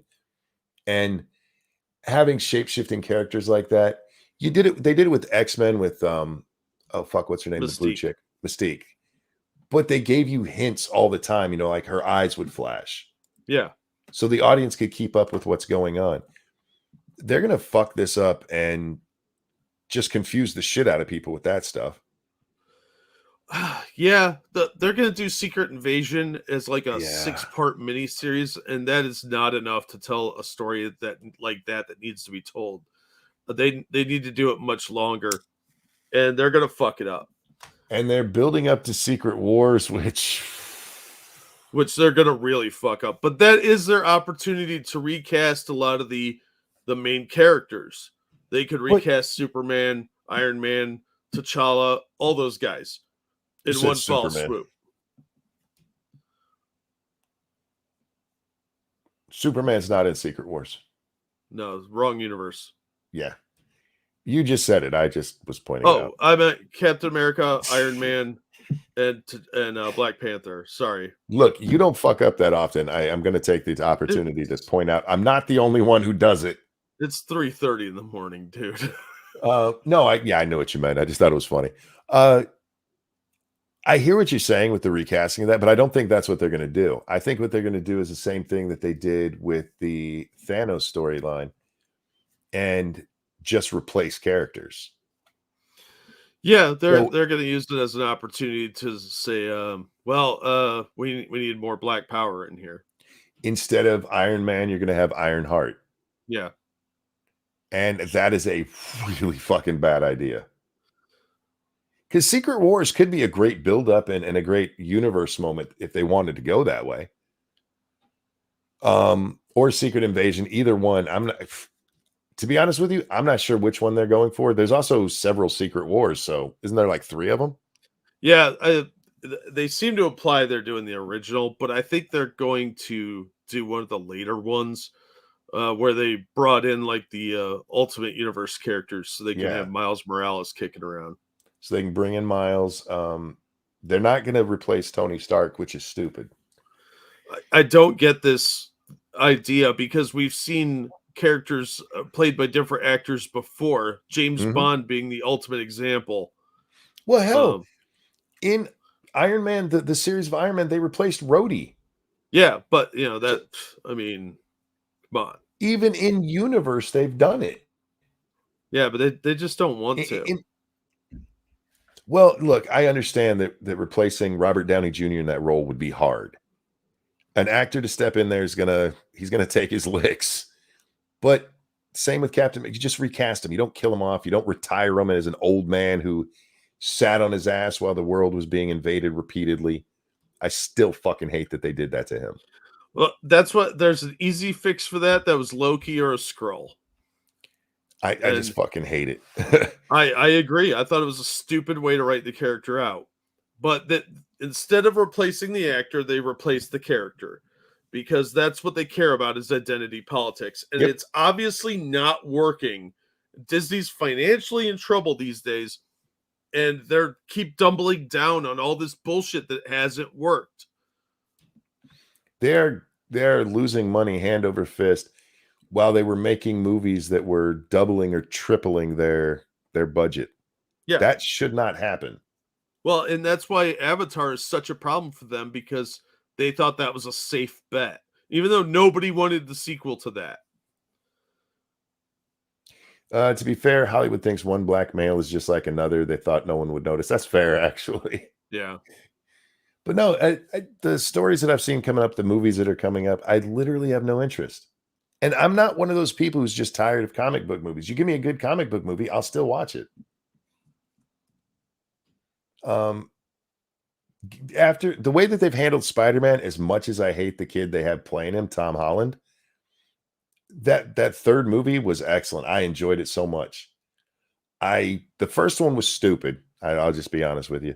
I enjoyed the second one where a lot of people just really hated it. It was not good with the continuum of the actual storylines for Spidey, but I get what they did there, and it was fun. The ending was stupid as shit. And then the third one was the third one was pretty good. And they've set it up, and you give me a good Spider-Man to follow that one up, I will be there. But I don't give 2 shits about the Marvels at all. No. Ooh, Captain Marvel's back. Don't care. Yeah. And Miss Marvel? Oh, boy. Yay. Oh, boy. Look at my excitement level.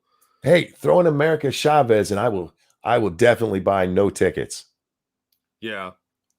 Well, at least the girl that played America Chavez was like reasonably competent actress. Fair, but still. The chick playing Photon, I don't care. She at least looks the part.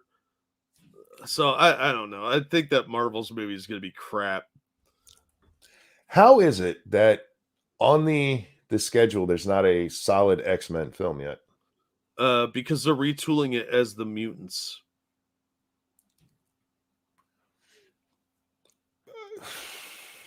That's right. We had to get rid of the men, didn't we? Yes. Yeah. They got those rights. There should have been a movie by now with the X-Men. That's a failing on their part. Yeah. You need to get in there. You need to get a new Wolverine. You need to get a new Professor X. They're talking about the Giacomo guy, the guy that was in Breaking Bad. black dude is playing either Magneto or Professor X. Neither of them are black. Oh, that stopped them. Maybe they're both redheads. There are black mutants they could bring in. No, that's not good enough. We got to replace all these evil whiteys. Get woke, go broke. Yep. When are these? Disney's working on that. Don't worry. When are these people? And this goes for all kinds of genres, whether we're talking about movies or television, video games, comics. When are they going to actually start making the stuff for the fans? They're not going to. See, this is why I get annoyed at people who are like, just do what you want to do. You know, whether you're talking YouTube or whatever. I mean, that's fine if you don't care about having anybody watching. You do kind of have to play to the crowd. That's what being an entertainer is playing to the crowd. Yeah. You got to give the crowd what they want. Now, granted, some of you fuckers out there are screwing it all up because you're making The Last Jedi a $1 billion movie. That movie had no business breaking the $1 billion mark. No, none at all. I think there was enough faith from watching A New Hope redo. I mean, Force Awakens, because it was just A New Hope repackaged. That they were like, okay, maybe this is going somewhere. So they gave it a chance on The Last Jedi, but then it was total dog shit. But everybody kept talking about it so much. Instead of saying this movie's shit, don't see it. They hyped it up and went and saw it a bunch of times. And then when Rise of Skywalker came out, the first people in line were these fucking YouTubers that shit all over Last Jedi. Wait, Deadpool's gonna suck. They got 2 female writers from Bob's Burger to write this. Oh, god damn. Yeah. Fuck. I did go watch Top Gun 2 in the theater. That was pretty epic. I bet it was, man. I love planes, you know that, and I don't even care about the movie. I'll just sit there and watch the planes fly around all day. This is gonna sound mean. Look, stop hiring female writers, and not because females can't write. There are very good female writers out there. Yeah. But the ones that work in Hollywood and in comic books and in video games, they're not good writers. They're just female. Yeah. Often with a prefix on there like lesbian or dance theorist or something. They're hired because of what they've got between their legs or who they like to bang. What color their pride is. Look, I don't care what you think of the actual writing in Harry Potter. She made a wonderful world that brought people in, and there were good storylines throughout there. She handled Ron and Harry's relationship weird because she treated them like they were women. Well, but yeah. It was a good story that pulled people in, and bad things happened, and good characters went rogue, and bad characters were actually good. There was stuff. It was a good storyline. Whether she executed well on the writing or not, she got enough there that she became a multi-billionaire over it, Jack. Hire somebody like her. Give somebody like that the keys to the mansion, not the fucking bitch who's out there writing fat women being superheroes just because. Yeah, I don't want to hear the adventures of Porculus and her sidekick Porkchop, who's a little dog named after food. If I want to see that crap, I'll watch Amberlynn Reed. Frosted said wand fights will never look cool. You're wrong. They look cool in the imagination, and that's where they should have stayed. Yeah. It's hard to translate that sort of thing into film. Yeah. But what they're doing with superhero films is just an extension of what we're seeing in the culture in general.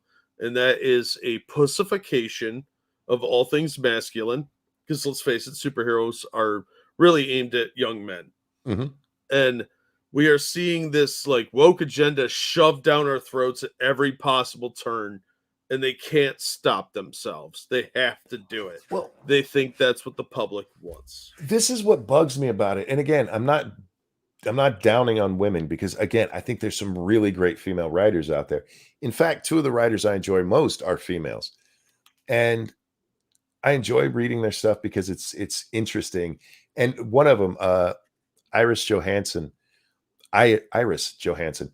Her books are so formulaic that you can guess the beginning, middle, and end. But she writes them so well that she keeps you involved in it. And if that's something you enjoy, you know what you're going to get, and it's good time after time.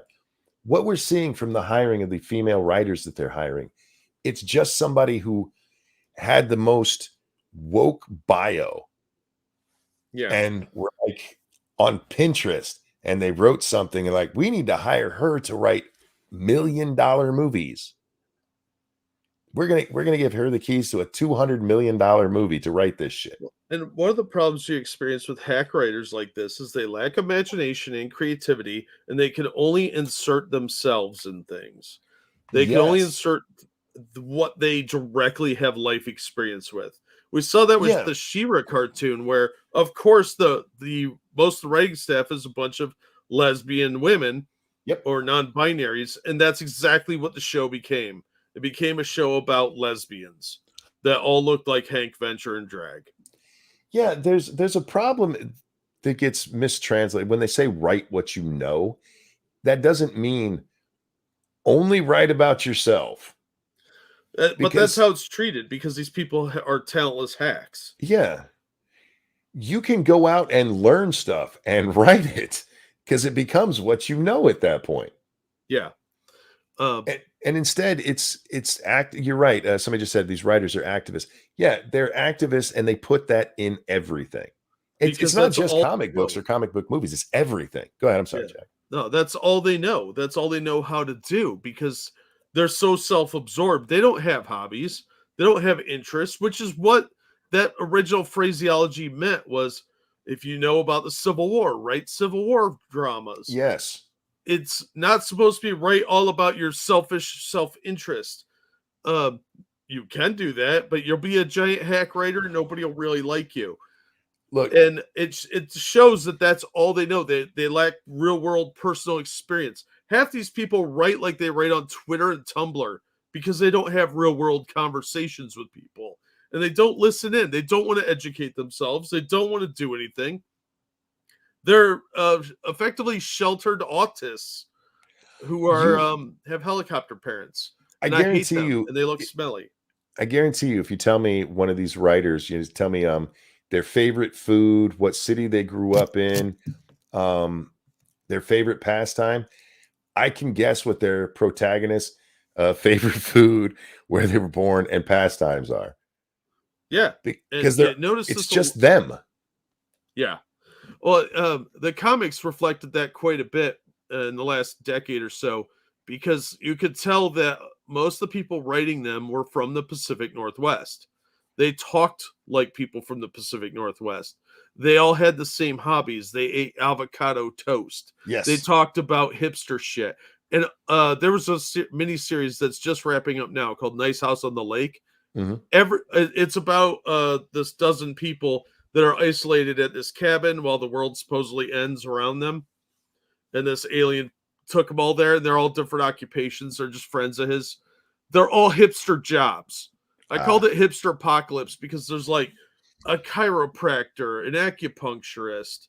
There's like one medical doctor that's vaguely defined because obviously they don't know anything about the medical field. Sure. But then there's like writers and artists, and it's all dumb shit like that. It's all stuff that this person obviously doesn't know anybody that's like a construction worker. Well, She-Hulk is a great example of this. They literally knew nothing about court and did no research on it. Yeah, well, they don't need to do research. So no, they just made shit up, whether it made sense or not. And it based on their own worldview of bullshit. And it's so stupid. Yeah. And then, well, we talked about the I'm Not Starfire. About Starfire's fat, ugly daughter. Yeah. And she looks suspiciously like the writer of the book. She looks exactly like the writer of the book. To be fair, the writer of the book didn't have a nose ring in most of the pictures we looked at. Okay, fair enough. But otherwise, spot on. Yeah. And then you have something like is it Northman? What's that the Norse one that came out not long ago? Norseman, yeah. That was a really good movie, and people reacted to it. And there's not a single ounce of fucking woke shit in it. Nothing. You look at something like the Top Gun movie. You can even look at that and go, well, they did that. There is a black female in there, but they never play that up. It's not mentioned as something. It's not something I had to fight my whole career as a black woman. None of that shit. It's just a fun fucking movie. Oh, you're not allowed to have fun anymore, monkey. Mick just said SJW writers love talking about food and comics. Why? Because they're a bunch of fat people mostly, but it's also because it fills space. So Marvel Comics is down to 20 pages per book, which I call a pamphlet. Yeah. So they tend to have larger panels, and you'll notice in them now they're charging $4 for this 20-page book that has like 3 to 5 panels at most, and they're all large. You're getting a small sliver of a comic. How do you get a story? Yeah, there's no single issue stories anymore. DC has a few now because Mark Waid's actually not being a douchebag anymore, and he's writing good comics again.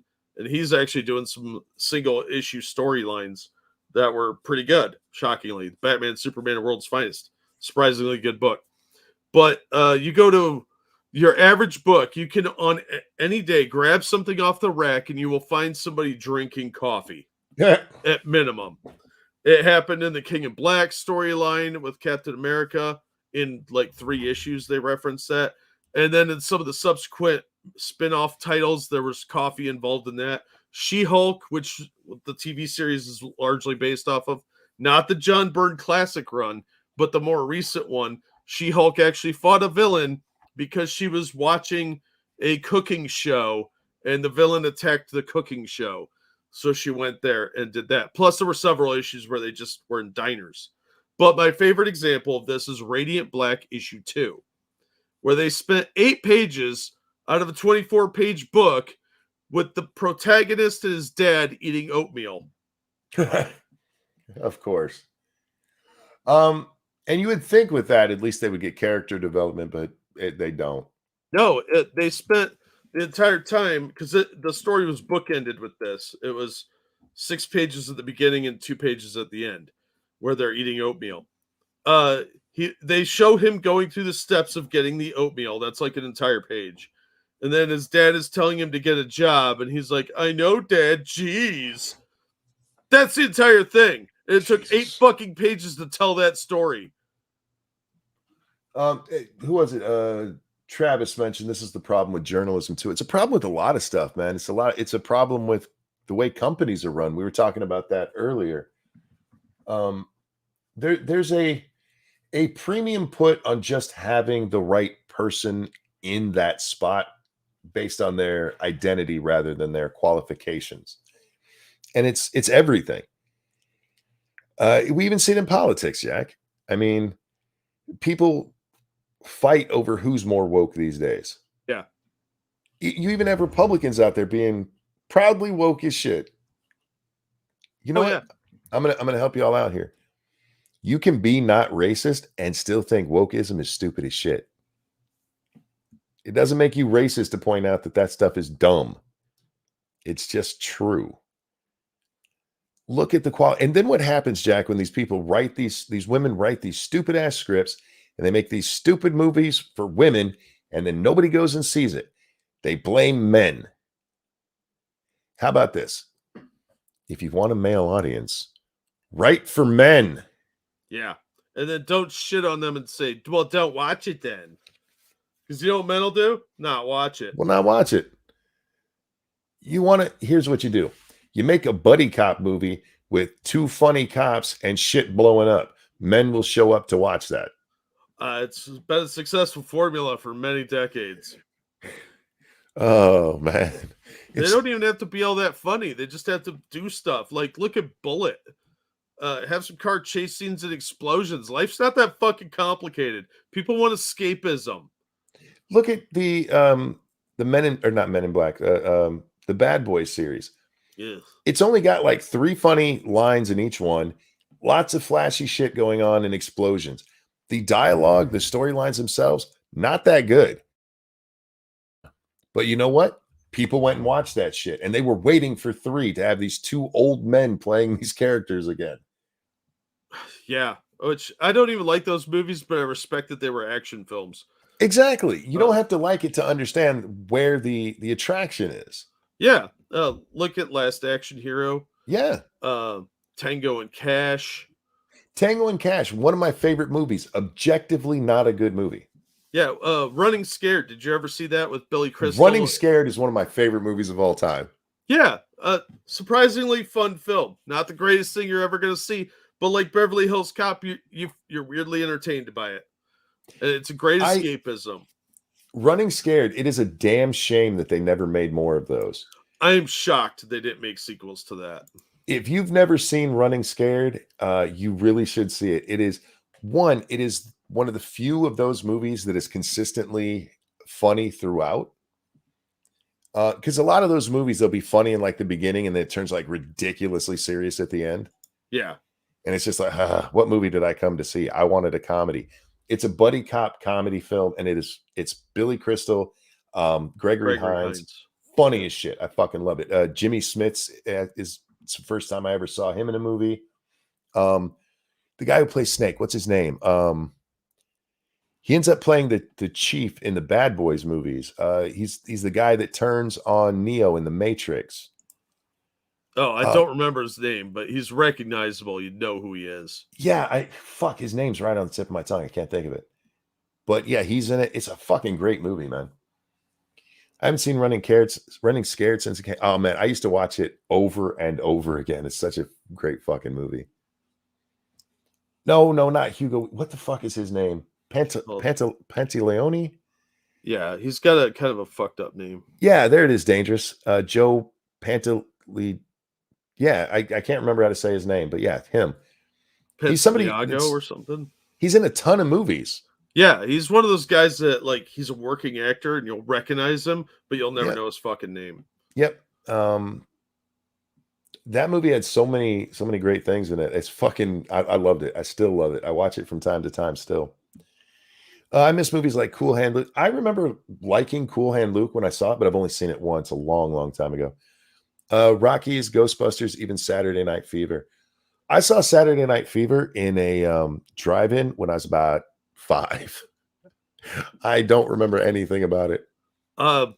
It's a slice of life film. It's actually not what most people would expect. Both Saturday Night Fever and the other one Travolta did in that franchise, which his name escapes me right now. Oh, yeah, Mick. He was, and his name it's Joe Pantoliano.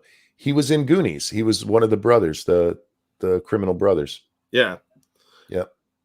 There's a lot of people like that. But yeah, a lot of the older movies are much more entertaining. Like the effects don't really hold up too much, but movies like Ghostbusters, smartly written, funny, very entertaining. You don't get movies like that anymore. Now it's all about the message. Yep. And in Ghostbusters, if you watch it, I mean the animations and stuff, they're clearly bad. Yeah. But you can excuse them because the story's fun. Yeah. There are very few movies, and there are some, Jack, I will admit it, where the special effects are so bad that seeing them again, I just can't. Independence Day is one of those. Yeah. That was top of the line at the time, though. It was, but if you watch it now, it's like, did they let a kid do this? Is this one of the overworked Disney animators? What's going on here? But those even Independence Day, which I kind of don't like that movie in some ways. That's still more entertaining than a lot of the crap being turned out now. Independence Day's problem is they threw in too many characters. Yeah, they had too many characters and they were trying too hard to be War of the Worlds. Yeah, and they could have cut out some of the characters and mushed people together more. It ends up dragging out the film. I still had a fun time the first time I watched it, but trying to watch it again, those effects are so fucking horrible, so bad. But it was fun, and yeah, we used to make fun movies, and now we make messages. Yeah, and I think that shows a lot of cultural rot in society. Yeah, because people keep supporting this trash, and until it fails more, and you start seeing the companies make changes because they won't until this stuff fails. I watched Last Starfighter again this year too. I hadn't seen it since I was a kid. I used to love Last Starfighter. I watched that movie probably 50 times. Yeah, we watched it a lot as a kid. We saw that in Labyrinth, Flight of the Navigator, and Explorers. My dad and I had a mutual love of the movie Starman with Jeff Bridges. Oh yeah, it was a good movie. Me and him used to watch that maybe once every 6 months or so together. Back when it was, first out on video and stuff. So that one will always have a special place in my heart. But yeah, we just used to make good movies. Even Terminator, for fuck's sake. The original Terminator is a great movie. And as much as I don't like the second one, I understand why people do. Yeah. This last piece of shit oh my God. Girl power. Let's go ahead and kill off the character that this has been about since the beginning. Don't worry, an illegal alien will save us all, monkey. I mean, Jesus fucking Christ. Could they be more overt with this shit? Girl. I'm all for girl power movies. I really am. If you do it Lawrence right. Invented those, I know Jennifer Lawrence. She's a groundbreaking actress. Yeah, if it hadn't been for her, we never would have had the 1979 film Alien. Never, ever. Or its sequel. Jesus fucking Christ. I can't believe she said that stupid shit. I mean, I guess I can. She's dumb. Yeah, and that's pretty. It's not like she can fall back on her looks. Yeah, we've all seen her naked with the fappening leaks. So, I mean, again, hypothetically, I'd have tapped the shit out of her, even as unremarkable as she was. But Jennifer, come on. Unless you were really high when you said that, it's just wrong. Tango and Cash is awesome. I like Tango and Cash, but it's objectively a bad film. Yeah, it's fun, like Cobra and Action Jackson. Yeah. Last Boy Scout's another one of those. I love it, but it is objectively a bad film. Yeah, it's just goofy, stupid fun. And we need more of that. In that movie, they tried so hard to be Miami Vice-like. Yeah. And Damon Wayans actually had to learn acting on the fly because he couldn't do it. And you see in that movie at the beginning of it how stiff and crappy his acting is, and by the end he's improved 100%. And if you really pay attention to it, it's like two different movies. Action Jackson, fuck yeah. Carl Weathers, man. How do you like your ribs? That movie was fun. It was stupid as shit, but it was fun. And he deserved a part 2 on that. Carl Weathers, we did you wrong on that one, my friend. Oh, hell yeah. That dude is a great actor. Very underutilized. Like Tony Todd. Deserved to be way bigger than he is. Tony Todd, who's that? He was the Candyman. You never saw Candyman? I've seen it long time ago. One time. Did you see the Night of the Living Dead remake from the 90s? Nope. What's his name? Tony Todd. Tony Todd. I'll look it up. Yeah. Keith David too. Yeah, that dude was great. Escape from New York. I know who he is. Okay, yeah, okay. Yeah, he's one of those dudes that deserved a better career because you know who he is once you see him. Keith David and David Keith, I think, deserve bigger careers. Yeah, I agree. Escape from New York is one of my favorite movies. John Carpenter was a fucking genius. The last Terminator, didn't it rewrite the whole story? Yep, it did. Yep. Evil one. You know what? I got so sad the other day. He mentions They Live. Again, another dumbass movie that when I watched it like twice, I enjoyed it both times, but that's a dumb fucking movie. Yeah, it's dumb fun though. Me and my son, he's the one who introduced me to Always Sunny in Philadelphia. And we're constantly talking about it when we're together just because there's so much to that show that is so fun.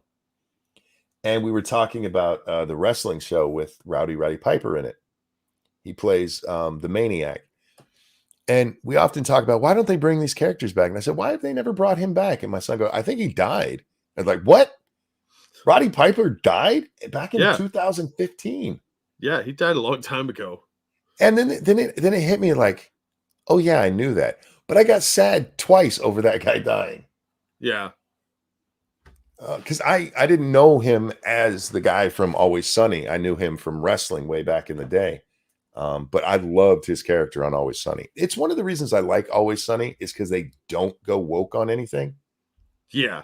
Because the show's hilarious. The name of the first episode is literally The Gang Gets Racist. Yeah. Oh, don't forget the episode D dates a retard. D dates a retard. Yes. D dates a retarded person. And that's how they named it. In the episode where they get the bar review, he called D uncultured or something like that.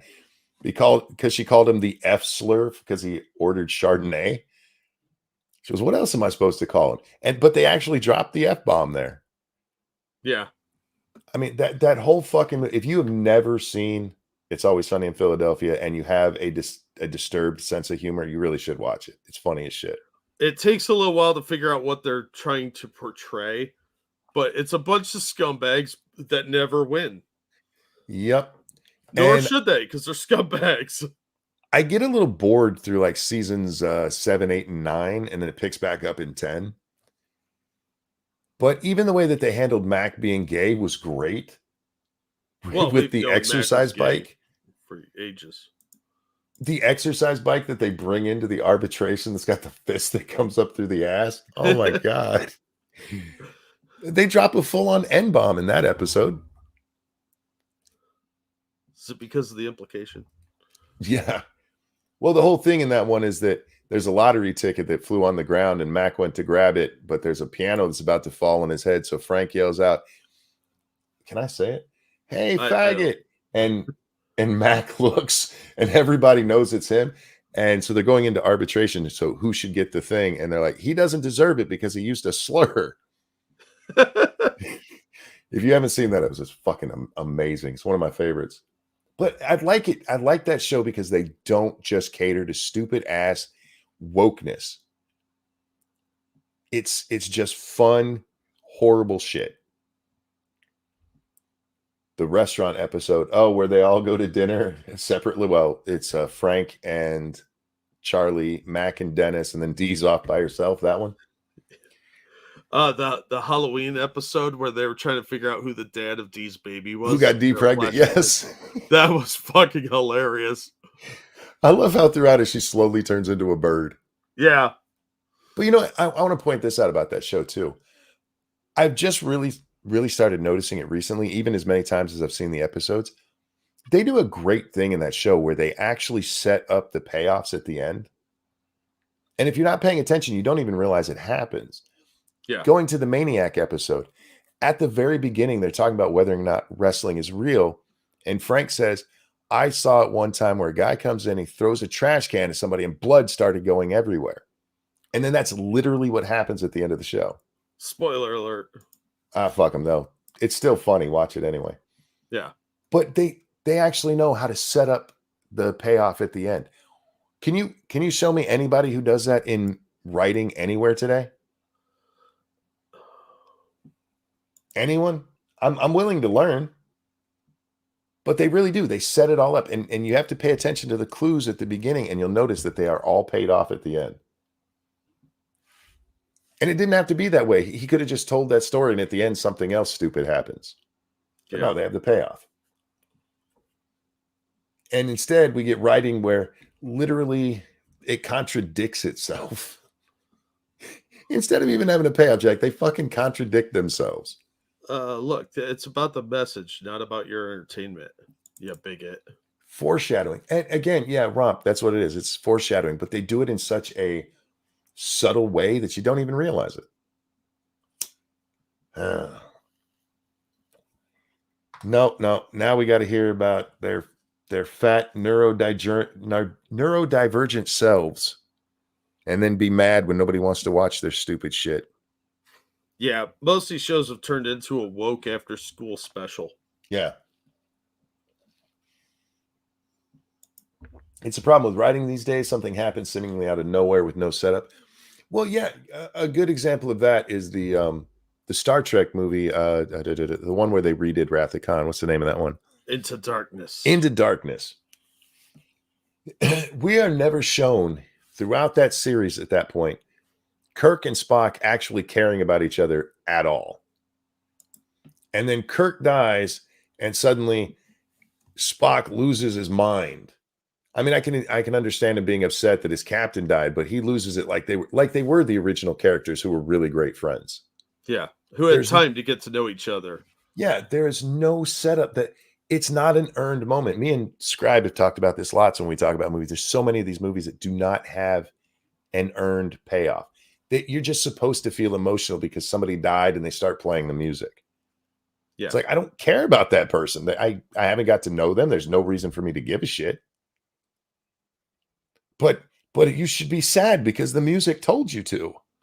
Yeah, it's not like there was like 30 years of backstory there that you had to draw on where they served together for decades. And yeah. No, just go with it. You feel this. We told you to. So there. Yep. By the way, that's Khan. Yeah. I'm Khan. You didn't earn that moment. And all the younger people were like, who? Yeah. When Ricardo Montalban unwraps his face and you see it, if you're a Star Trek fan, you know who Khan is. Yeah, because they actually had him in a episode of the original series. It's a meaningful moment. It was, I mean, they didn't mean to set it up that way because it never actually meant to make the movies. It just happened to work out really well that way. Yeah. But the people who are fans of Star Trek knew who he was. When Footface says he's Khan, it means nothing. Like, okay. In the way he could just say, my name is Khan, because that's how he should have said it, because nobody there has any reason to be emotional in any way of him going, Khan. Yeah. Cumberbund is a bad actor. I'm sorry. I know a lot of people like him, but he drives me nuts. Khan. Shut up. Go back to England. Go get your teeth fixed. Well, you can't do that in England. I'm sure they have a dentist now. What do you think happened to the dentist from Rudolph? He went to England. True story. I didn't know England was that gay. Ladies and gentlemen, we've been going for 4 hours and 41 minutes. My throat is getting very worn out. I can hear it. I can hear my voice changed. It's like my nuts dropped or something. I should pick them up. We're going to wrap up here. Thank you guys so much for coming and hanging out with us and for staying with us so long. I can't believe there are 246 of you watching us at 4 o'clock in the morning on YouTube. Yes, we ramble on about movies and things that piss us off. Yeah, I appreciate every fucking one of you for coming out and hanging out with us. Remember, don't leave yet. Don't leave until the song's over, because I may accidentally take this longer. I'm just saying that right now. Eagle says, all I hear is whining right now. No, it's called winning. You spelled that wrong. We're winning. Yeah, it's kind of whiny. It's not whiny because we do it like men. Yeah. I hate this shit. Yeah, see, that's not whining. That's man. Yeah. Just put a little bass in your voice. Yeah. Thank you for coming out. Thank you for hanging out with us. Thank you so very much for the donations. You guys are so kind to us. Don't forget to tell your friends, your family, that bitch you hate, come watch us. Hit that like button on your way out. Jack, anything you'd like to show? I'll drop some links to some cool videos, but as always, thank you for the donations and thanks for coming out. You guys are awesome. Since I'm not doing a game stream tonight, I want to remind you, try not to get herpes. Thank you for watching, Jack. A pleasure as always, my friend. Always glad to be here. Everyone, have a wonderful night. We'll see y'all next time. Bye, everybody. It's not whining if I do it in a deep voice. Suck my balls, you little bitches. Oh. I don't really have a song tonight, so I'm just singing randomly.